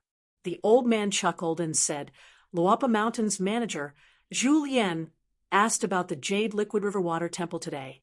Sorry for offending you." The old man took a step back and lightly stepped forward. His stooped body bent even more as he slowly said, "When I punch, only life and death are determined. There is no reason." On the river surface, far away from the underwater battlefield, the water god of Chongdan River frowned with a grave expression. The martial arts master underwater was not as simple as a far-travel realm. The old man's fist intent was so powerful that it suddenly suppressed the water of the Jade Liquid River. It was actually an unimaginable suppression. After the punch, the river water shattered. The old man reached out and grabbed the neck of a woman in a palace dress. The latter's body flowed with golden blood as she fell into the surging river water. The old man glanced at the water god of Chongdan River. The latter stood up and cupped his fists. "Senior, just go to the Jade Liquid River Water Temple." The old man smiled and said, "It's not the first time I've bought books with Lord Water God. Even Luapa Mountain remembers it. I was just bluffing earlier. Lord Water God, don't bear a grudge." The water god of Chongdan River smiled bitterly and nodded. On the side of the ancestral temple, the temple attendant saw the scene from afar.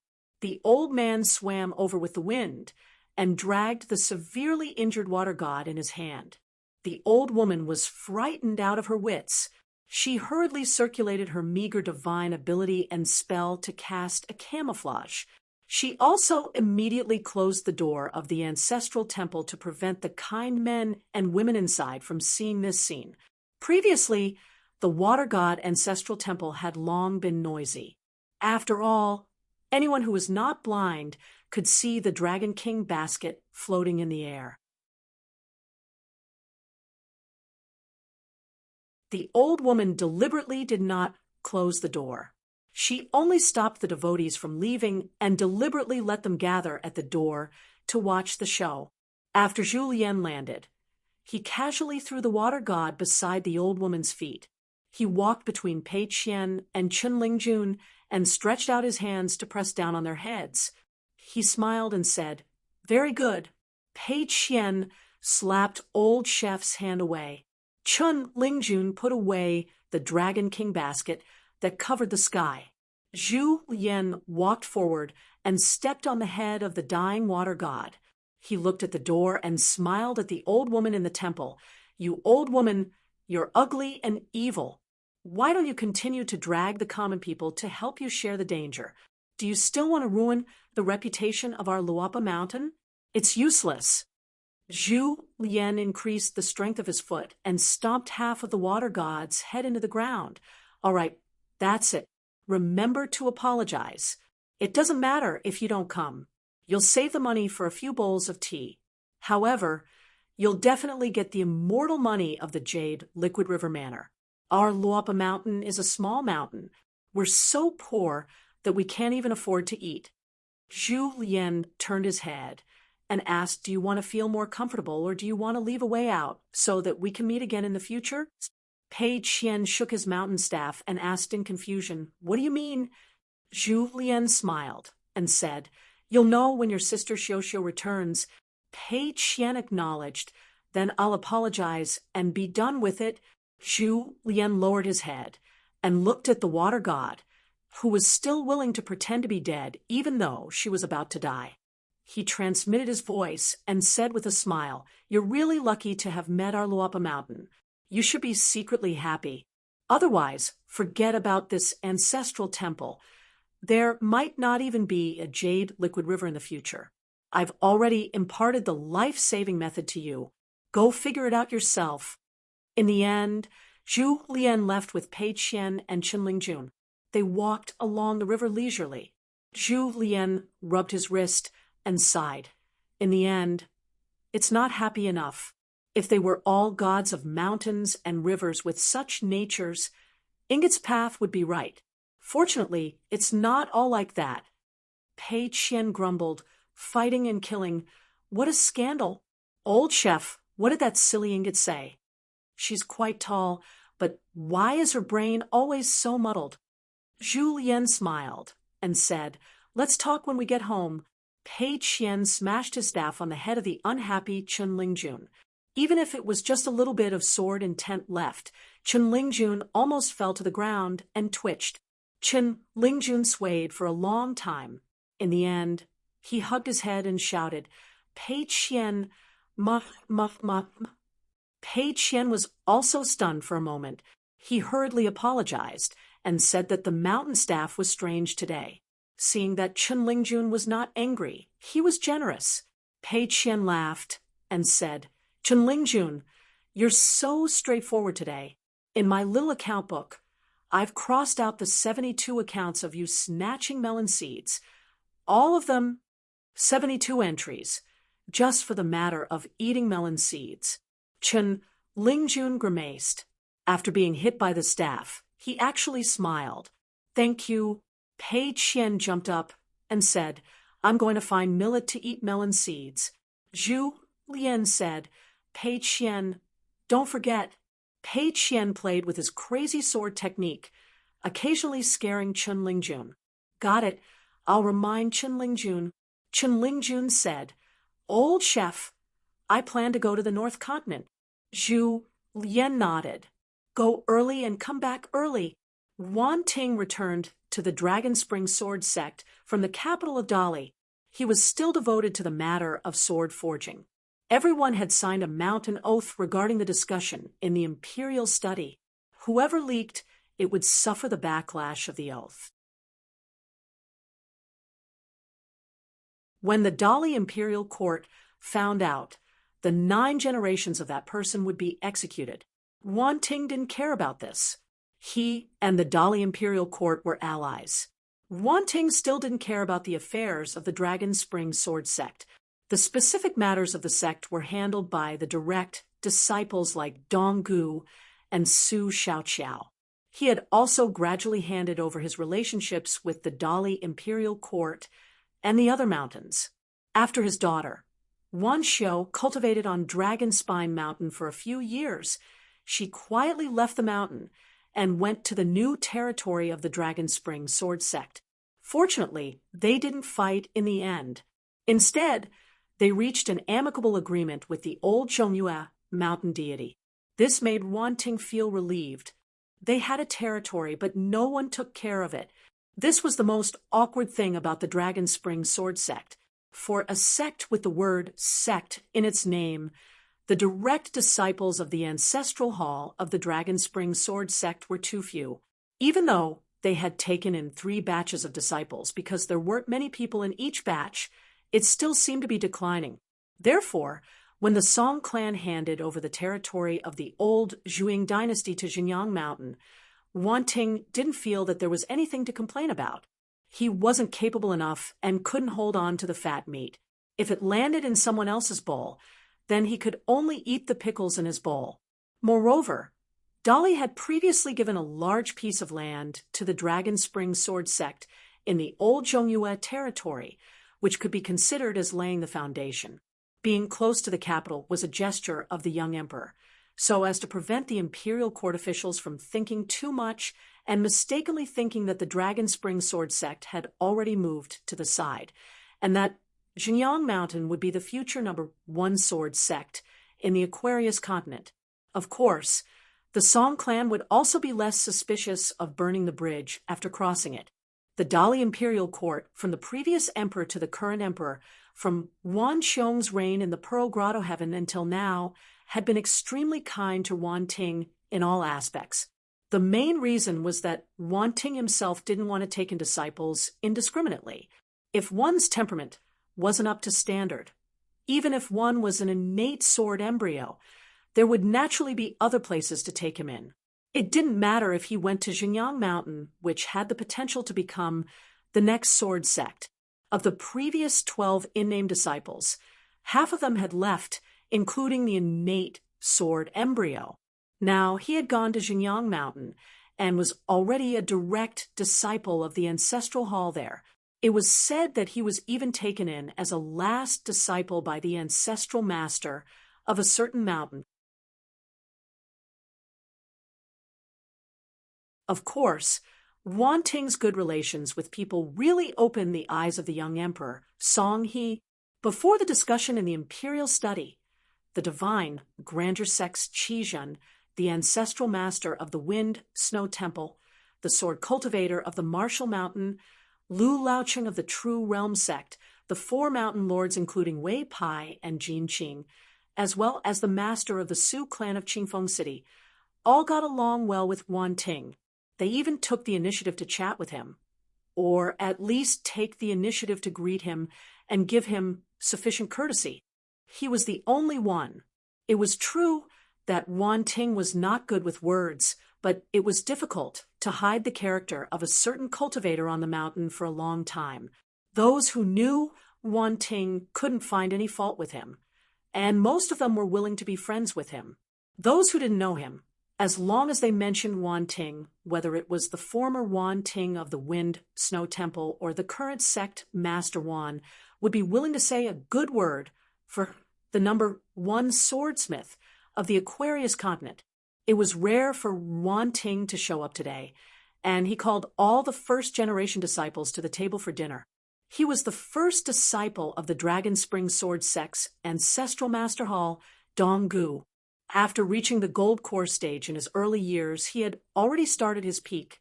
But the most embarrassing thing about Donggu was that he wasn't a sword cultivator, and his background was even more difficult to talk about. At present, there was already some gossip in the imperial court of Great Li, as well as some immortal mountains. Su Xiaoqiao was originally a sword cultivator of the Wind Snow Temple. After he made a big mistake and was expelled from the sect, he found Wan Ting and cut off the thumb of his right hand that held the sword. Only then did he become Wan Ting's direct disciple. Xieling was a sword cultivator who had already nurtured a natal flying sword. Not only that, in addition to the immortal weapon given by Lu Qin, ancestor Xie Shi also gave this descendant of the Peach Leaf Alley 2 treasures. One was a sword immortal relic of the northern Luzhou called Peach Leaf, which was refined by Xieling as one of his natal items. The other was a very high-grade blade strengthening gourd called Full Moon. It just so happened that the 4 of them each sat on a long bench. Wan Xiao was still in the territory of the old Middle Peak, so Wan Ting didn't have the chance to serve anyone. Wan Ting said, Dong Gu, you told me before that you want to reach the nascent soul stage within 100 years, right? Dong Gu quickly put down the bowl and chopsticks, wiped the corner of his mouth, and said seriously, Yes, master. Wan Ting said, Then don't let other people's cultivation speed affect your state of mind, and force yourself to reach the nascent soul stage in advance. Cultivation is all about your own skills. You are in the Dragon Spring Sword sect. So, what if you are not a sword cultivator? So what if others laugh at you? Even if Su Xiaoqiao and Xie Ling surpass you in the future, what can you do? Are you not the first disciple of the Dragon Spring Sword sect? Since when did the Dragon Spring Sword sect need to rely on fists to determine seniority? Did I not teach you that? Or did you not remember? Wan Ting looked at Dong Gu and said, Let's continue eating. Dong Gu immediately picked up the chopsticks. Wan Ting turned around and said, Su Xiaoqiao, Xie Ling, you two go to the territory of the old Middle Peak in Dali after dinner. If Xiao Xiao doesn't want to come back, it's useless to persuade her. Just let her be. Su Xiaoqiao nodded. Wan Ting suddenly said, Remember to go to the shop in the Dragon Riding Alley and buy more pastries. Su Xiaoqiao, who was usually indifferent, showed a rare smile. Xie Ling couldn't hide her joy. She could finally see Sister Xiao. The two sword cultivators of the Dragon Spring Sword sect went to the small town in Huaihuan County on their swords. When they arrived outside the shop in the Dragon Riding Alley, Su Xiaoqiao picked some of every kind of pastries in the shop. He had the most peach cakes, which were 2 big oiled paper packets. The shopkeeper was Shiro.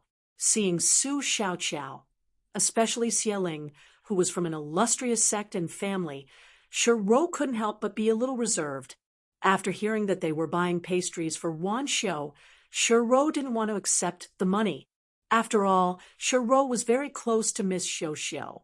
It was just that she hadn't seen her for many years. Xie Ling smiled and said, Shopkeeper Shi, thank you.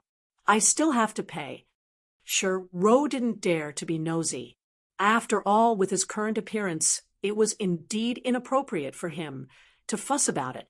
Then, the two of them went to the new territory of the Dragon Spring Sword sect, above the Sea of Clouds.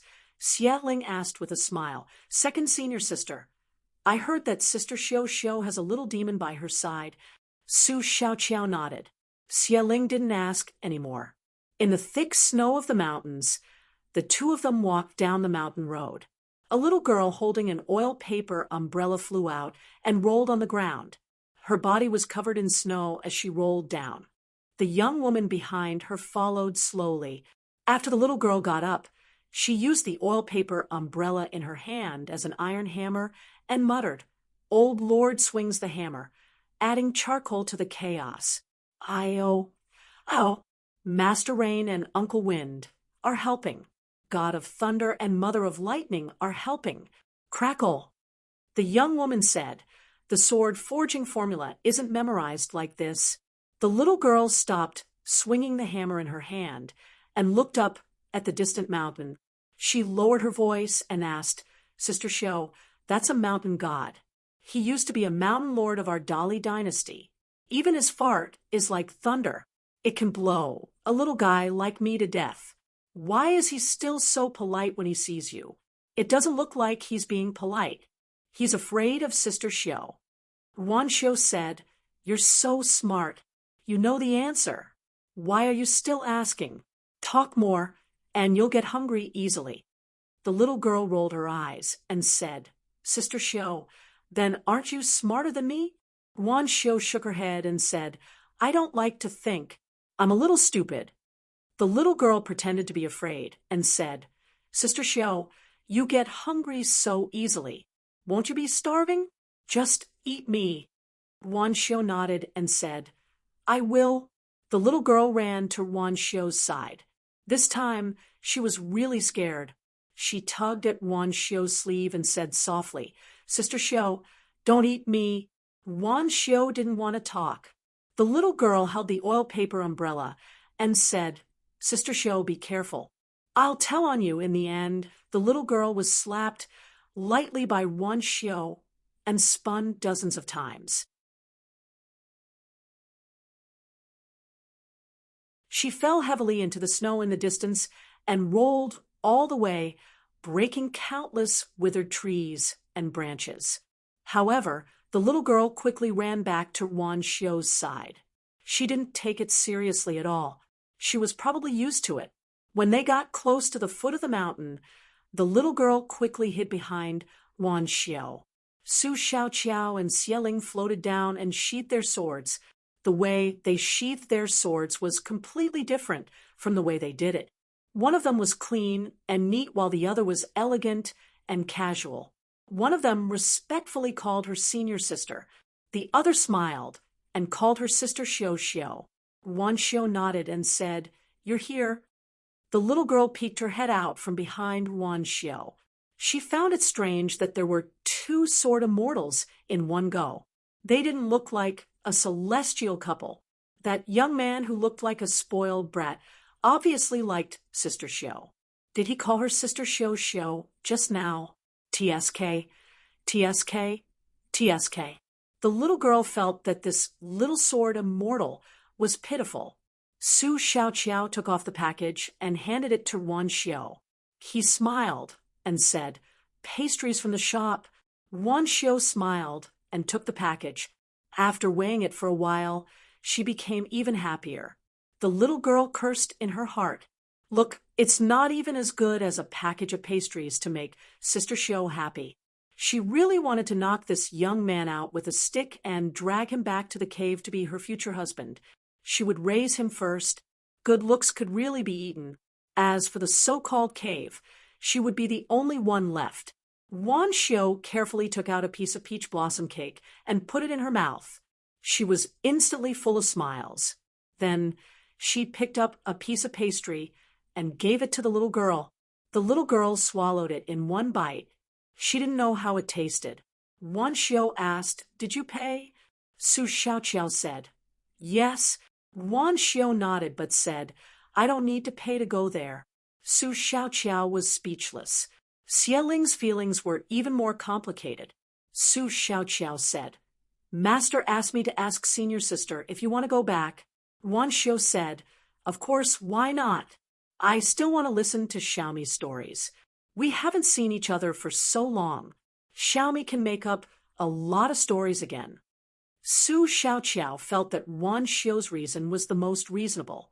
In a bookstore in a county of a vassal state of the old Zhuang dynasty, the bookseller was a young woman with ordinary looks. Her name was Hezian. She had an excellent figure. Even if her face wasn't outstanding enough, many wastrels would still hang around the bookstore. However, no one took advantage of her. At most, they would talk nonsense. The young woman didn't speak much. She turned a deaf ear to this. There were also young scholars who came from well-off families but couldn't be considered as aristocrats. They came to buy books with ulterior motives. At dusk today, Hezian sat behind the counter and was flipping through a book. She looked at the sky and was about to get up to close the bookstore and go back to her residence to rest. It wasn't far. It was only 2 alleys away. She had just put down the book when she saw a young man with a sword on his back standing outside the bookstore. Even if he didn't care about his appearance, it was still difficult to hide his handsome face. He was handsome and elegant, like a pine tree. She said softly, "Sir, I'm sorry. My shop is about to close." He stood outside the door, as if he didn't dare to take a step forward. His lips trembled as he tried to calm his tone. "I was just passing by and wanted to buy some books. I didn't mean to look for you." Hezian sighed in her heart. "You don't believe such a lame excuse. How can you fool others?" However, Hezian didn't say much. She sat back in her chair and picked up the book. She said softly, "If you really want to buy books, you can choose them yourself. We can close later." The young man still didn't cross the door. Hezian just lowered her head and flipped through the book. with the help of the afterglow of the setting sun. She didn't find it difficult to do, so even though her current realm wasn't worth mentioning. He plucked up his courage and said with a trembling voice, "Come with me to the Wind Thunder Garden? What do you say, Sujia?" Even if she didn't use that little trick, even if she really changed her appearance, he would still be able to recognize her at a glance. Even if the river of time flowed backward, and she suddenly turned into a little girl or a white-haired old woman, Lu Baqiao wouldn't miss her in a sea of people. However, how could he say those words? What right did he have to say them? Xian raised her head and frowned. Although I'm no longer a direct disciple of the ancestral Master Hall, my name is still on the register of Xinjiang Mountain's outer sect. It's clear and obvious. Sir Lu, why do you say that? Xian paused for a moment. However, I'm now considered to have left the mountain to gain experience. Sir Lu, please don't call me Su Jia. Lu Baqiao only felt that his heart and intestines were twisted together. Even though he was already a sword cultivator at the bottleneck of the Aurus core realm, he still felt suffocated at this moment. He even wanted to bend down to catch his breath. Lu Baqiao asked, "What's your name now?" Xian was annoyed. "Sir Lu, what does it have to do with you?" Lu Baqiao lowered his head and whispered, "I like you. I've been looking for you for many years." The female shopkeeper of the bookstore, Xian, or rather, Jinyang Mountain's Su Jia, stood up and said, "Sir Lu, I beg you, can you leave me some peace and quiet? I used up the last of my savings to settle down here. It wasn't easy. Sir Lu, I'm different from you. It was like that in the past, and even more so now. Moreover, I've never liked you. Sir Lu, ask yourself honestly, how many times have we met and spoken to each other?" Lu Baqiao raised his head and smiled sadly. "We've never spoken to each other before. We've only spoken today." Su Jia softened her tone. "Sir Lu, you should know that I don't like you, right?" Lu Baqiao nodded. Su Jia didn't know whether to laugh or cry. Sir Lu likes Su Jia because it's the genius sword cultivator Lu Baqiao of the Wind and Thunder Garden. Should Su Jia be grateful to you? Lu Baqiao shook his head. "There's no such logic in this world. It's right that you don't like me." Su Jia closed the book and gently placed it on the table. She said, "Sir Lu, if you feel guilty because senior brother defeated me in the sword debate, then I can sincerely tell you that there's no need for that. I don't hate your senior brother, Huang He. On the contrary, when I fought him in the sword debate, I knew that Huang He was far superior to me in terms of sword mastery and cultivation base. A loss is a loss."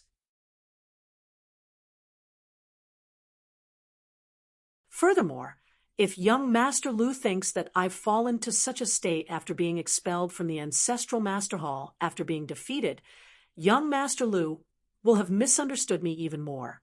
Su Jia's eyes were clear. "I've been cultivating on the mountain since I was young. I don't have any memories of the lower part of the mountain. Therefore, ever since I can remember, I've treated Jinyang Mountain as my only home."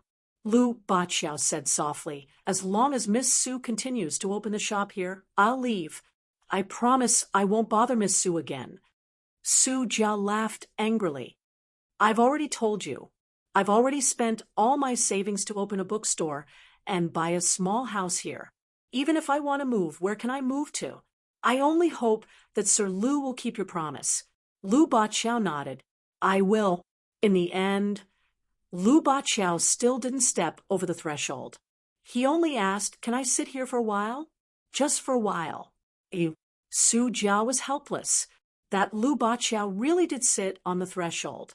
When the afterglow elongated his shadow on the street, Lu Baqiao finally got up and left. Hijishio was indeed a farmer. There were many good farmers. What was wrong with liking such a woman? Inside the bookstore, Su Jia shook her head. She only thought that such a baffling matter should end here. The fact that Lu Baqiao liked her was actually not a secret between Jinyang Mountain and Wind Thunder Garden. However, Su Jia really didn't like him. Su Jia closed the bookstore's door and walked to the small house. After that sword-seeking incident, Su Jia lost everything. A sword peak, her status as a direct disciple of the ancestral hall, and the blade-strengthening gourd that her master gave her. As a result, she was now covered in mud and could only hide in the marketplace. Before this, it wasn't that there weren't any bumps. It was just that she had dealt with all those big and small troubles with great difficulty. Now, she was here. As she said, she didn't hate Jinyang Mountain. She even felt guilt that she couldn't let go of. What she couldn't let go of were some people and some words. However, Su Jia had an indescribable fear towards Li Tuanjing's last disciple, the current owner of Wind Thunder Garden, Huang He. It often woke her up from nightmares. She couldn't understand and couldn't let go of it. Back then, Huang He was on the ferry platform of the Wind Snow Temple, where the 3 sword-seeking matches were held. The man carried a sword case full of small swords, but they weren't natal-flying swords. It was unimaginable that he could split his attention to control the swords. One sword pierced through Su Jia's hand that was holding the sword. Another time, it cut the red string of the blade-strengthening gourd that was tied to her waist. Finally, 2 flying swords nailed into her wrists. After Su Jia fainted, the last scene before she closed her eyes was Huang He stepping on the blade-strengthening gourd and gently twisting it. The mountain-like man seemed to be a powerful and invincible existence, but he was ruthless and cold-blooded. Even when she saw Lu Baqiao today, Su Jia's heart still trembled. She couldn't help but think of Huang He and that nightmare. The main culprit. Su Jia walked in the secluded alley. She reached out a hand and wrapped it around her shoulder, as if she wanted to warm herself. As she walked, Su Jia's face turned pale. She leaned against the wall and raised her hand to rub the space between her eyebrows. After a long time, Su Jia raised the back of her hand to wipe the sweat on her forehead and went to the small house. Su Jia arrived at the end of the alley. After opening the door, she was stunned. Then, her face was filled with tears. The other party looked like a woman. However, just like how Lu Baqiao could recognize Su Jia at a glance, Su Jia could also recognize the woman in front of her. It was her master who brought her up the mountain for cultivation. However, for some reason, it was not recorded in the Hall of Ancestral Masters records. Su Jia had long been under the tutelage of a patriarch of Jinyang Mountain and became a direct disciple of the Hall of Ancestral Masters. As for her master, there was still no record of any disciples under her. Her master's seniority was not low. However, she was never well known in Jinyang Mountain. In the past, whenever there was a meeting in the Hall of Ancestral Masters, her master almost never showed up. The chair at the very back was always empty. Because her master liked to travel the mountain, she would often leave for decades.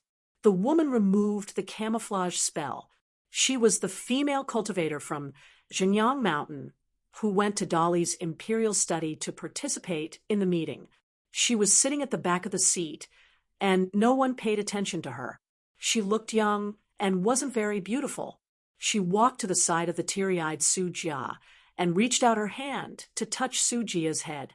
She smiled gently and said, "Silly disciple, Master has only left Jinyang Mountain and traveled for a few years, and you've become like this.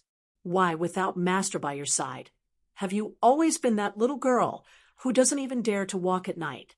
If I had known, I wouldn't have sent you to Ascension Peak back then." Su Jia smiled until her limpid eyes narrowed into crescents. It was as if, with her master by her side, she could really be fearless and become that carefree little girl back then. The woman retracted her hand. There was a red string tied around her wrist. The woman stood for a moment before she got up and left. She did not say that she would bring Su Jia back to Jinyang Mountain and restore her status as a direct disciple of the Hall of Ancestral Masters. She also did not mention the future ownership of the blade's strengthening gourd. However, Su Jia felt that the peaceful days were not as unbearable as she imagined. Although she had many regrets in her heart, she was at peace as she guarded that bookstore every day and earned silver and copper coins. Of course, that was apart from that nightmare. After the woman left, she became an ordinary woman in plain clothes.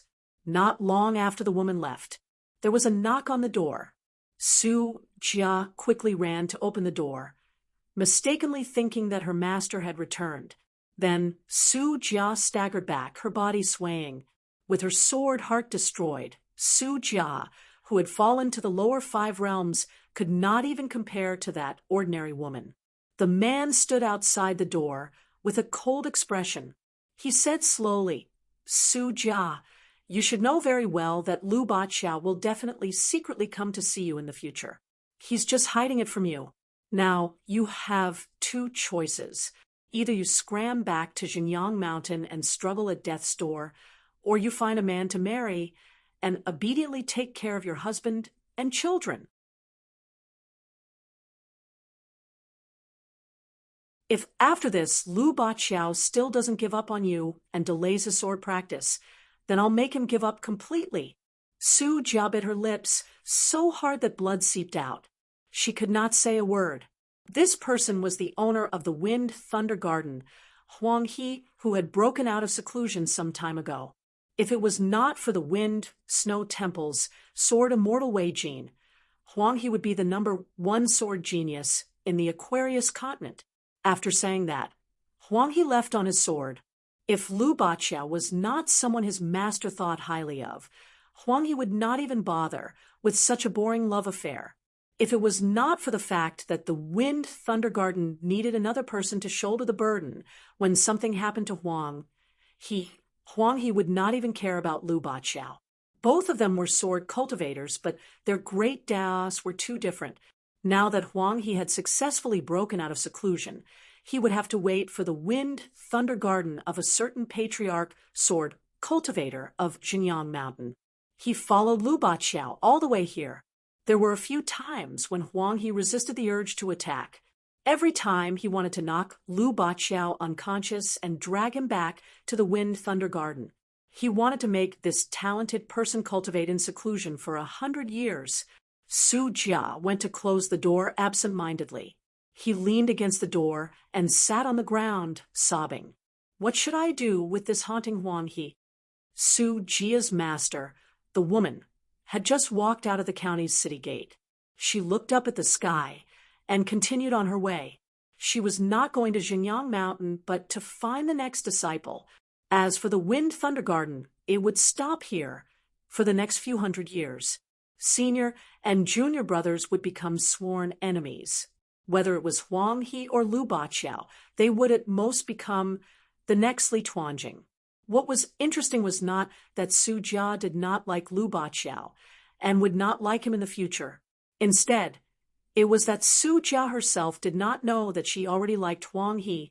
It would be better if Lu Baqiao and Huang He were both half dead. As for the woman from Jinyang Mountain who was killed by Li Tuanjing hundreds of years ago, she was also a disciple of this woman who walked on foot. Like Su Jia, she was an anonymous disciple. There were also some women who were not her disciples, but they were related to her. She might have done some small things that had nothing to do with her master.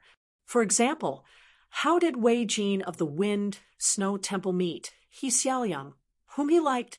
There were also some old stories about the Zhuang dynasty in the early years. Unknowingly, she had played with the destiny of a continent's swordsmanship for 1,000 years. She did not dare to say all of it, but she had at least half of it. Apart from that, she had been to the Tongye continent and left a prophecy in the Fuyo sect. She shook her sleeves and raised her wrists slightly. She looked down and smiled. Then she retracted her gaze and walked forward slowly. Many of the so-called smart people on the mountain peak were also good at scheming. However, such scheming was only scheming after all. It was easy to break. Once it was broken, it would be gone. However, there was only one thread in the world. Once it was formed, it would be difficult for a sword immortal to break it. Even if it seemed to be broken, it would still be entangled for a lifetime. Unless there was a person who was good at scheming and meticulous, only then would he be able to face this deadlock and feel slightly better. Once the thread was pulled, it was not a sword immortal who attacked.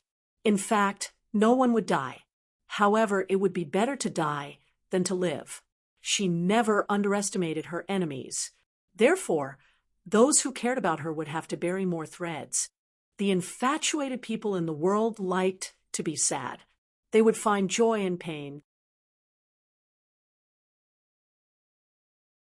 If they were not sad, how could they be considered infatuated? Her thoughts drifted away. It was a pity that she had not seen her senior apprentice brother for many years. Last time, they were very close. It could even be considered as brushing past each other. It could not be helped. As long as senior brother wanted to avoid her, she would be blind. She might not even recognize him, even if he was close. She heard that the last time he appeared was near the Tongye continent's Taoist temple. There was one bad thing about senior brother. He would borrow her wrist to seduce her, and did not like to return. The woman suddenly mocked herself. Don't tell me he has already noticed. The woman shook her head and smiled. That's impossible. He's still so young. Why would he care about the small Xinjiang mountain? A sloppy young man with a hunchback went to the small town's tavern to touch the small hands. After a few teasing words, he strolled to the street where the Yang family's shop was. The young man, Shi Lingshan, who was both a shop assistant and old Yang's disciple, was sitting behind the counter. He was wading in the water to refine his soul. His mind was immersed in it, and he was silent. He was half asleep. Su Jian, who was even more diligent in cultivation than junior brother Shi Lingshan, was not practicing with that strange method today. Instead, he sat at the door and basked in the sun.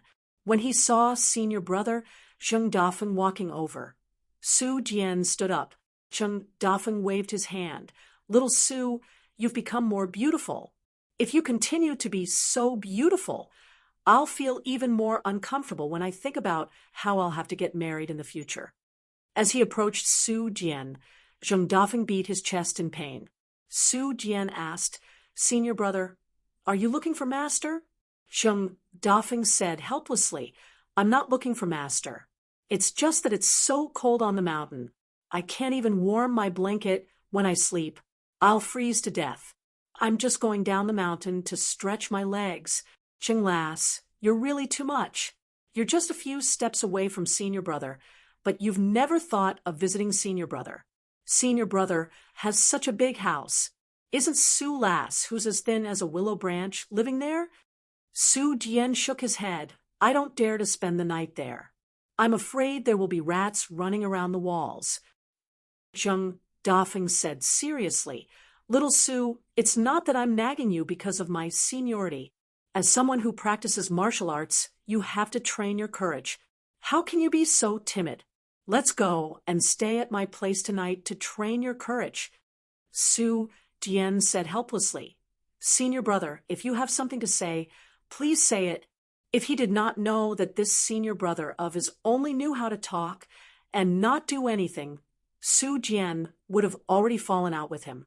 Zheng Dafeng put his hands behind his back.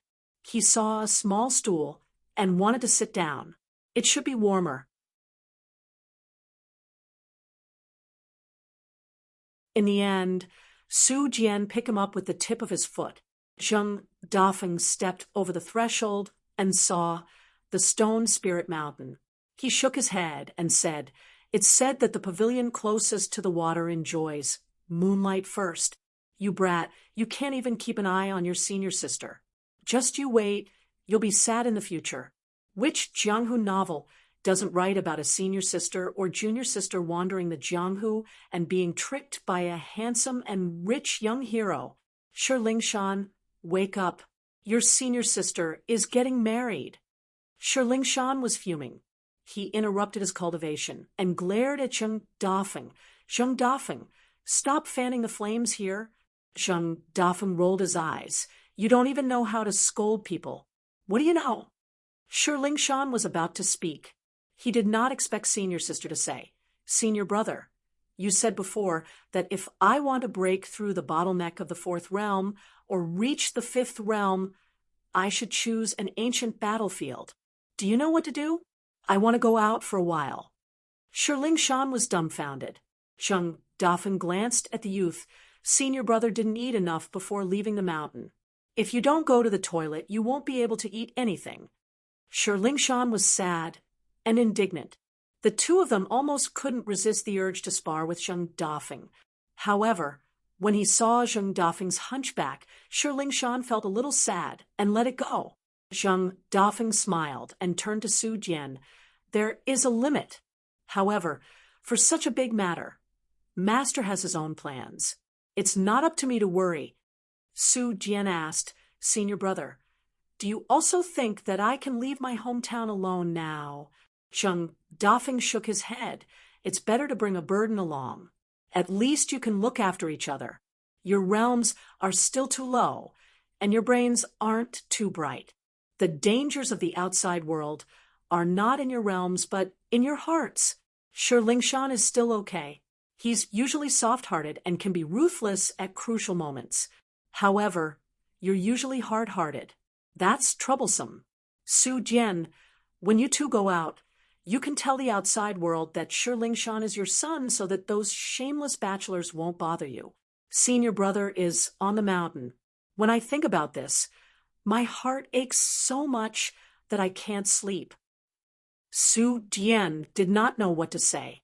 The Stone Spirit Mountain was struck by lightning.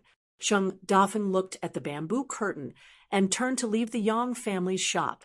Zheng Dafeng went to the memorial archway, where the 4 plaques were no longer mysterious. He walked around. After all, the plaques were still there. The 4 sayings were all very interesting. Zheng Dafeng went to the Iron Lock well. It was now a private area on a mountain. He spent a lot of money to buy it, but did not get any benefits. There was a hole in his brain. That big blockhead Jiang Yun had a lot of opportunities. When he thought of the Jiang family of Yunlin, Zheng Dafeng grimaced. Seeing that there was no one around, he touched his pants. "I've let you down.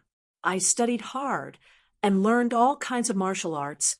I didn't expect that even though I had a body of martial arts, there was no thief to kill." Zheng Dafeng left the town and went to the immortal tomb. There was no such name now. Dolly had intentionally or unintentionally diluted this old saying. Now, the dilapidated statues had been fixed up.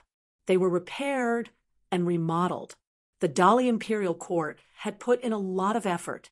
As for the brand new martial temple, he did not go there. There was nothing to talk about. He could not see anything from staring at each other. Then he took a detour and went to the waterfall at the junction of the Tiefu River and the Dragon Whisker River. He squatted there and threw stones. What a good way to say it was like duckweed entering the water. Zheng Dafeng changed to a place where the water was deep and slow. He stared at the water and muttered to himself, "There is such a handsome man in the world. The more I look at him, the more I want to beat him up." Finally, Zheng Dafeng passed by Wantong's earliest sword shop. He walked to the stone arch bridge. The covered bridge had long been removed, and the old stone bridge was restored. Zheng Dafeng sat alone on the stone bridge. He turned his head and looked at the north of the town. There was the old porcelain mountain and the many dragon kills nearby. Zheng Dafeng retracted his gaze. 3,000 years ago, the sword immortal who rose quickly and disappeared quickly. He did not know what went wrong. After he suddenly became famous, he specialized in killing dragons. He killed until the sky turned dark. It was said that he wanted to be the first sword immortal to break through the bottleneck of the Ascendant Realm. The most proud scholar in the Central Divine Continent was not a sword immortal. He was really just a scholar. Otherwise, the entire structure of the vast expanse world might change as well. But regarding the secret, the old man, who definitely knew the answer, did not give an explanation. In the early years, Zheng Dafeng went in a roundabout way to beg Li Er, hoping that his senior brother would ask. Li Er agreed, but later there was no follow-up. It could not be helped. It was still okay now. In any case, he could endure a few words of scolding. In the past, the old man was willing to talk to him. As long as it was close to 10 words, it would make Zheng Dafeng feel like he was celebrating the new year.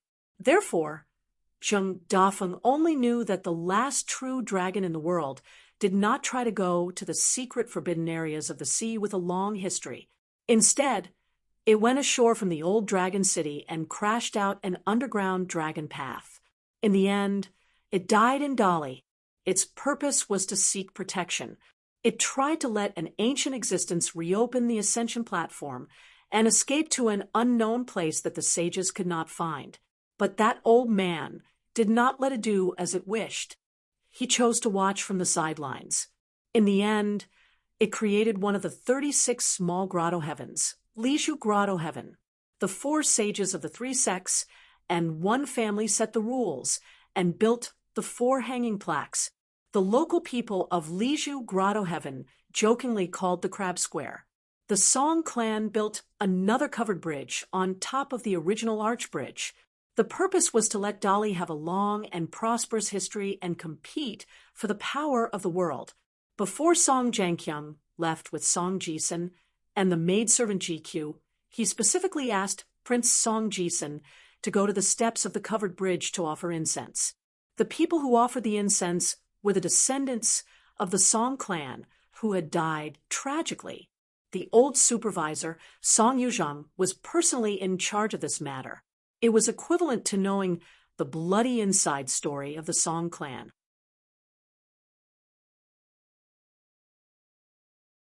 In the end, the empress, who was more powerful than anyone else in giving birth to sons, ordered Wang Yifu, the retainer of the fallen general of the Lu family, to chop off Song Yuzhang's head, put it in a box, and send it to the capital of Dali. After Song Yuzhang was killed, he became the mountain god of Luopa Mountain as a heroic spirit. It was hard to say whether it was Emperor Dali's compensation for this meritorious minister or another form of punishment. After all, Song Yuzhang had touched the old emperor's bottom line in one thing. That was, he dared to have feelings for Song Jisun. And Song Jisun did indeed have mixed feelings for Song Yuzhang. As the illegitimate son of the supervisor, Song Jisun, who had lived a carefree life in Mud Bottle Alley, did indeed regard Song Yuzhang as his biological father in those leisurely years. Deep in his heart, he was both resentful and admiring. For some reason, he thought of the dusty medicine shop in Old Dragon City. Actually, Zheng Dafeng missed it a little. Humans, when it came to serious good things, they often didn't think much about it. The past was the past. Instead, it was the sad things that weren't all bad things that they couldn't forget. Zheng Dafeng leaned back and used his hands as a pillow. He closed his eyes and muttered, "Is it so difficult to not think of yourself as a superior person and not treat others as fools? The world is strange." Wan Xiu returned to the Dragon Spring Sword sect. She had an appointment with Pei Qian and Zhou Meili to meet at the shop in Dragon Rider Alley. Today, the 3 of them sat at the entrance of the shop to bask in the sun. Wan Xiu realized that Meili seemed to be avoiding her. She wasn't as fluent as before when she told the story of the North Continent. Wan Xiu looked again and roughly understood the situation. Anyway, it was related to the Jade Liquid River God residence. Wan Xiu wasn't curious about the specifics and couldn't be bothered to ask. Since Meili didn't want to say it herself, why would she make things difficult for a little girl? Wan Xiu just ate the peach blossom cake. She didn't need to spend money. To be honest, she was the first acting shopkeeper of the 2 shops. Pei Qian said, "Sister Xiu, I went on a long trip this time. I traveled a long way." Wan Xiu smiled and said, "That's amazing." Pei Qian nodded vigorously. "Amazing, amazing. Even I have to admire myself." Pei Qian hesitated for a moment and asked softly, "Sister Xiu, did you travel a long way too?" Wan Xiu thought for a moment and said casually, "The sky and the earth, the lakes and the seas, the mountains and the ancient abyss. There's nowhere I can't go. Wherever the sun shines, there are footprints. Wherever the light of the fire shines, it's the territory." Zhou Mili hurriedly raised her two palms. They didn't fit, but they were very fast. "Wow, Sister Xiuxiu, you're the best. Sister Xiuxiu, you must have changed your shoes a lot." Wan Xiu smiled. "It's all right." Zhou Mili racked her brains to finish the story and went to the straw shop next door to chat with Jiu Er. Pei Qian told her not to talk about what happened in Red Candle Town. Zhou Mili had actually forgotten about it, but after Pei Qian said that, she talked about it in her sleep. She was so worried that she couldn't eat well recently. Even eating melon seeds couldn't fill her stomach. So when she saw Sister Xiu today, she felt awkward. Wan Xiu stood up and said, "Let's go." Pei Qian also stood up. "Sister Xiu, don't go to the Jade Liquid River." Wan Xiu smiled and rubbed the little girl's head. "Liking you and liking Lil Mili's story is one thing. How to be a person is up to me." The next moment, Pei Qian stomped his feet anxiously and scratched his head. What should he do? Fortunately, Zhu Yan came and said to Pei Qian, "It's okay." Pei Qian smiled. "Old chef, why are you addicted to appearing and disappearing mysteriously?" Zhu Lian walked into the shop. Pei Qian followed behind and said with a smile, "We're family, 20% off." Zhu Lian said with a smile, "I actually know how to make some pastries. Among them, the golden ball of Juju paste cake is a little famous. I figured it out." Pei Qian said doubtfully, "Is it the Juju paste cake that was extremely expensive in the capital of Nanyuan Kingdom?" Zhu Lian put his hands behind his back and looked at the various pastries in the shop. He nodded. "You didn't expect it, right?" Pei Qian praised. "Old chef, you really have the life of a chef. It's a pity that you don't look good. Otherwise, even if you're old, you still can't be a bachelor." Zhu Lian nodded. Shiro had a strange expression. Wan Xiu traveled to the Jade Liquid River with the wind. After hesitating for a while, she unwillingly used a camouflage. As soon as she entered the Jade Liquid River, the river water instantly boiled, as if the sun had fallen to the bottom of the river and was being cooked by fire.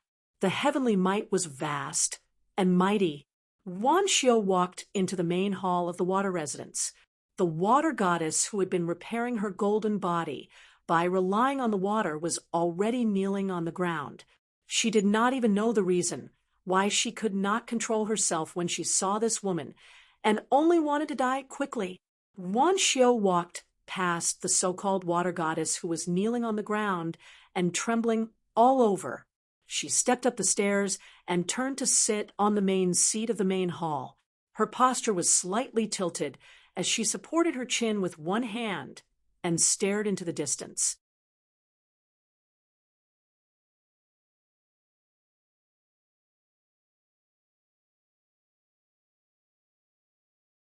"6:42. When Zhu Lian arrived at the New Year's shop, he complained that the shop had not opened for a long time. The stove had become a decoration, so he asked Pei Qian to buy some vegetables, saying that he wanted to cook a meal. Pei Qian was worried about Sister Xiu, who had gone to the Jade Liquid River. He was unwilling to move and wanted to wait for Sister Xiu to come back. He said that the straw head shop next door was open every day. They could just go there for a meal. Sister Jiu Er's cooking was still good. The entire Dragon Rider alley could smell the fragrance of food. Zhu Lian did not agree, saying that each shop had its own feng shui. They could freeload off the food, but they could not bring back the feng shui. Where would the feng shui come from? It was nothing more than food and daily life. There would be smoke from the kitchen chimneys, and there would be bedding to dry under the sun. It would be best if there was some sound of studying. Just the sound of an abacus would not do. Pei Qian had no choice. Old chef had a lot of rules and was particular about strange things. He couldn't argue with him. Pei Qian had to take the right guardian, Xiao Mili, and planned to go to a shop not far away to buy some game and vegetables. Shiro was ashamed and afraid. She always felt that Zhu Yan was beating her, despising her for being neither human nor ghost.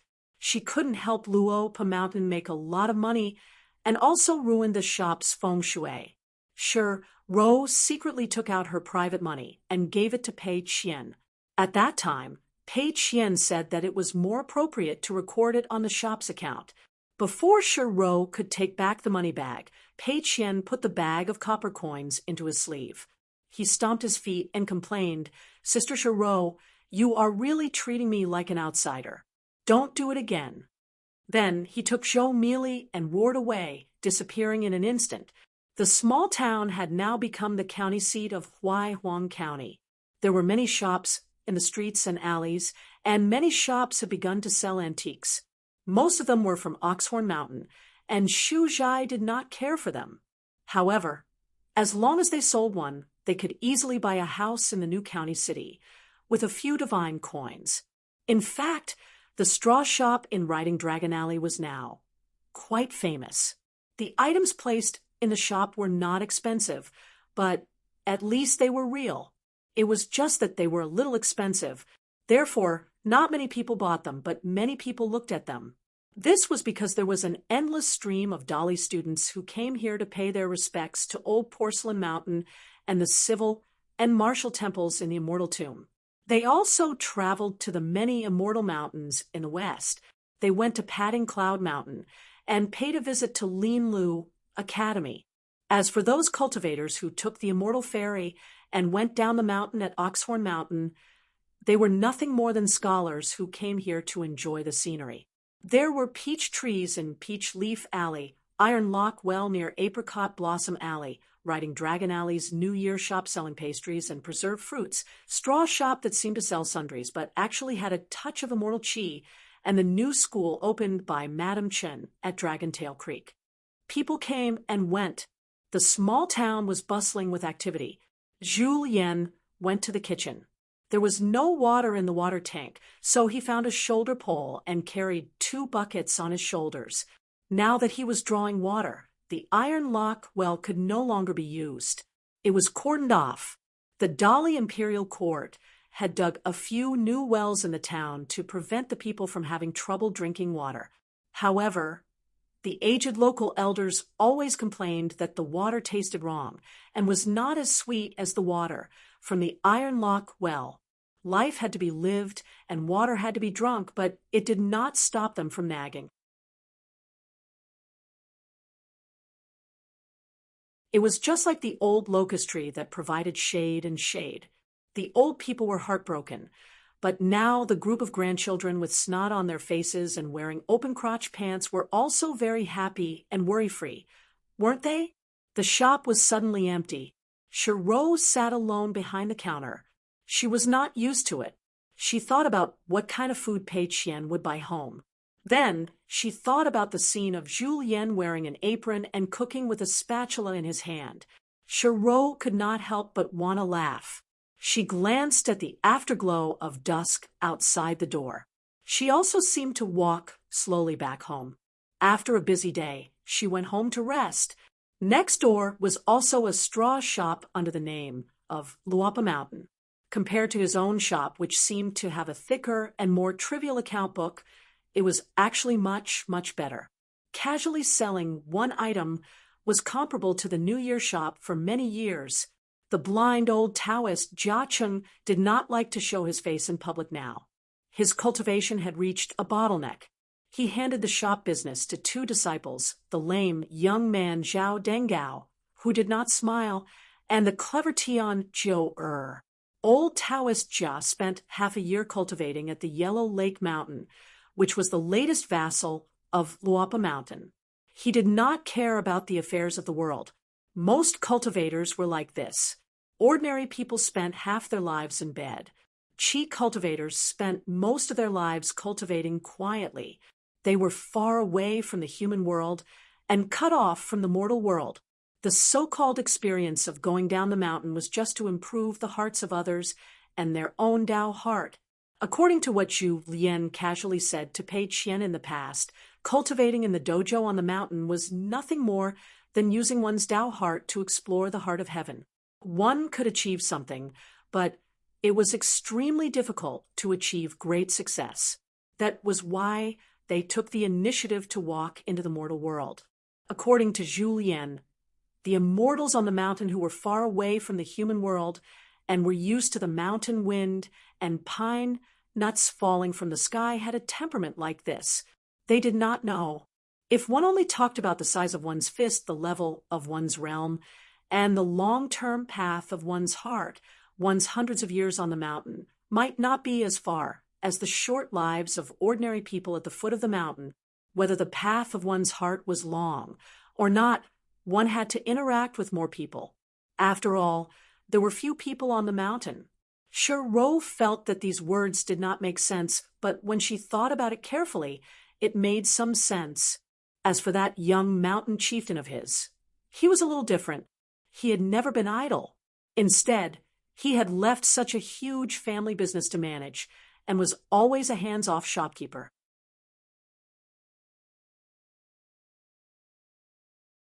The amount of time he spent traveling in the outside world was far more than the amount of time he spent on cultivating and enjoying life on his own mountain.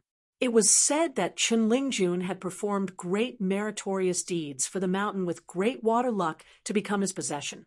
Luapa Mountain and Yellow Lake Mountain had exchanged money and deeds. The provincial governor's estate, the imperial court's Ministry of Rights, and the Ministry of Revenue had all recorded it down. As a result, Yellow Lake Mountain had silently become the young mountain lord's property. Ro was not particularly close to old Taoist Jia, who was completely focused on the mountain.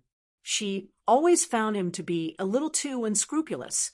The feng shui of Yellow Lake Mountain was anything but simple. Was it something that you, Jia Sheng, could covet? Before and after he became an honorary guest of Luapa Mountain, old Taoist Jia had only been two people. Before, he had been extremely polite to Ro, visiting her every now and then.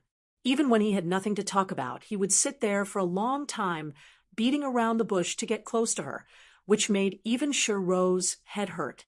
After the three of them became honorary guests, old Taoist Jia stopped coming to the shop. Ro understood that he was putting on airs in front of her. He wanted her to take the initiative to sit next door and say a few words of praise, but Ro refused. In the past, she had been busy worrying about everything, so she did not think too much about it. Before she knew it, she had spent so many years of peace and stability. Finally, Ro had developed a lot of lingering feelings.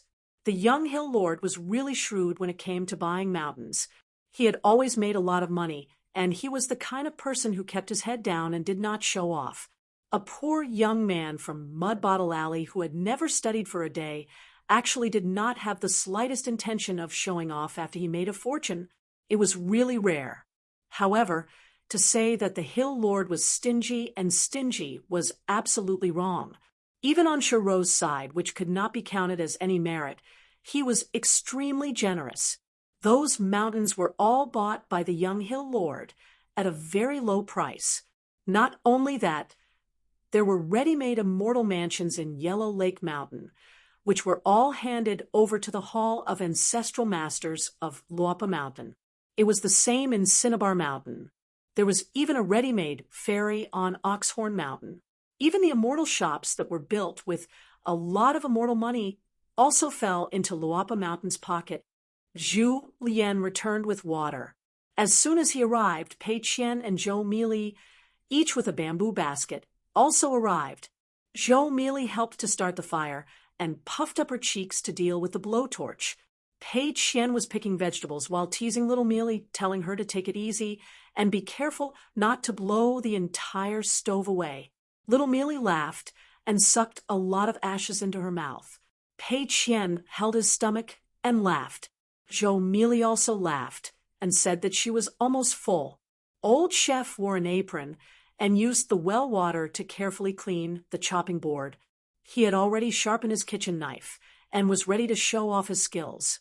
Shiro wanted to help but could not. Standing at the kitchen door, she seemed a little redundant. It was not good for her to leave, so she just stood at the door like a door god. In fact, Shiro did not feel embarrassed. Anyway, she had always been like this. She looked at the lively atmosphere in the kitchen. It was just the end of the year, but there was already a festive atmosphere. Zhu Lian cut the vegetables with his knife smoothly and pleasing to the eye. Pei Qian stood at the side and praised good knife skills. Old chef, why don't you use your knife to fight the enemy? Zhu Lian did not raise his head and said with a smile, Kitchen knife? If I have to carry a weapon, wouldn't it be better to travel with a sword? Pei Qian said helplessly, I'm curious. Old chef, you must not have been handsome when you were young. Why do you have so many flowery ideas? Zhu Lian said, It's because I'm not handsome that I have to be fastidious. Otherwise, if I have nothing to lose, wouldn't it be even more difficult to find a wife? Pei Qian said, Then did you find one? In that Jianghu, we are too far apart in terms of seniority. You are not famous, so I don't know much about your Jianghu deeds. Zhu Lian said casually, Jean, Tuan or Juju paste cake. Didn't you hear about it when you were in the capital of Nanyuan Kingdom? Pei Qian immediately stared and said softly, The walls have ears. You are an old man in Jianghu. How can you be so careless? Previously, when I said something about the capital of some country, I regretted it so much. It was already wrong for you not to correct me at that time. Why are you still doing it now? Zhu Lian nodded and said with a smile, It makes sense. I will pay attention in the future. Pei Qian asked, I wonder if Master Zhong and Chao Muda dare to come back this year? Zhu Lian shook his head and said, It's difficult. When a scholar goes to the Hassa continent, it's similar to when a woman goes to the shops at the foot of Elk Cliff. There's plenty to see. Pei Qian asked again, Then who will write the couplets this year?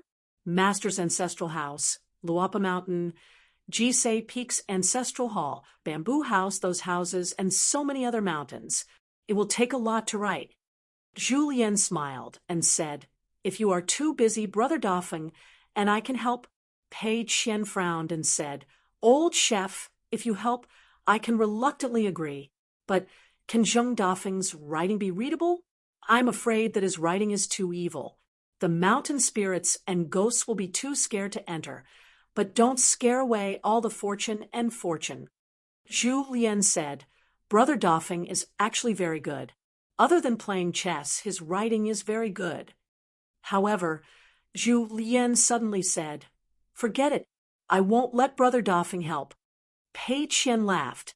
Zhou Meili, who was sitting on a small stool beside the stove, was holding the bamboo fire blower with a puzzled expression. Pei Qian sat at the side eating melon seeds and explained softly, when praising someone for being good on the inside, it's actually scolding them for being ugly. Zhou Meili looked at old chef and then at Shiro. She thought of Zheng Dafeng's appearance and grinned. At Luapa Mountain, it seemed that only Wei Shanjuan's appearance was worthy of the mountain's scenery. Zhu Lian asked Shiro to cook 2 dishes. Shiro wanted to refuse, but she did not dare. Zhu Lian gathered his apron and sat by the kitchen's threshold. Pei Qian finished eating melon seeds and began counting with his fingers. My master, Wei Shanjun, the big white goose, Zhou Fei. Actually, there are many good-looking people on Luapa Mountain. Ooh.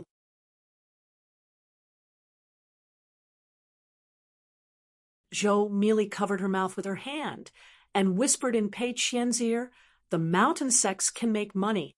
He said that the easiest way to make money in the world is to make money from the fairies. Pei Qian pulled Zhou Meili's ear. What are you thinking? Can my master earn this kind of money? Zhou Meili changed her words. No, absolutely not.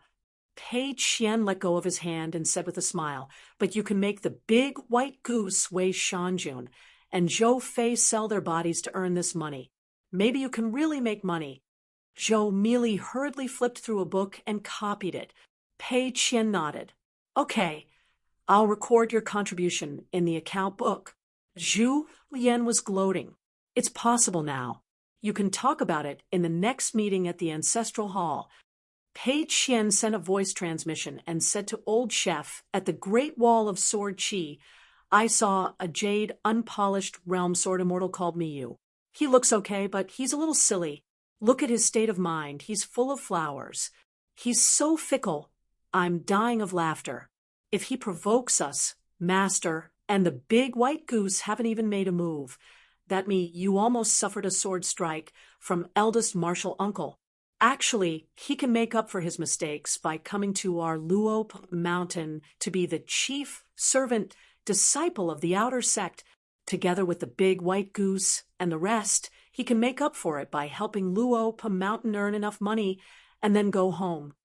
Zhu Lian nodded. Our Luop mountain needs a sword immortal to hold the fort. Even if it's just for show, then Zhu Lian suddenly laughed and did not explain the reason to Pei Qian and Xiaomi. Cui Dongshan was in the upper 5 realms. Brother Wei Pai was in the upper 5 realms. Lord Beiyu, worshipper Zhou Fei, or Jiang Shangzhen, was in the immortal realm, the current sect master of the Jade Tablet sect. If there was a jade unpolished realm sword immortal called Miyu, the 4 of them did not care about their pride anyway. None of them would feel awkward about earning money from immortals like catoptric deflection. Zhu Lian leaned back and glanced at the Old Spring Festival couplets in the main building. They had been hanging there for a year and had silently protected the courtyard for a year. Soon, they would be replaced. Zhu Lian said, the Spring Festival couplets are different in my hometown. There are 2 invitations. During the Spring Festival couplets are placed on the beams. It's the same in young master's hometown. It's just that my hometown still has an invitation. On the day before the 2nd day of the 2nd month, invite the Spring Festival couplets down from the beam. That is to invite the Spring Festival couplets down and into the furnace. That would be considered a success. According to the old saying, these Spring Festival couplets are another type of incense for the various deities. Then they would have to write another Spring Festival couplet to protect the feng shui of each household. Also, the feng shui of each household has to be pasted inside the house and not at the entrance. After the feng shui reaches the entrance, it's still not considered as entering the door. Some families have accumulated good karma from their ancestors, and their family style is pure and honest. So naturally, they can keep the feng shui. Pei Qian rolled his eyes. I've been wandering the pugilistic world since I was young. The world is my home. What do I know? At this point, Pei Qian whispered to Zhou Mili, actually, we don't even have a place to stay. Zhou Mili nodded vigorously. It's all the same. Wandering. The word wandering is used well. It's to your liking. I'm also a pugilistic person. I also like to wander around Mute Lake. Zhou Mili raised her hands and gestured as she swam around. Pei Qian liked to chat with Zhou Mili. He was not afraid of embarrassing himself by talking about his childhood. That was because little Mili did not know the difference between glory and poverty. Pei Qian pressed down on little Mili's head and swung it around. The black-clothed girl was very cooperative. Zhu Lian said, the punch isn't heavy. Pei Qian asked, is there a saying? Zhu Lian smiled. Do you think I was heavy on the Jade Nectar River's water goddess? Pei Qian nodded. Not really. Zhu Lian asked again. Then why did you punch? Pei Qian thought for a moment and answered, to be reasonable, to earn money to save her. No one understood Sister Xiuxiu, but Pei Qian did. Zhu Lian asked again, where's the source of the trouble? Pei Qian answered, as a water goddess, she's in the pugilistic world. She doesn't care about the morals of the pugilistic world at all. She's focused on befriending heroes and immortals. She does what she does, but she doesn't care at all. Zhu Lian nodded. Very good. You can go out and roam the pugilistic world alone. Pei Qian rolled his eyes.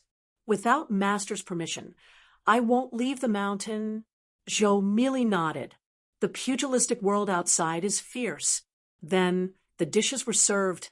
It wasn't too sumptuous, but there was plenty of rice. When Pei Qian was at the table, the main seat had to be empty. Every time there was a festival, bowls and chopsticks would be placed. Today, when the four of them were eating together, just as they were about to put down their chopsticks, Wan Xiu walked from the front hall of the shop to the backyard. She stood by the door and said, "It's time to eat." Pei Qian stood up and said, "Ha, you came at the right time. Sister Xiu, let's eat together. I'll sit with you." Wan Xiu smiled. Sure. Rou hurriedly stood up, took the bowl and chopsticks, and went to sit with Zhou Meili. Zhou Meili scooped a big bowl of rice for Wan Xiu. She pressed it firmly with a spoon and brought it to Wan Xiu's table. Wan Xiu patted the girl's head, sat down, and picked up her chopsticks. Seeing that no one had any intention of eating, she smiled. "Let's eat." Pei Qian wanted to say something but hesitated. He glanced at the front hall of the shop. On the other side came the jade liquid river water goddess, whose golden body was unstable, and whose body was thin in water fate. Wan Xiu said, "If you dislike that guy, I'll let her go back to the jade liquid river manor first, or go kneel at the entrance of Luo Pa Mountain." Pei Qian shook his head vigorously. "No need, no need." Zhu Lian also smiled. Let's eat first." Ancestral Mountain Luo Pa Mountain, where the ancestral hall was located, Luo Pa Mountain's Jisei Peak. Located in the easternmost part of the mountains, Jinju Mountain had never been moved because it was too small. Treasure Tree Mountain, Rainbow Cloud Peak, and Immortal Grass Mountain were rented to the Dragon Spring Sword Sect for 300 years. The closest to Luo Pa Mountain was Mt. Gray Mist in the north, Oxhorn Mountain with Immortal Fairy, Cinnabar Mountain, Chelabak, and Azure Dawn Peak.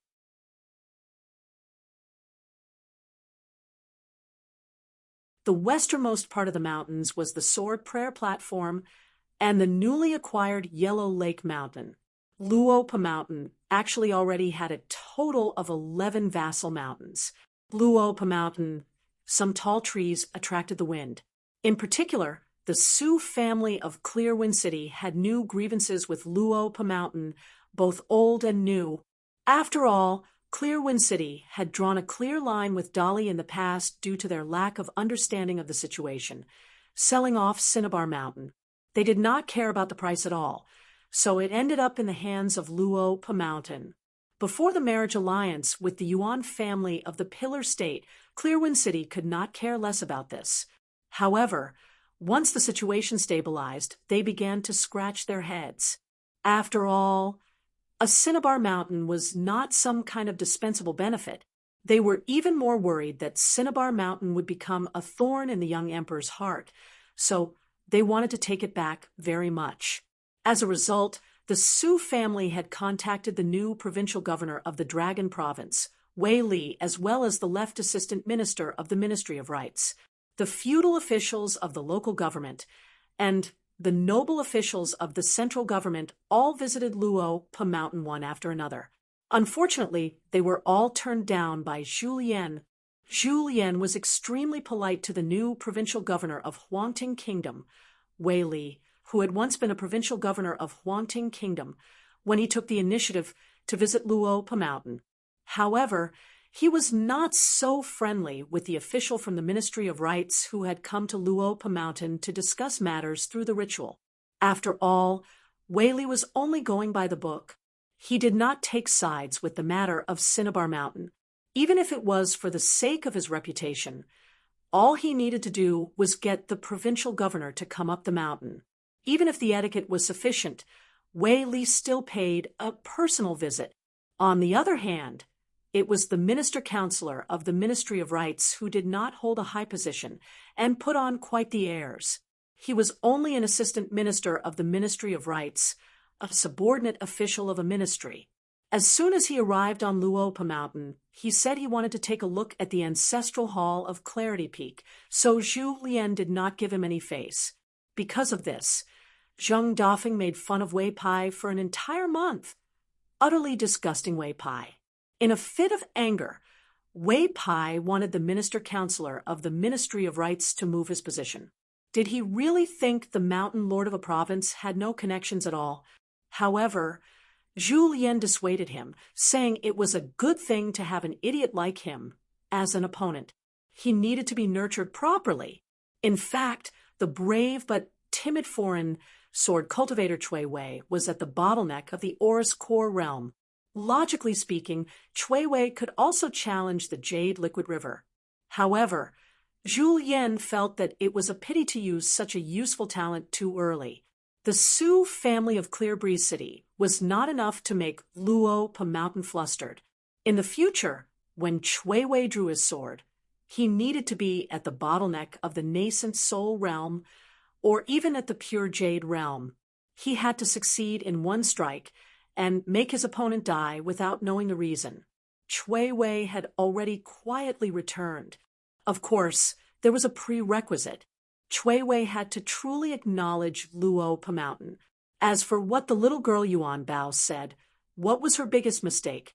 Her mistake was that she underestimated the human heart and spirit, a true pillar of a mountain, a cornerstone in troubled times, valued life and death, but could also forget life and death. What was the right thing to do? The right thing to do was that the little girl did not know herself. If she did not treat Luopa Mountain as her own mountain, she would not have said those words and would not have thought of those things. Zhu Lian knew the human heart very well. As long as Zhu Lian was in charge of Luopa Mountain, Mountain Lord Chun Pingon could travel without worry and not be afraid of returning late. Over at the front hall of the shop, the water god of Jade Liquid River stood in place in fear and uneasiness. The Water Manor did apologize, but she did not personally go to Luopa Mountain. Instead, it was the second in command of the Water Manor who gave Luopa Mountain a treasure of the Water Manor. She felt that this was enough sincerity. As for the old man who said that he gave her a life-saving method, she did not take it seriously at all. Not only that, she had already written a secret memorial that could reach the hands of the Minister of Rights. There was a water monster in Luopa Mountain who came from the imperial river of Huangting country. He actually publicly took out a Dragon King basket in an attempt to suppress the Jade Liquid River Temple and intimidate the people. It almost led to the tragic death of the people in the temple. The steward of Luopa Mountain, Zhu Lian, was even more rude and unreasonable when they met. He directly punched and seriously injured a river god who had meritorious service. In fact, before sending out the memorial, the water god of Chongdan River had advised her to endure for a while and calm the waves. For the water god, it was most appropriate. However, how could she listen to him? Moreover, she had never really taken a liking to her colleague from Chongdan River, who was born as a spirit and had suddenly obtained a divine position. As for some roundabout inside stories, he was even more of an outsider. Wan Xiu came from the Dragon Spring Sword sect and was the only daughter of Saint Wan Tong. However, Wan Tong was famous for following the rules. Was he really willing to wrestle with the entire Dali Mountains and River's law for such a thing? When an accident happened, everything made sense. When she was detained in this small town, Dragon Riding Alley, the water god of Jade Liquid River wanted to cry, but had no tears. It was better to die than to live. The people at the table were like a family eating a home-cooked meal. This water god was like holding a bowl of rice, and it was an empty bowl. She did not even give the rice to eat. After eating, other than Ro cleaning up the table, everyone else walked to the shop. Wan Xiu was choosing pastries. Pei Qian brought Zhou Meili to stand behind the counter and stood on a small stool together. Otherwise, Zhou Meili was too short and could not even see her brain. Zhu Lian sat on a long stool and said with a smile, "In a fight in the streets, how much pain would it be to hit someone with a punch? In a battle with that immortal who would be hit by a Dharma treasure. Actually, the logic is the same. If you really want to argue, there is no difference in the size of the logic. Madam Water God, do you understand?" The Water God nodded.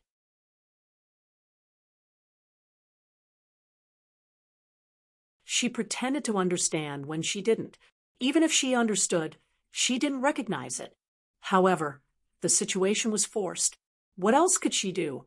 If Zhou Mili wasn't a disciple of Luopa Mountain, if Luopa Mountain didn't have that she to help you teach me a lesson, how would this happen?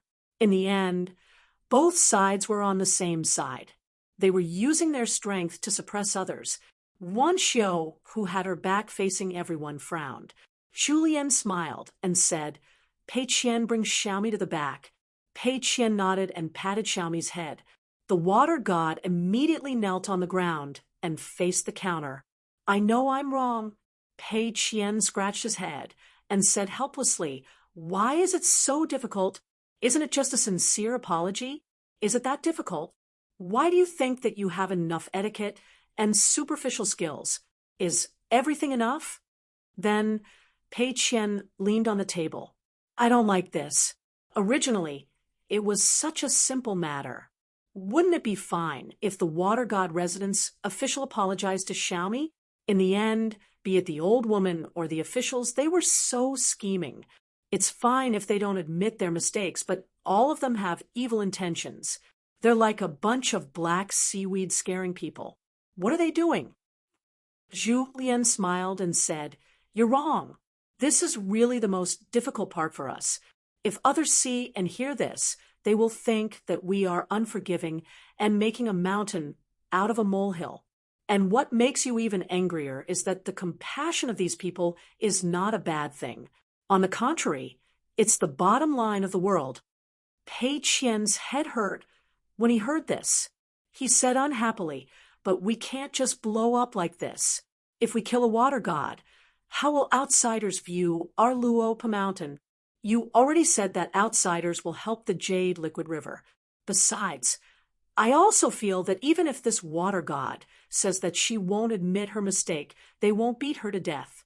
If Master is here, how should we deal with it?" Zhu Lian thought for a moment and said, "Young Master can probably help smooth out the entire Jade Liquid River Water God residence from top to bottom, from inside to outside. Right and wrong, not a little more, not a little less." However, there were some things that Zhu Lian did not want to tell Pei Qian. For example, it involved the Su family of Clear, Wind City, Xinjiang Mountain, and some other insider information. Zhou Mili, who was in a daze, had already quietly bent her knees and secretly hid her head behind the counter. "I don't know anything. I'm not in the shop. None of you can see me." Zhu Lian was not in a hurry. All of this could also help Pei Qian cultivate his heart. Otherwise, Zhu Lian would have followed Miss Ruan's instructions. Just like what Pei Qian knew in his heart, the real enemy of the Jade Liquid River Water God residence was actually Pei Qian's sister Xiuxiu. It could be to directly destroy the Water God's golden body, or to refine the entire Jade Liquid River, leaving only the Water God alive. Don't you like to think that small matters are not a problem? Then you can use your own reasoning to talk to the Dali Imperial Court, changing to a more dedicated and responsible river god. For the current Dali Imperial Court, wouldn't it be simple? As for some possibilities, ordinary people would not think about it. For example, the little spirit being kidnapped and a mountain being destroyed. Anyway, as long as nothing happened, it was not reasonable. It was difficult to have the best of both worlds. Pei Qian asked tentatively, "Old chef, why don't we forget about it?" "I don't understand. When Master returns home, I'll ask Master again." Zhu Lian smiled and nodded, looking at Wan Xiu. Wan Xiu picked up a peach blossom cake and put it in her mouth. She turned her head and said vaguely, "I'm fine with anything."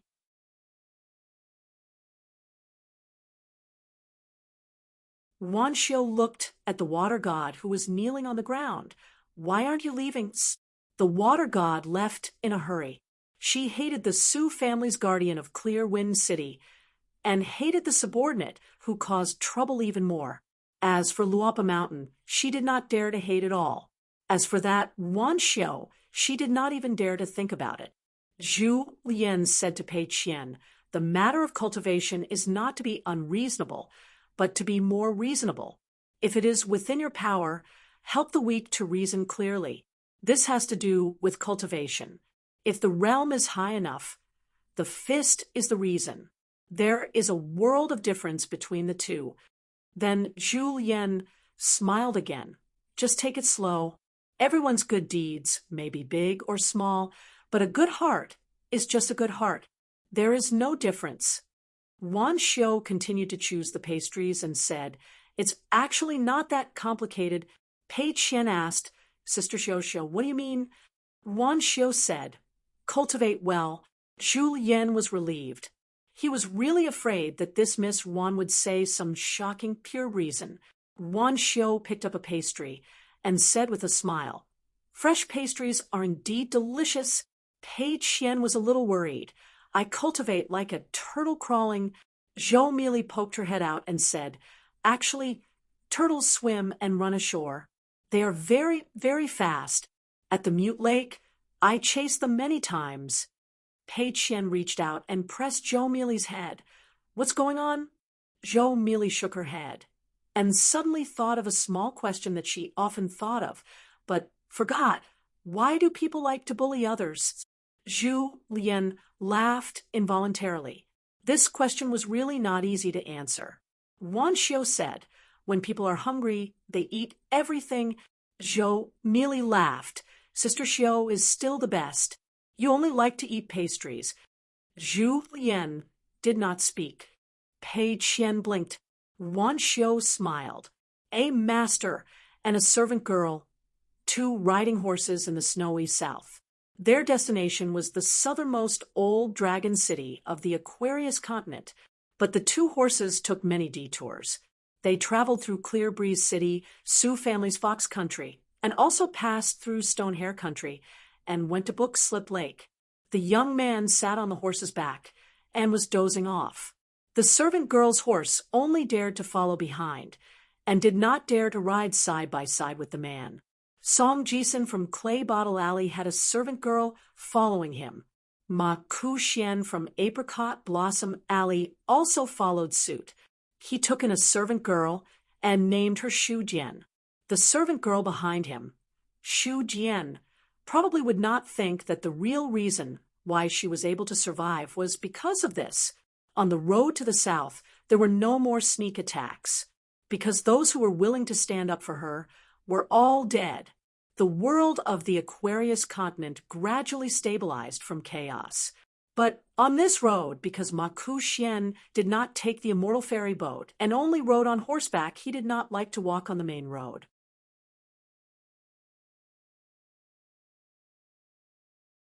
So it was inevitable that he would meet all kinds of existences.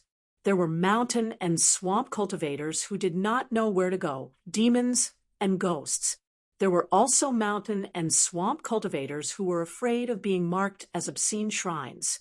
There were also mountain and swamp cultivators who would cry and shout for no reason. There were also descendants of old kings who suddenly gained power and had hopes of rising from the noble families to the rich families. They were arrogant and would always say that they were Dolly. Ma Ku Xian never hesitated when killing people. He did it based on his preferences. If he did not like those with high cultivation, he would kill them. If his cultivation was low, he would also kill those who were not cultivators. If they bumped into Ma Ku Xian, he would also kill them. But Shu Jian still did not know why this heaven-blessed person with a strong killing intent was able to eat and sleep in the open. When he was in a good mood, he could chat for a long time with the mountain woodcutter and the farmer. Not long ago, in the Stonehair country, Ma Ku Xian killed a group of rich and powerful young masters who were climbing the mountain to enjoy the snow. They saw the beautiful Shu Jian and also saw Ma Ku Xian and the servant girl who were leading the horses. They should not be immortal cultivators. They mistakenly thought that Ma Kuxian was from a wealthy family in the Stone-Hair country, which one of them did not come from an influential family in the capital. Thus, they had crooked thoughts. The Stone-Hair country had been through a real war. It was normal for ordinary people to have a little accident when they went out. Ma Kuxian flipped onto the horse and gave Xu Jian two choices. She could either take off her clothes and be humiliated by others, or she could show a bit of the demeanor of an immortal cultivator and kill the group of rich and powerful young masters. Xu Dian's face was pale, even paler than the snow. Ma Kuxian was not very patient. He flicked his finger and hit one of the rich and powerful young masters off the cliff. His body flew like a bird, but his cry was a bit miserable. The rest of the young masters followed one by one. They climbed the mountain together and fell to their deaths together. During this time, the local god hurriedly came out to stop them and begged for mercy on behalf of the rich and powerful young masters. However, he was also slapped by Ma Kuxian, and his golden body was smashed into pieces. Some of the heaven and earth's qi came back and got close to Ma Kuxian before it dispersed. In the end, Xu Dian's cultivation was restrained by Ma Kuxian. Her hands were tied with ropes, and she was dragged behind the horse all the way down the mountain. When they reached the foot of the mountain, Ma Kuxian removed the technique. Xu Jian was a cultivator after all. She was not badly mutilated, but she was battered and exhausted. She sat in the snow blankly. Ma Kuxian seemed to have forgotten about this servant girl and rode away alone. Xu Jian hesitated for a long time. In the end, she still rode the horse and followed Ma Kuxian in the snow. At that time, Ma Kuxian only smiled and said one sentence: "It is true that I killed indiscriminately. However, if I killed innocents, I was wronged." At that time, Xu Jian did not know where she got the courage to cry and shout, "You killed so many people. Most of them did not deserve to die." Ma Kuxian smiled and said, "Those who died innocents were not as lucky as you. Not only are they alive, but they can also speak so loudly." In the end, Ma Kuxian looked up at the sky and smiled. "The heavens and earth should thank me for killing people like this." Xu Jian sat on the back of the horse dejectedly. She was mentally and physically exhausted. She sobbed and murmured, "You are a madman, a madman." Ma Kuxian yawned and continued to rush forward in languid.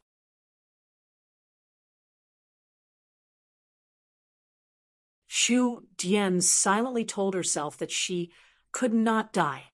She definitely could not die. She had to see this madman with her own eyes. People like Ma Kuxian would definitely be punished by the heavens. Then she realized that this madman seemed to be in a good mood. In fact, after passing by the book-slipped lake, Ma Kuxian smiled more. Ma Kuxian was still in the mood to leisurely go to one of the mountain peaks as a guest. He sat in the host's seat and asked a few questions which made him even happier. The guy from Mud Bottle Alley had been here for almost 3 years. It seemed that he was not happy. Ma Kuxian was very happy. Ma Kuxian grabbed a snowball and turned around. He threw it at Xu Dian's head. She did not dare to dodge. The snowball exploded and snow flew everywhere, blocking her sight. Stretching his waist, Ma Kuxian smiled. "I've never had a snowball fight with anyone in the town." "Well, that's not right. I've always been hit by snowballs for no reason. I'm happy to see them happy." When she thought of the small town and the Pearl Grotto heaven, Xu Jian felt cold all over. Everything that happened today was the result of that trip. Ma Kuxian waved his hand and signaled her to follow. Ma Kuxian said, "The Pearl Grotto heaven opens every 60 years. You guys are the last candidates. Don't you have any thoughts?" Ma Kuxian said, "I don't think so. I just go with the flow and never think about going ashore." Xu Jian said, I did think about it. Ma Kuxian turned around and smiled. Oh, you still have a brain, Shu Dian said. Since your heart is higher than the sky, what's the point of humiliating me? Ma Kuxian was too lazy to answer this question. He only asked, do you remember the people who entered the Pearl Grotto heaven before you? Shu Jian was silent. Ma Kuxuan stretched out his hands and began to grab the snowball again. Then he said to himself, the imperial court of Great Li opened its doors for the last time to welcome guests, those who arrived at the small town first, and those who entered the heavenly abode of Li Pearl first were not ordinary people. Those who arrived later were also carefully selected by the late emperor of the Song clan and Xiuhu. They are not useless, of course, except for you. Speaking of which, you are a complete piece of trash. However, the ocean tide iron cavalry that was implicated by you was originally of some use to the Great Li. Ma Kuxian shook his head. It's a pity that they met me. Shu Dian cried. It was you who said that you should take responsibility for your own actions. You were the one who made a mistake first. You deliberately attacked me and delayed my cultivation. Even if I made a big mistake, why didn't you just kill me? Why did you kill so many people? Ma Kuxian had already turned to think about his own matters. After a while, he turned around and asked, what did you say just now? Shu Jian was silent again. Ma Kuxian did not care. If her Taoist heart was completely broken, it would not be fun.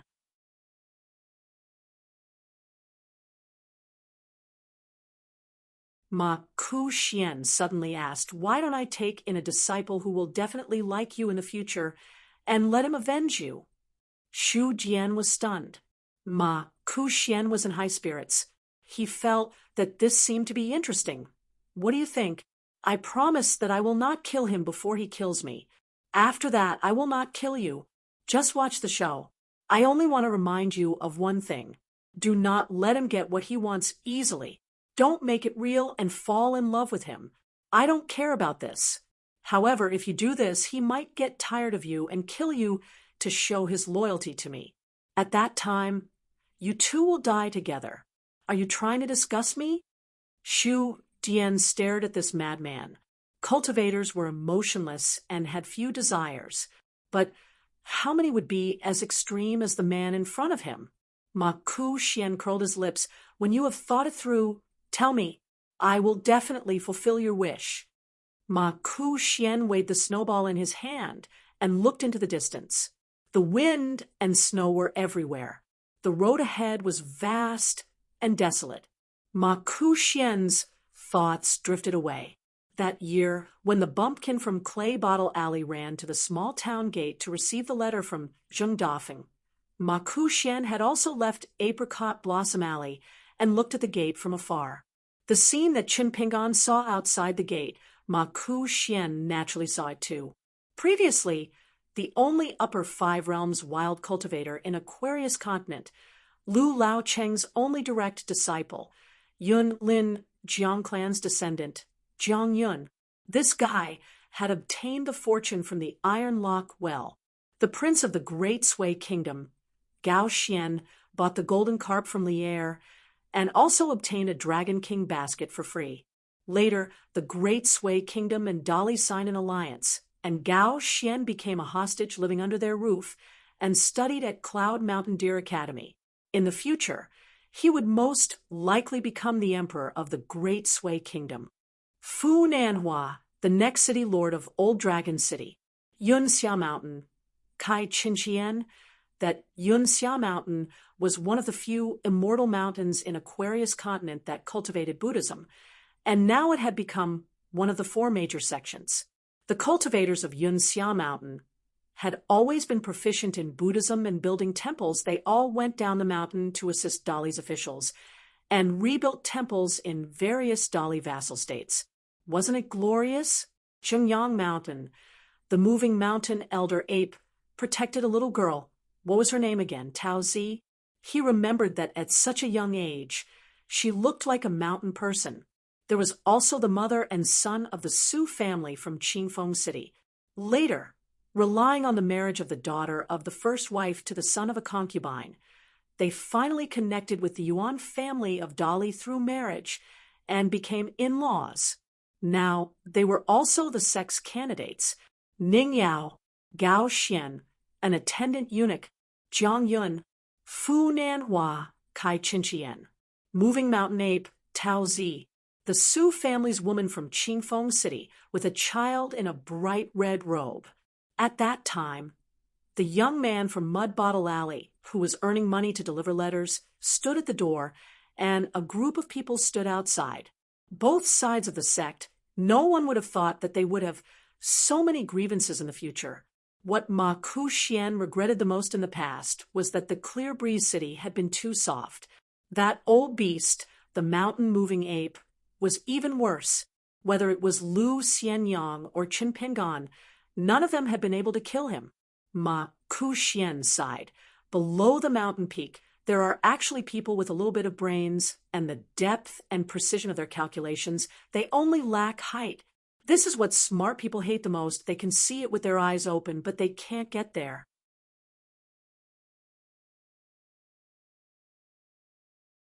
If one's fate is bad, what can they do? Song Jisun of the Mud Bottle Alley, from an illegitimate son of a manufacturing supervisor who was criticized behind his back, to a descendant of the Great Li's Song clan. Now, he's a vassal. He's just lucky, that's all. Ma Ku-xian lightly tossed a snowball. I didn't think that I would have to work for such a lucky idiot. My fate isn't too good either. Book Lake Palace, Willow Island, where the True Realm Sect's ancestral hall was located.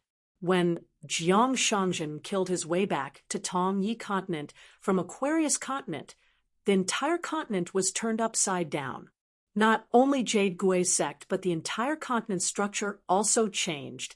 As for the Jade sect, 9 Peaks Peak Lord, Wei Ying, a Jade unpolished realm sword immortal, was personally sent out by Jiang Shangzhen. She went to the Calligraphy Lake True Realm sect under the Jade sect, and Wei Ying became the new sect master. Wei Ying left the continent and went north, bringing many people with him. Among them was Jiang Shangzhen's eldest son, Jiang Heng. There was also a young girl, Yair, who was brought to Vast World by Jiang Shangzhen. The 6 disciples of 9 Peak were all direct disciples of Wei Ying. Among the 6, 1 was a military cultivator, 1 was a pure martial artist, and 4 were sword cultivators. The 6 of them had their own disciples, making a total of 14 people. Other than 9 Peak, there were also disciples from other peaks of Jade Gui sect. They were all cultivators below 100 years old, and most of them were cultivators of the middle 5 realms below the nascent soul realm. Qi refinement warriors of the age of teenagers made up the majority, totaling 60 people. When Wei Ying led the team to Book Lake, True Realm Sect's head consecrator, Lu Laocheng, happened to be in Dali's capital for a meeting. However, although Lu Laocheng was not at Book Lake, his influence had already spread throughout True Realm Sect. It could even be said that every corner of Book Lake carried Lu Laocheng's strong imprint. Wei Ying arrived at True Realm Sect, or more accurately, Jiang Shangzhen left Book Lake. In an instant, 3 peaks and 3 factions were formed. The faction of Old Book Lake, led by Lu Laocheng. Li Fuyao was the first Jade Gui sect's immortal record master to leave Tongya continent. In fact, the person who followed her back then was not Jiang Shangzhen, but the Tongya sect's patriarch of discipline, who betrayed Jade Gui sect with the sect's cornerstone treasure. Lu Jimao, who became a consecrator and advanced to the upper 5 realms, finally succeeded in reclaiming Verdant Gorge Island. He was very close to Li Fuyao and could be considered the pillar of this peak. Otherwise, Li Fuyao's Dragon Crossing the River faction would not be able to compete with Lu Laocheng and the other local tyrants. Then there was Wei Ying, the new sect master who picked up ready-made gains. When Jiang Shangzhen was at Book Lake, things were not so complicated.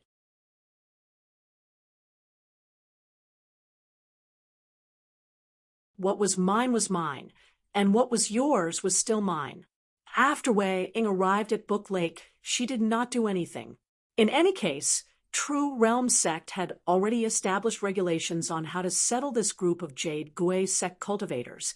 There were many islands, and almost all of them were vassals of a sect. How could the new sect master not have any subordinates supporting her? Li Fuyao was from Jade Gui sect, so she naturally did not dare to be disrespectful to Wei Ying. However, reverence was reverence. Li Fuyao did not dare to rely on Wei Ying and rely on her. Today, Li Fuyao arrived at Verdant Gorge Island and drank tea with Lu Jimao in the newly built mansion. Li Fuyao was worried and frowned. Lu Jimao smiled. "Are you that afraid of sect, Master Jiang?" Li Fuyao and Lu Jimao's relationship was not bad, so she would not be so loyal. But when it came to important matters, she was still willing to show some sincerity. She said frankly, "How can I not be afraid? I'm scared to the bone."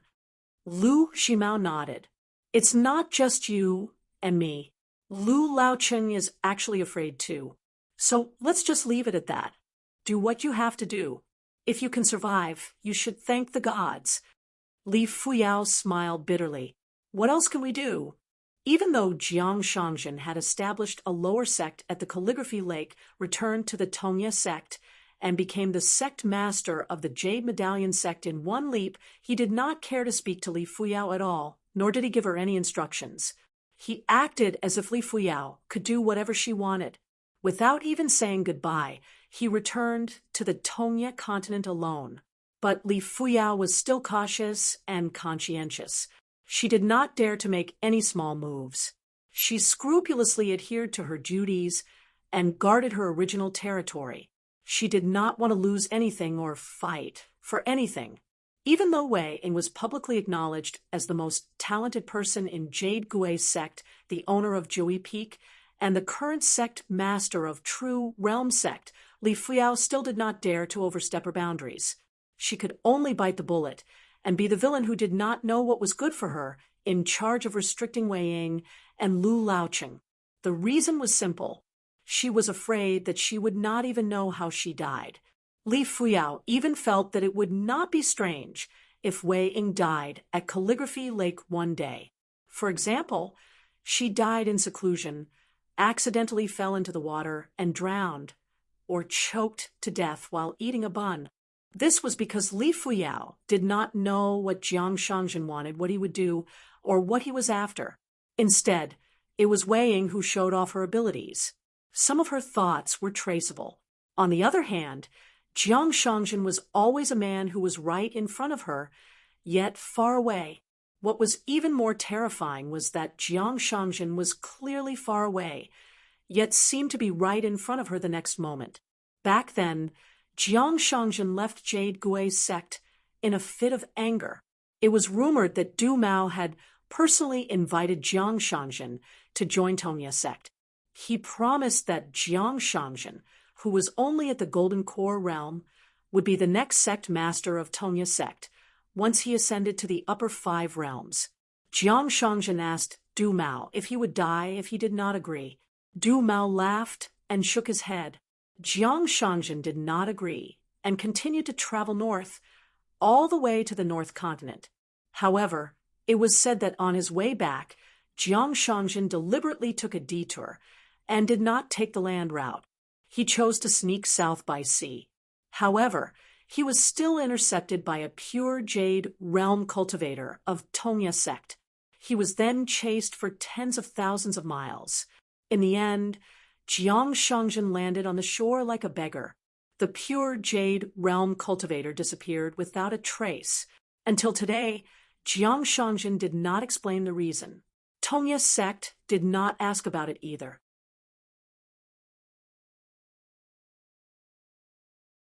Both parties acted as if nothing had happened. It became an unsolved case that outsiders took delight in talking about.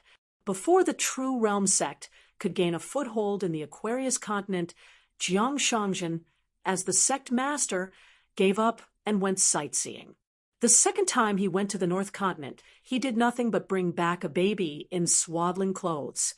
The child's aptitude was extremely ordinary, but Jiang Shangjin treated her like his own daughter. Who in Jade Gui's sect did not know how Jiang Shangjin treated his only son, Jiang Heng. There were so many strange stories about Jiang Shangjin that even a few large baskets could not contain them all. In his early years, he did not go to Joey Peak.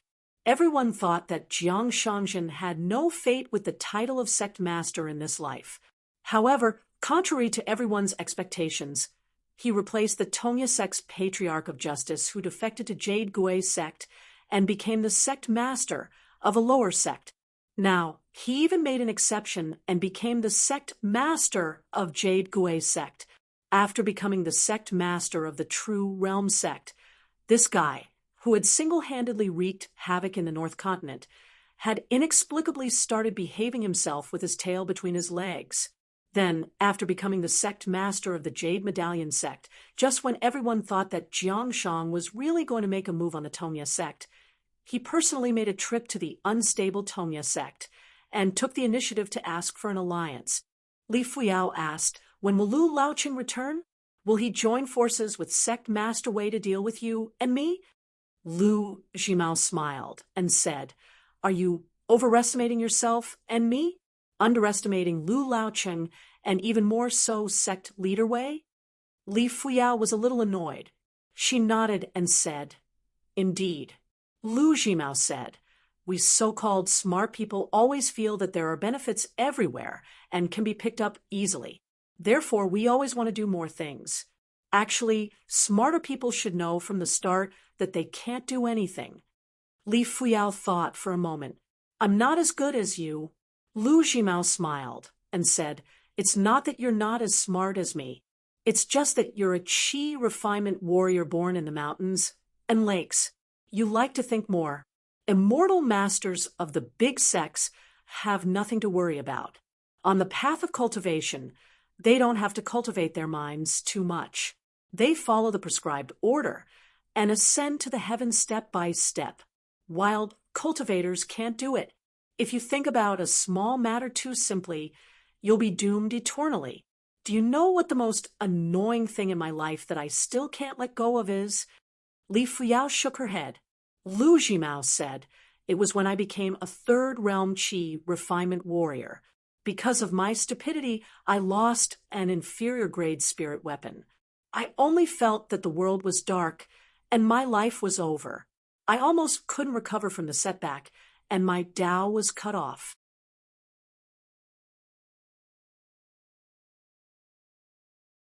Since then, even if I was surrounded by danger and my life was hanging by a thread many times, I have never been so disheartened.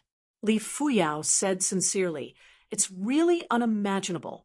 After the new sect master, Wei Ying, arrived at Verdant Canyon Island, she lived in seclusion in the residence.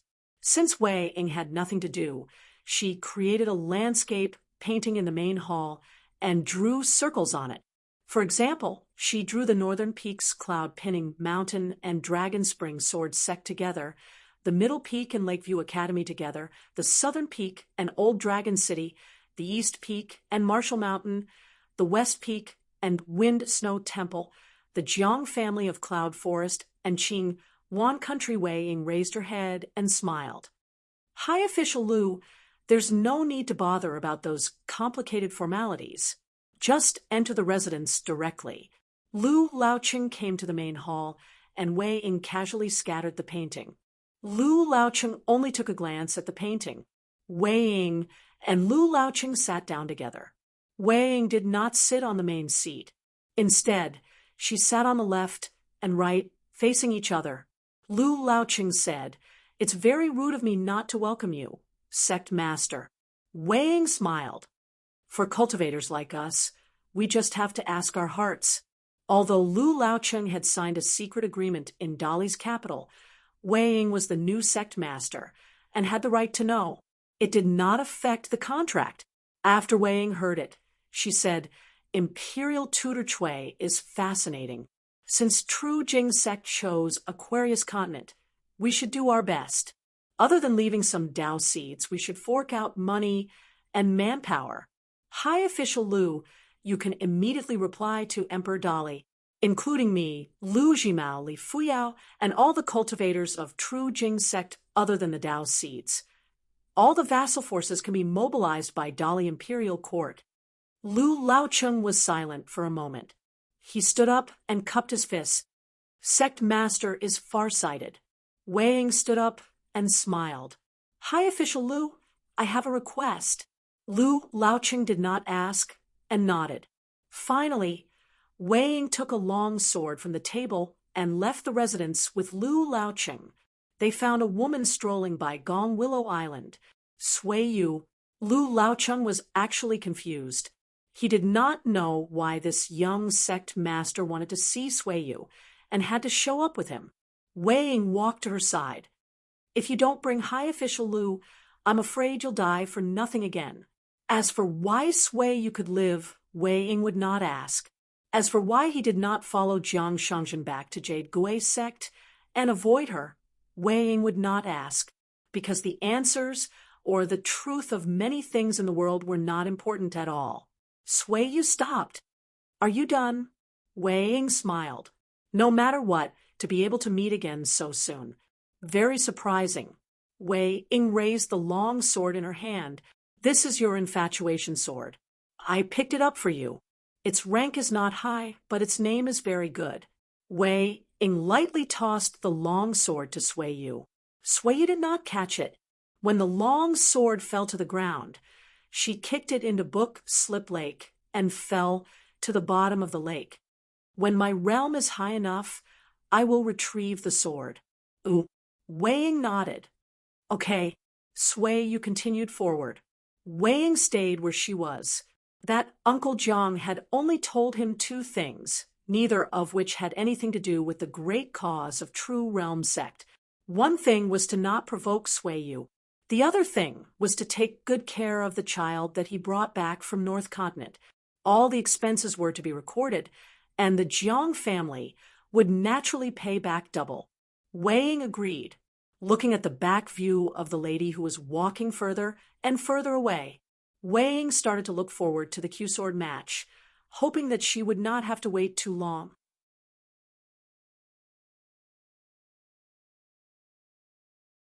Wei Ying's only worry was that the sword Dao luck in Treasure Vase Continent was slightly strange.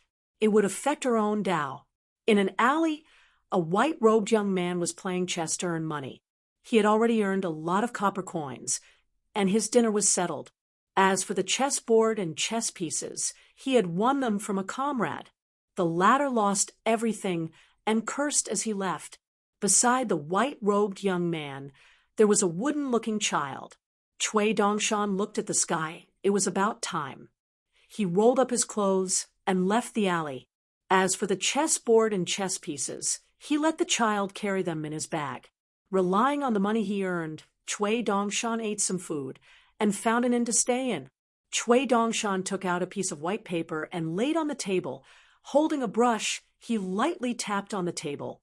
Glancing at the child sitting quietly opposite him, Cui Dongshan smiled. Brother Gao, maybe in the future, you and Cui Ci will be old ancestors. The child looked at Cui Dongshan in confusion. Cui Dongshan retracted his gaze, but from the start to the end, he did not write, but continued to perfect the 3 fundamental meridians, the 9 main outlines, and the 36 details. But in this, Cui Dongshan needed to filter and define many things: happiness, anger, sorrow, joy, worry, confusion, shock, fear, silence, thinking, eyes, ears, nose, tongue, body, mind, body, family, customs, country, world, life, and death, recognition, resisting loneliness, sense of belonging, a place of peace, sense of accomplishment, using nothingness to resolve reality. Many situations in life: separation in life, separation in death, clamor, solitude, loneliness, happiness, eating to one's heart, hunger and cold, comfort, warmth, contentment, satisfaction, scorching heat, bitter cold, needle pricking, heart twisting, grief, anger, joy, luck, shame, annoyance, regret, respect, love, envy, hatred, resentment, joy, sadness, worry, jealousy. The next level, which was relatively complex, relief, trance, confusion, entanglement, epiphany. The next level of perception, tenacity, collapse, persistence, indifference, passion, vigor, calmness. Between the three, Chui Dongshan still had to do a lot of reversals, substitutions, and corrections. Between the three, there was an extremely complicated process of mutual struggle, fusion, killing, disappearance, rebirth, strengthening, and returning to nothing. There would be vortexes of different sizes that would ripple in all directions. Some would increase and decrease, some would increase and decrease, some would overlap, some would bypass each other, and some would almost never meet from beginning to end. One of the key starting points was the storage of people's thoughts, how many there were, and how to classify them. Seeing with one's own eyes from books far away, but close to one's eyes, hearing, remembering, thinking that one remembered, remembering clearly, remembering vaguely, and chaos.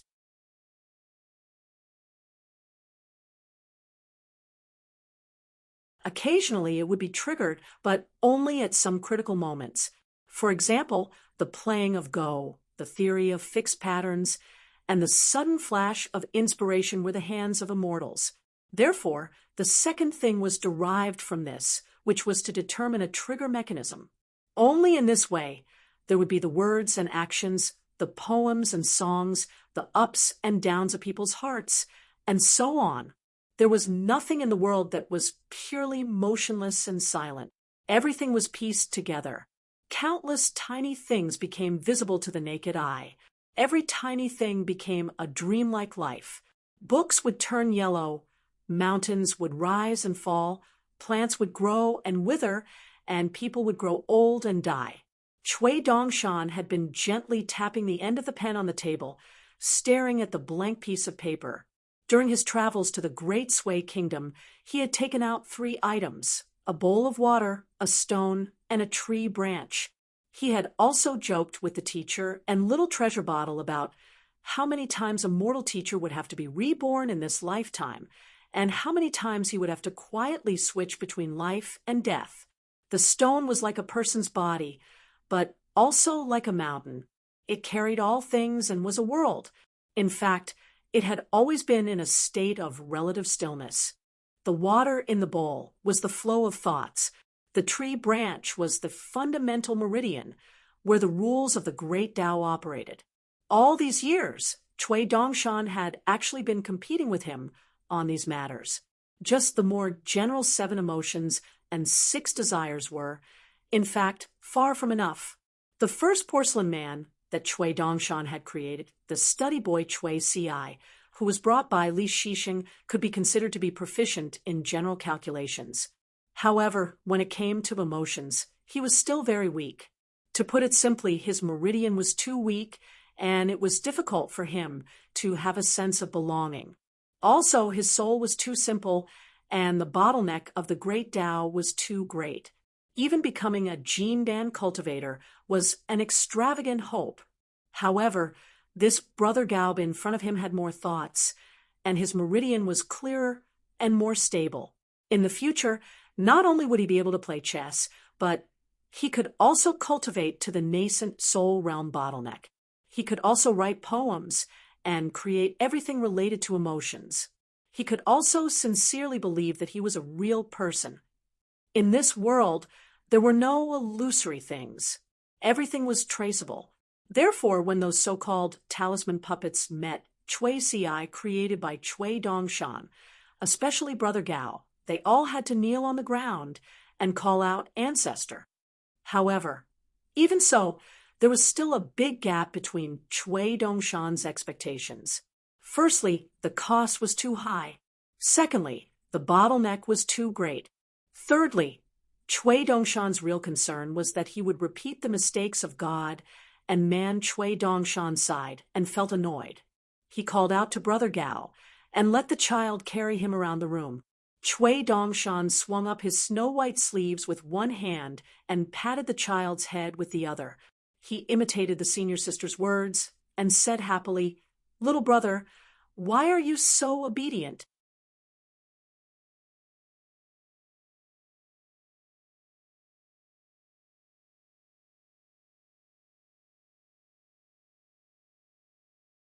"643.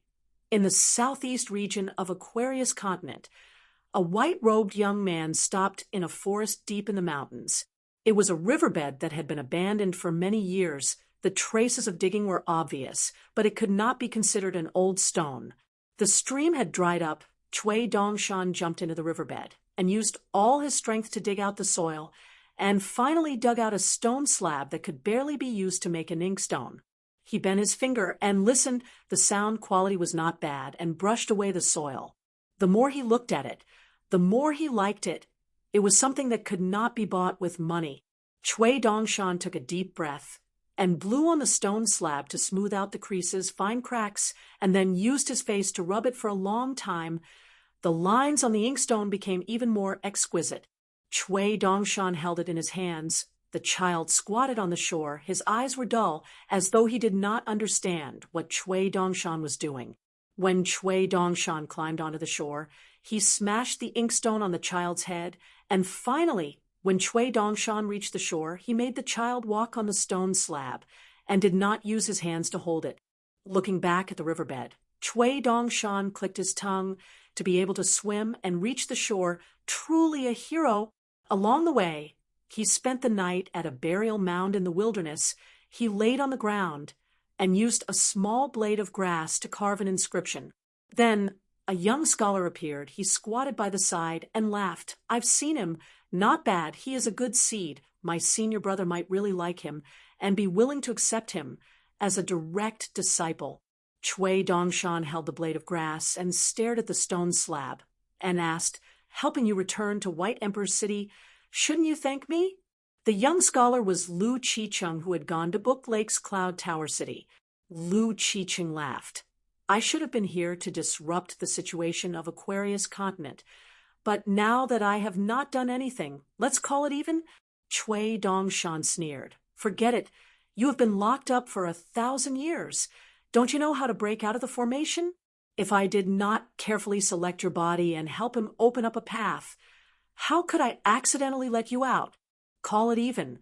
Why don't I lock you up, and then we can talk about it again?" Lu Chicheng sat on the ground and asked curiously, "I have left White Emperor City for too long. How do you feel about playing chess with my senior brother?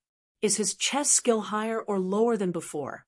Chui Dongshan sat up, shook his sleeves, and wiped the stone slab with his arm. There were 16 words inscribed on the inkstone: "Bathing in the sun and bathing in the moon. The body is healthy, the spirit is full, and the sky is opposite." Chui Dongshan asked, "Who was the one who asked you to seek refuge in Aquarius continent?" Lu Chicheng chuckled and said, "I can't tell you that. You have to be loyal to your friends." Chui Dongshan nodded and used his finger to stroke the 16 words on the inkstone. Suddenly, each stroke was like a riverbed, with golden streams flowing within. "Impressive, impressive," Lu Chicheng immediately said. "You saved my life, and that's even more righteous. You can say that name." In the Aquarius continent, the young man in front of him was invincible, and it had nothing to do with his cultivation. It was only related to the brain. On the first floor of Luopa Mountain's bamboo building, after Pei Qian finished copying the books, he went to the bottom of the small bamboo box by his feet. There was a large pile of words, and inside the booklet he took out a blank booklet with great difficulty. He shook it lightly and spread it out on the table. He took a posture of qi sinking into his dantian and prepared to start the bookkeeping. It was all related to the Jade Liquid River God residence.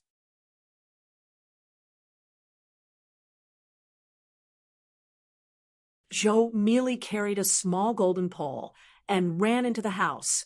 Pei Qian quickly extended his hand to block the blank booklet and frowned.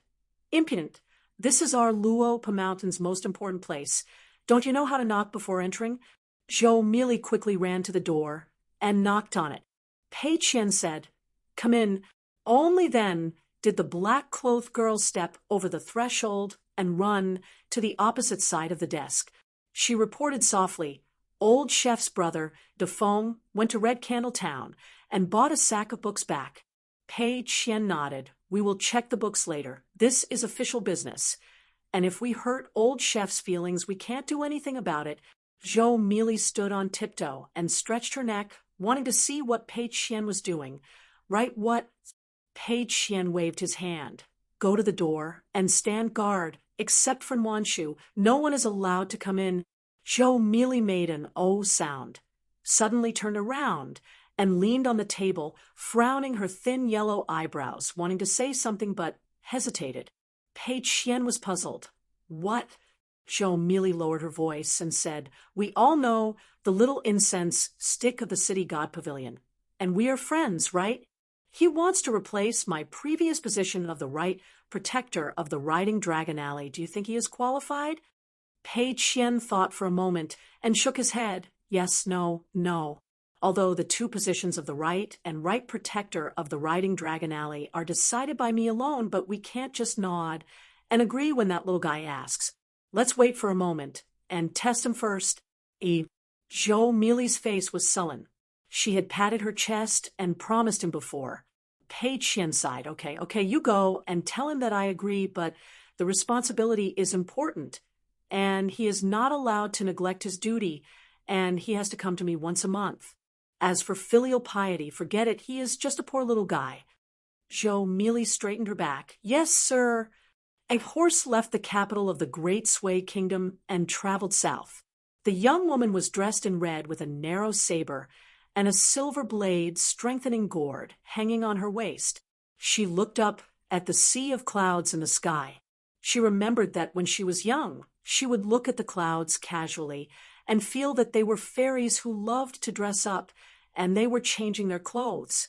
When she was young, it seemed that she would have these messy thoughts every day. They would be noisy in groups, just like a group of mischievous little people. She couldn't control them, nor could she stop them. At this moment, she took off the blade's strengthening gourd and drank a mouthful of wine. Li Baoping was a little sad. Little uncle, after I grew up, I didn't seem to have those thoughts anymore. It was as if they left home one by one without saying goodbye, and never came back to find her. After the sword cultivators of both sides exchanged swords, the army of the demon clan that had moved north arrived at the battlefield one after another.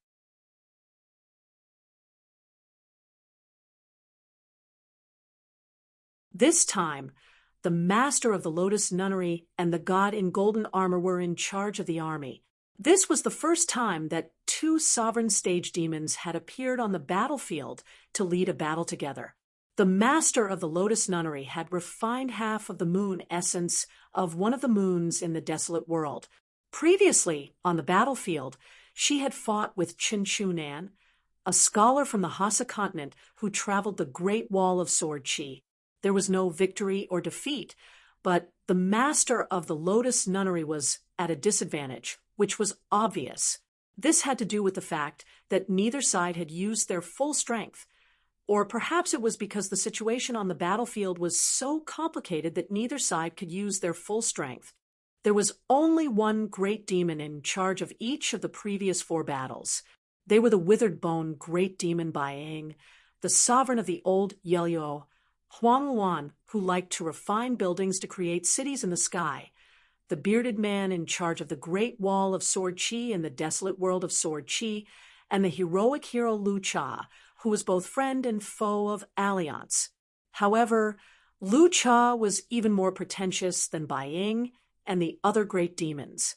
At the rear of the battlefield, he glanced at the sword formations on both sides, but after the battle ended, he chose 10 young sword cultivators to become his in-name disciples.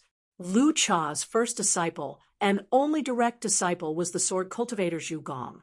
These young sword cultivators who seemed like they were dreaming were actually still two major thresholds before they could become Lu Cha's direct disciples. First, they had to be initiated, and then they had to be accepted. After becoming an in-name disciple, if the disciple had some accomplishments in the Tao and passed the test, they could be initiated. Only after that could they become a direct disciple of their master, becoming a direct disciple and receiving their master's teachings and orthodoxy. Even though the great Tao was still far away, the dozen or so people were still excited. They instantly gathered together and formed a small mountain. After all, the swordsman Lu Cha, who was half a master, was at the peak of the Tao of the sword in the wilderness. To be able to become his disciple, even if it was just an in-name disciple, was something to be proud of. As for the last disciple, they were not any simpler than the first disciple. Usually, the person who passed down the Tao felt that he could entrust his skills and knowledge to others without any worries and could rest here. The disciple closed the door, and outsiders stopped. They were the last disciples. Joining a master was like reincarnating, and choosing a disciple was like giving birth to a child. To both sides, it was a huge matter. Before the start of the battle, Qi Shou had already reached the nascent soul realm. Lord Gao Ye's bottleneck had also loosened, and he was about to become a nascent soul realm sword cultivator. Pang Yuanji, whose talent was better than Lord Gao Ye's and whose great Tao was considered to be better than Qi Shou's, had his sword heart clouded, and his great Tao was unstable. This was probably what they meant by the great Tao being unpredictable. The battle was magnificent. Fan Dash, who was only in the Dragon's Gate realm, managed to advance to the Golden Core realm. This was actually a small matter. It was nothing more than Fan Dash and his friends drinking a pot of celebratory wine during a break in the battle. The group of demonic cultivators rushed back to the battlefield and continued to use their magic treasures to clash against the sword formation. The demonic sword cultivators did not participate. They were too precious and they were unwilling to waste too much on the siege.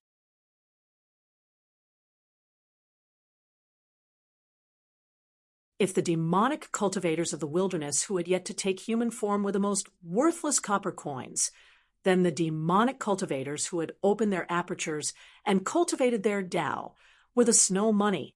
Those who had cultivated their Tao were the small summer money that sat on spiritual tools and magic treasures.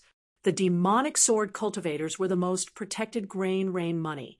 It was not to say that it was meaningless to continue to practice the Great Wall of Sword Qi. It was just that they could use an endless stream of copper coins to achieve the same results. Why would they waste the grain rain money of the sword cultivators that would rarely appear again after using one?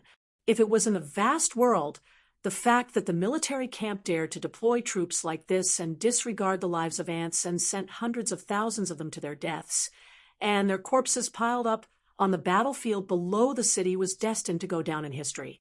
However, it was not a problem in the wilderness.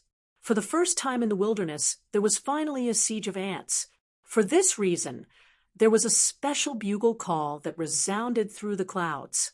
The morale of the wilderness was greatly boosted. The pure martial artists had been waiting for a long time.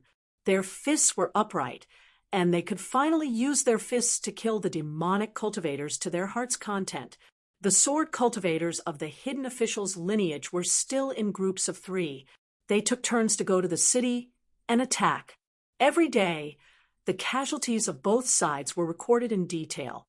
Guozhujiu was in charge of summarizing them. The atmosphere in the main hall of the Summer Palace was getting heavier and heavier. Everyone was so busy that even Guozhujiu would stay at the desk all day long. Over at the inverted hanging mountain, almost all the managers of the 8 States Ferry, who were in charge of the inverted hanging mountain business, had already gone to the spring banner house once.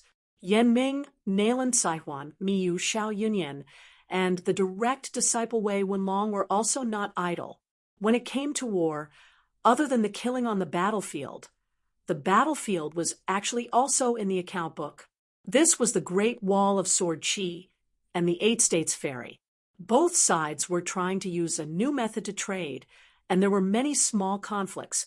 Moreover, the Snow Peak continent's fairy collection of snow money did not progress particularly smoothly. The main reason was that the Snow Peak continent's Lu clan had not expressed their position. Furthermore, the Lu clan controlled all the mineral veins and shares of the snow money. The Lu clan did not open their mouth and was unwilling to give a discount. Moreover, with only a few cross-continent fairies, even if they could collect snow money, they would not dare to swagger across continents. A fairy full of snow money would make even the cultivators of the upper 5 realms jealous. It would be a disaster if they called their friends, 3 or 5 of them, to hide in the sea and intercept the fairy.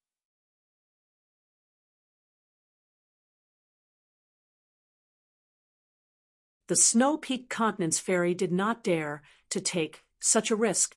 The Great Wall of Sword Chi also did not want to see such a result. Therefore, when the Snow Peak continent's fairy returned to the inverted hanging mountain for the first time, they did not bring any snow money. They only brought the other materials on the Spring Banner House's booklet. The owners of the Snow Peak continent, including Jiang Gaotai, made a request to the Spring Banner House. They hoped that the Great Wall of Sword Chi could mobilize sword immortals to help escort the fairy, and there must be sword immortals on both trips. Yan Ming and Nailan Saihuan both felt that this was not feasible. They still hoped that the fairy could pay for 1 or 2 cultivators of the upper 5 realms.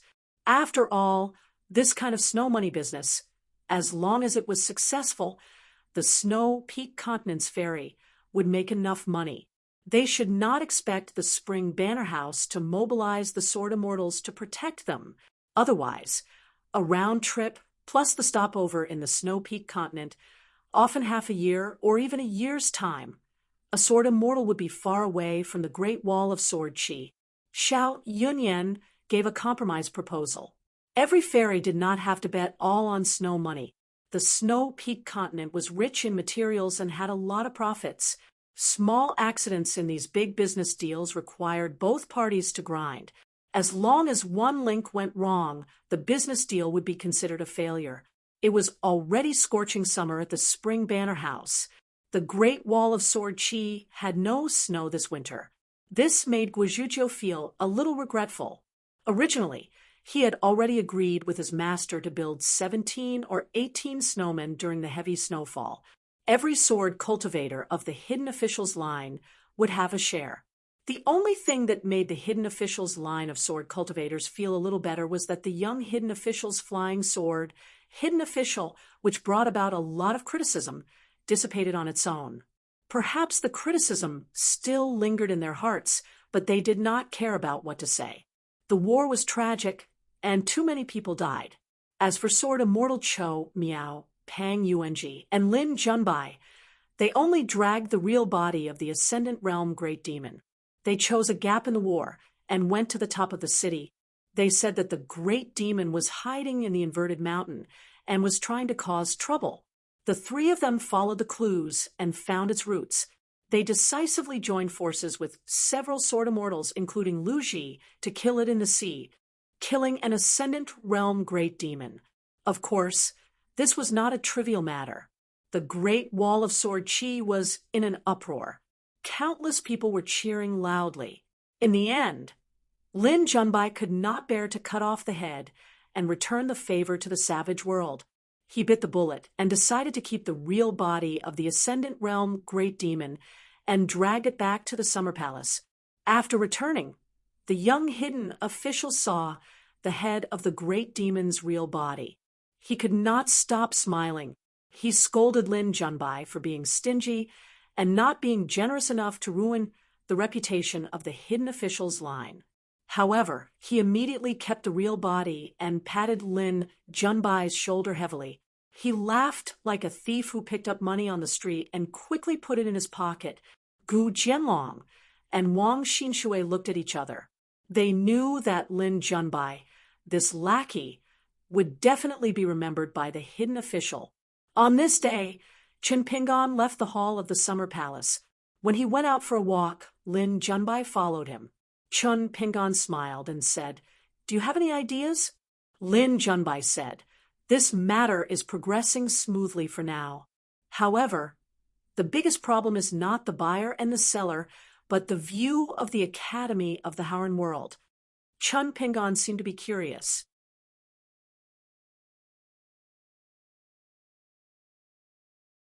He said, "Tell me about it." Lin Junbai said worriedly, "Previously, if the Eight States Ferry did not change the way of trading with the Great Wall of Sword Chi, it would still be scattered, and everyone would go their own way. The Confucian Temple might not interfere too much. However, now that we have changed the situation, the Confucian Temple might retaliate. To be honest, we have affected the fundamental interests of the Howren world. Every bit of goods transported to the inverted hanging mountain is a bit less for the Howren world."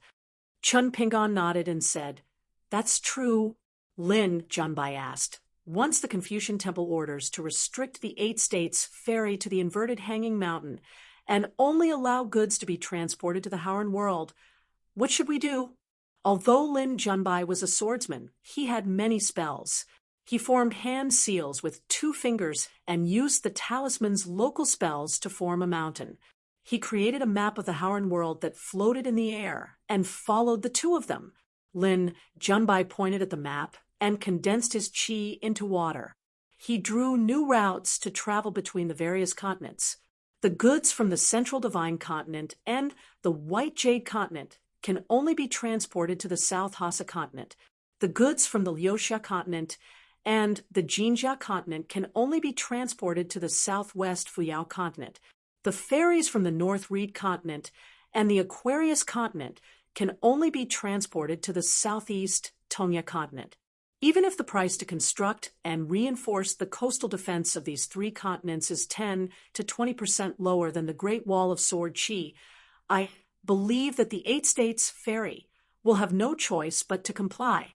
As for the ferries from the Hassa Continent, they won't rush to the inverted hanging mountain." Chun Pingon brought Lin Junbai along for a stroll.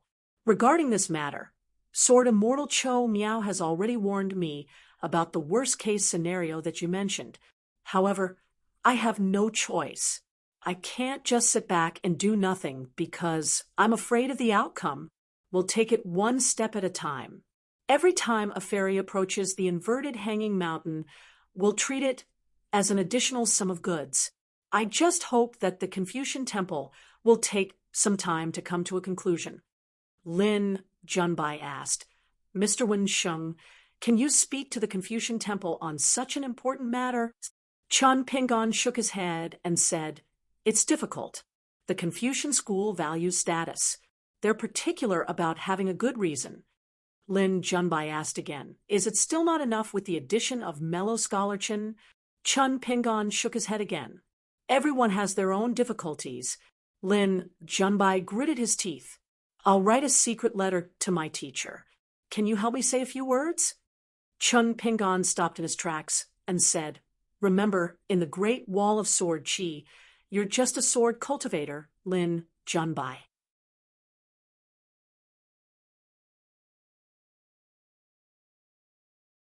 Don't drag your own lineage into this, and don't drag Xiao Yuanchao into this. Not only will it be useless, but it will also make you work for nothing.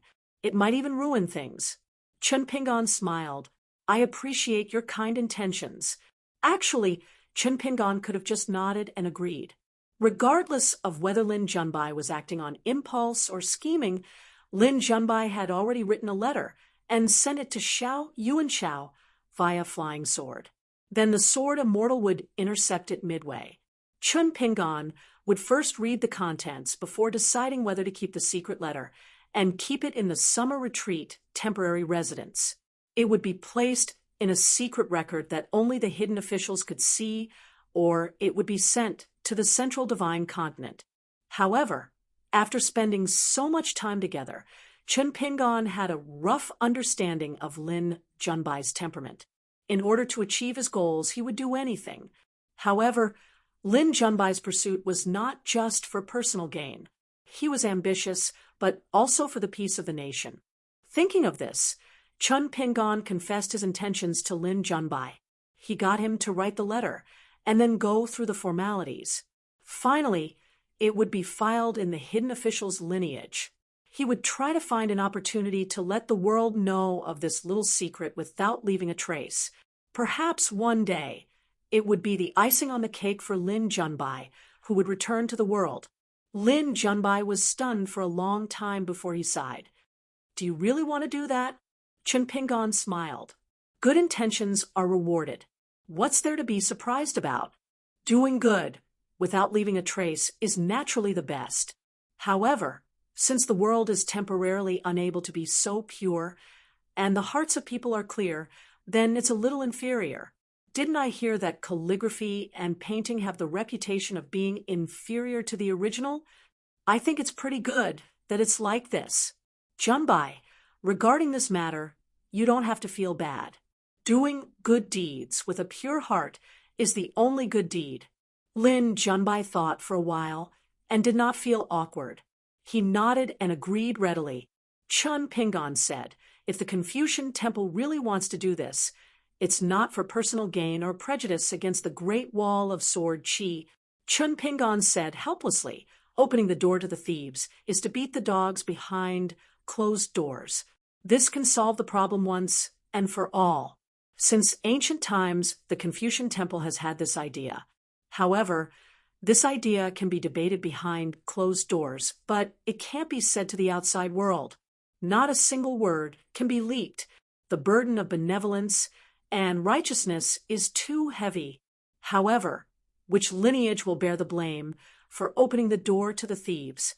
Someone has to take the lead and advocate for this, right? The Confucian Temple's records must have recorded everything clearly. Once the door is opened, the people of several continents will be plunged into misery and suffering, even if the end result is good. So what? How will the Confucian disciples of that lineage pass the test of conscience?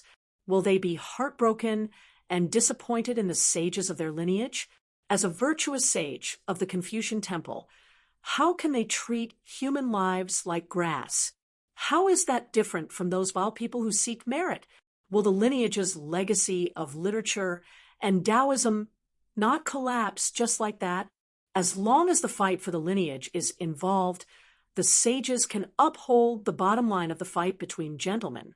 However, there are countless Confucian disciples and so many half-baked scholars. How can all of them be so virtuous? The bigger problem is that within the lineage, there are those who only care about the honor of their lineage and don't care about right or wrong. When the time comes, this group of people will be the ones who will argue the most with outsiders. The bad things will be worse and the wrong things will be worse.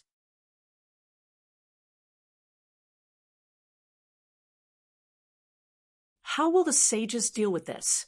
Will they deal with the criticism of outsiders first, or will they suppress the anger of their own lineage's disciples? Will they say that they are at fault first and then they will shut up and stop scolding others? Scholars and cultivators, in the end, aren't they still humans? At this point, Chun Pingon patted Lin Junbai's shoulder. Let's just talk about the people around you. Didn't Mr. Shi Lu, who is your friend despite the difference in age, become famous after he ran to smash the statue and took advantage of it? If he didn't have some knowledge and ability, how could he write the quasi-pavilion chess record? If you say that he didn't contribute to the Xiao Yuan dynasty's literary legacy, I don't think so, right? The flattery of some scholars was really beautiful like a bouquet of flowers, but in fact, it had long been rotten to the core. Once these people worked hard to curry favor, it was very easy for them to reach a high position. It couldn't be said that these people didn't do anything, and were just sitting in their positions without doing anything. The reason why the world was complicated was that bad people did good things, and good people made mistakes. The good and bad of some things would vary from place to place and from person to person. It was getting easier for people in the world to obtain information. They could connect facts into the truth and get used to it. The world should be getting better and better. It was probably because they were well-fed and knew etiquette. It was hard not to be disappointed when you didn't know anything. If you knew more, Even if you were still disappointed, you could still see a little hope. What was scary was that a person would use his own despair to casually destroy other people's hope. Chun Pingon smiled and asked, Lin Junbai, do you really approve of this person? Lin Junbai was resentful and didn't say anything. Lin Junbai really didn't approve of the matter of smashing the idol, but he wouldn't go so far as to agree with the young hidden official and scold him. Then Lin Junbai would be too petty. Moreover, Lin Junbai also acknowledged Mr. Shi Lu in many aspects. The autumn air was refreshing, and countless thieves were killed. Guizhuzhou flipped through the 7th edition today, and then flipped through the pages. The little girl's forehead was sweating. Master said that when more than half of the people were killed in battle, all the hidden officials' sword cultivators would have a meeting. Today, someone visited the summer palace. They abided by the rules and stayed outside. Sword Immortal Kuxia would temporarily leave the Great Wall of Sword Qi for a period of time. He needed to escort Jin Jinming, Yu Zhuanfu, and Zhu Mei to the inverted hanging mountain, and then to the South Hassa continent before returning. Before leaving, Sword Immortal Kuxia brought the 3 of them to visit the summer palace.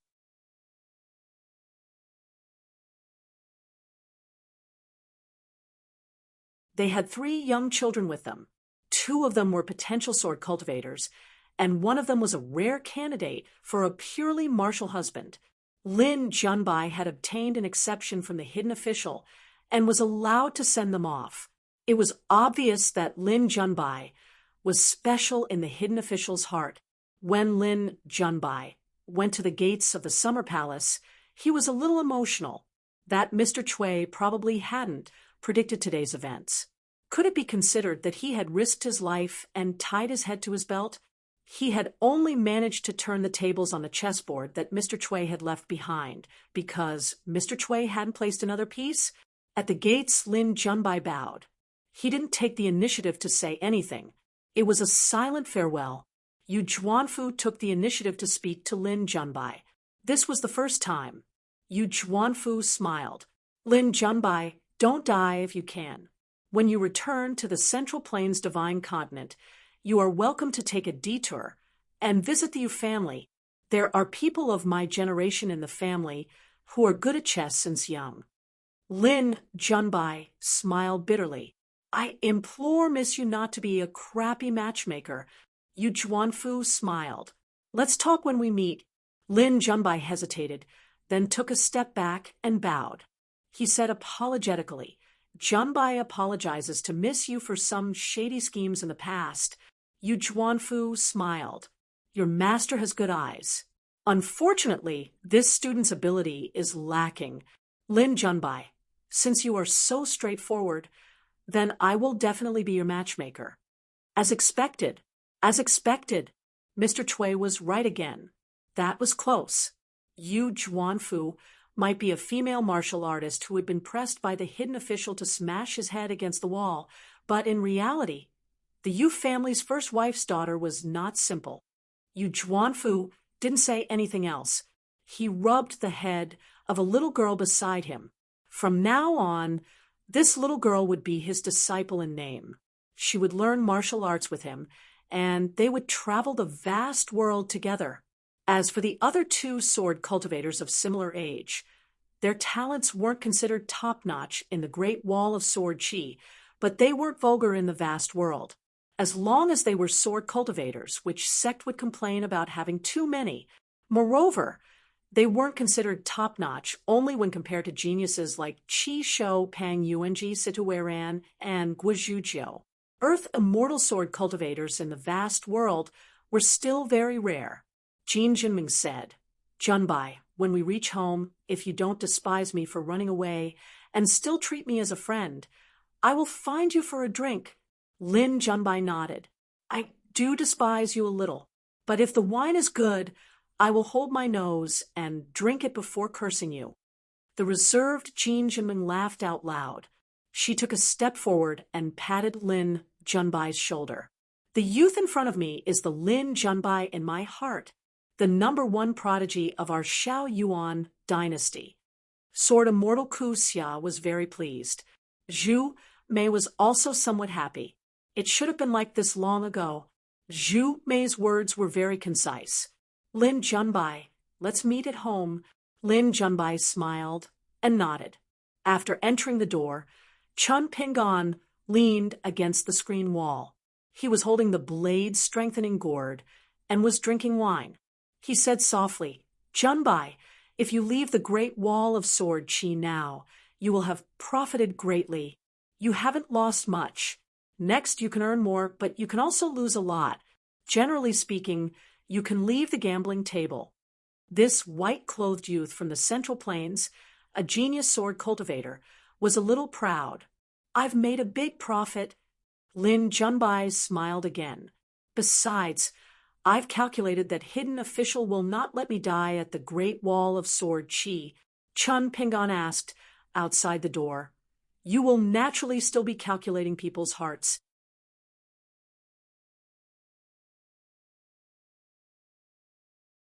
But will you be happier than playing chess with others? Lin Junbai grunted in acknowledgement. Chun Pingon said softly, don't throw away your previous skills. You have gotten used to things outside the door. That's good. Lin Junbai nodded. Chun Pingon said, those who see deeper into people's hearts are already fish in the abyss, dragons in the well. You don't have to be afraid of this. Lin Junbai asked. What do you mean? Chun Pingon smiled. The moon is in the water. As long as you are willing to open your eyes, you will be able to see it. It is within reach. Lin Junbai hesitated, but decided to be honest. Hidden official, have you seen people like Yan Elvi and Jiang Guanqing? Don't you feel uncomfortable? Chun Pingon said, don't they have you Zhuanfu and Zhu Mei by their side? Besides, the real majority are those who are unwilling to speak or those who are unable to speak. Lin Junbai asked, hidden official, when will you be heading to the battlefield? Chun Pingon smiled. Even if you want to go, you can only sneak over. Then Lin Junbai saw the young hidden official do something strange. He raised his hands and ran them through his hair. Lin Junbai did not dare to ask. He looked around, but there was no girl. Mi Yu and Gu Jianlong's actions were normal, but the young hidden official's actions were a little awkward. Chun Pingon looked at the sky and said, I am waiting for someone. He is a swordsman. That you're tuning in to the Mystic Fist YouTube channel. Don't forget to subscribe and join us on this journey to catch the most captivating stories.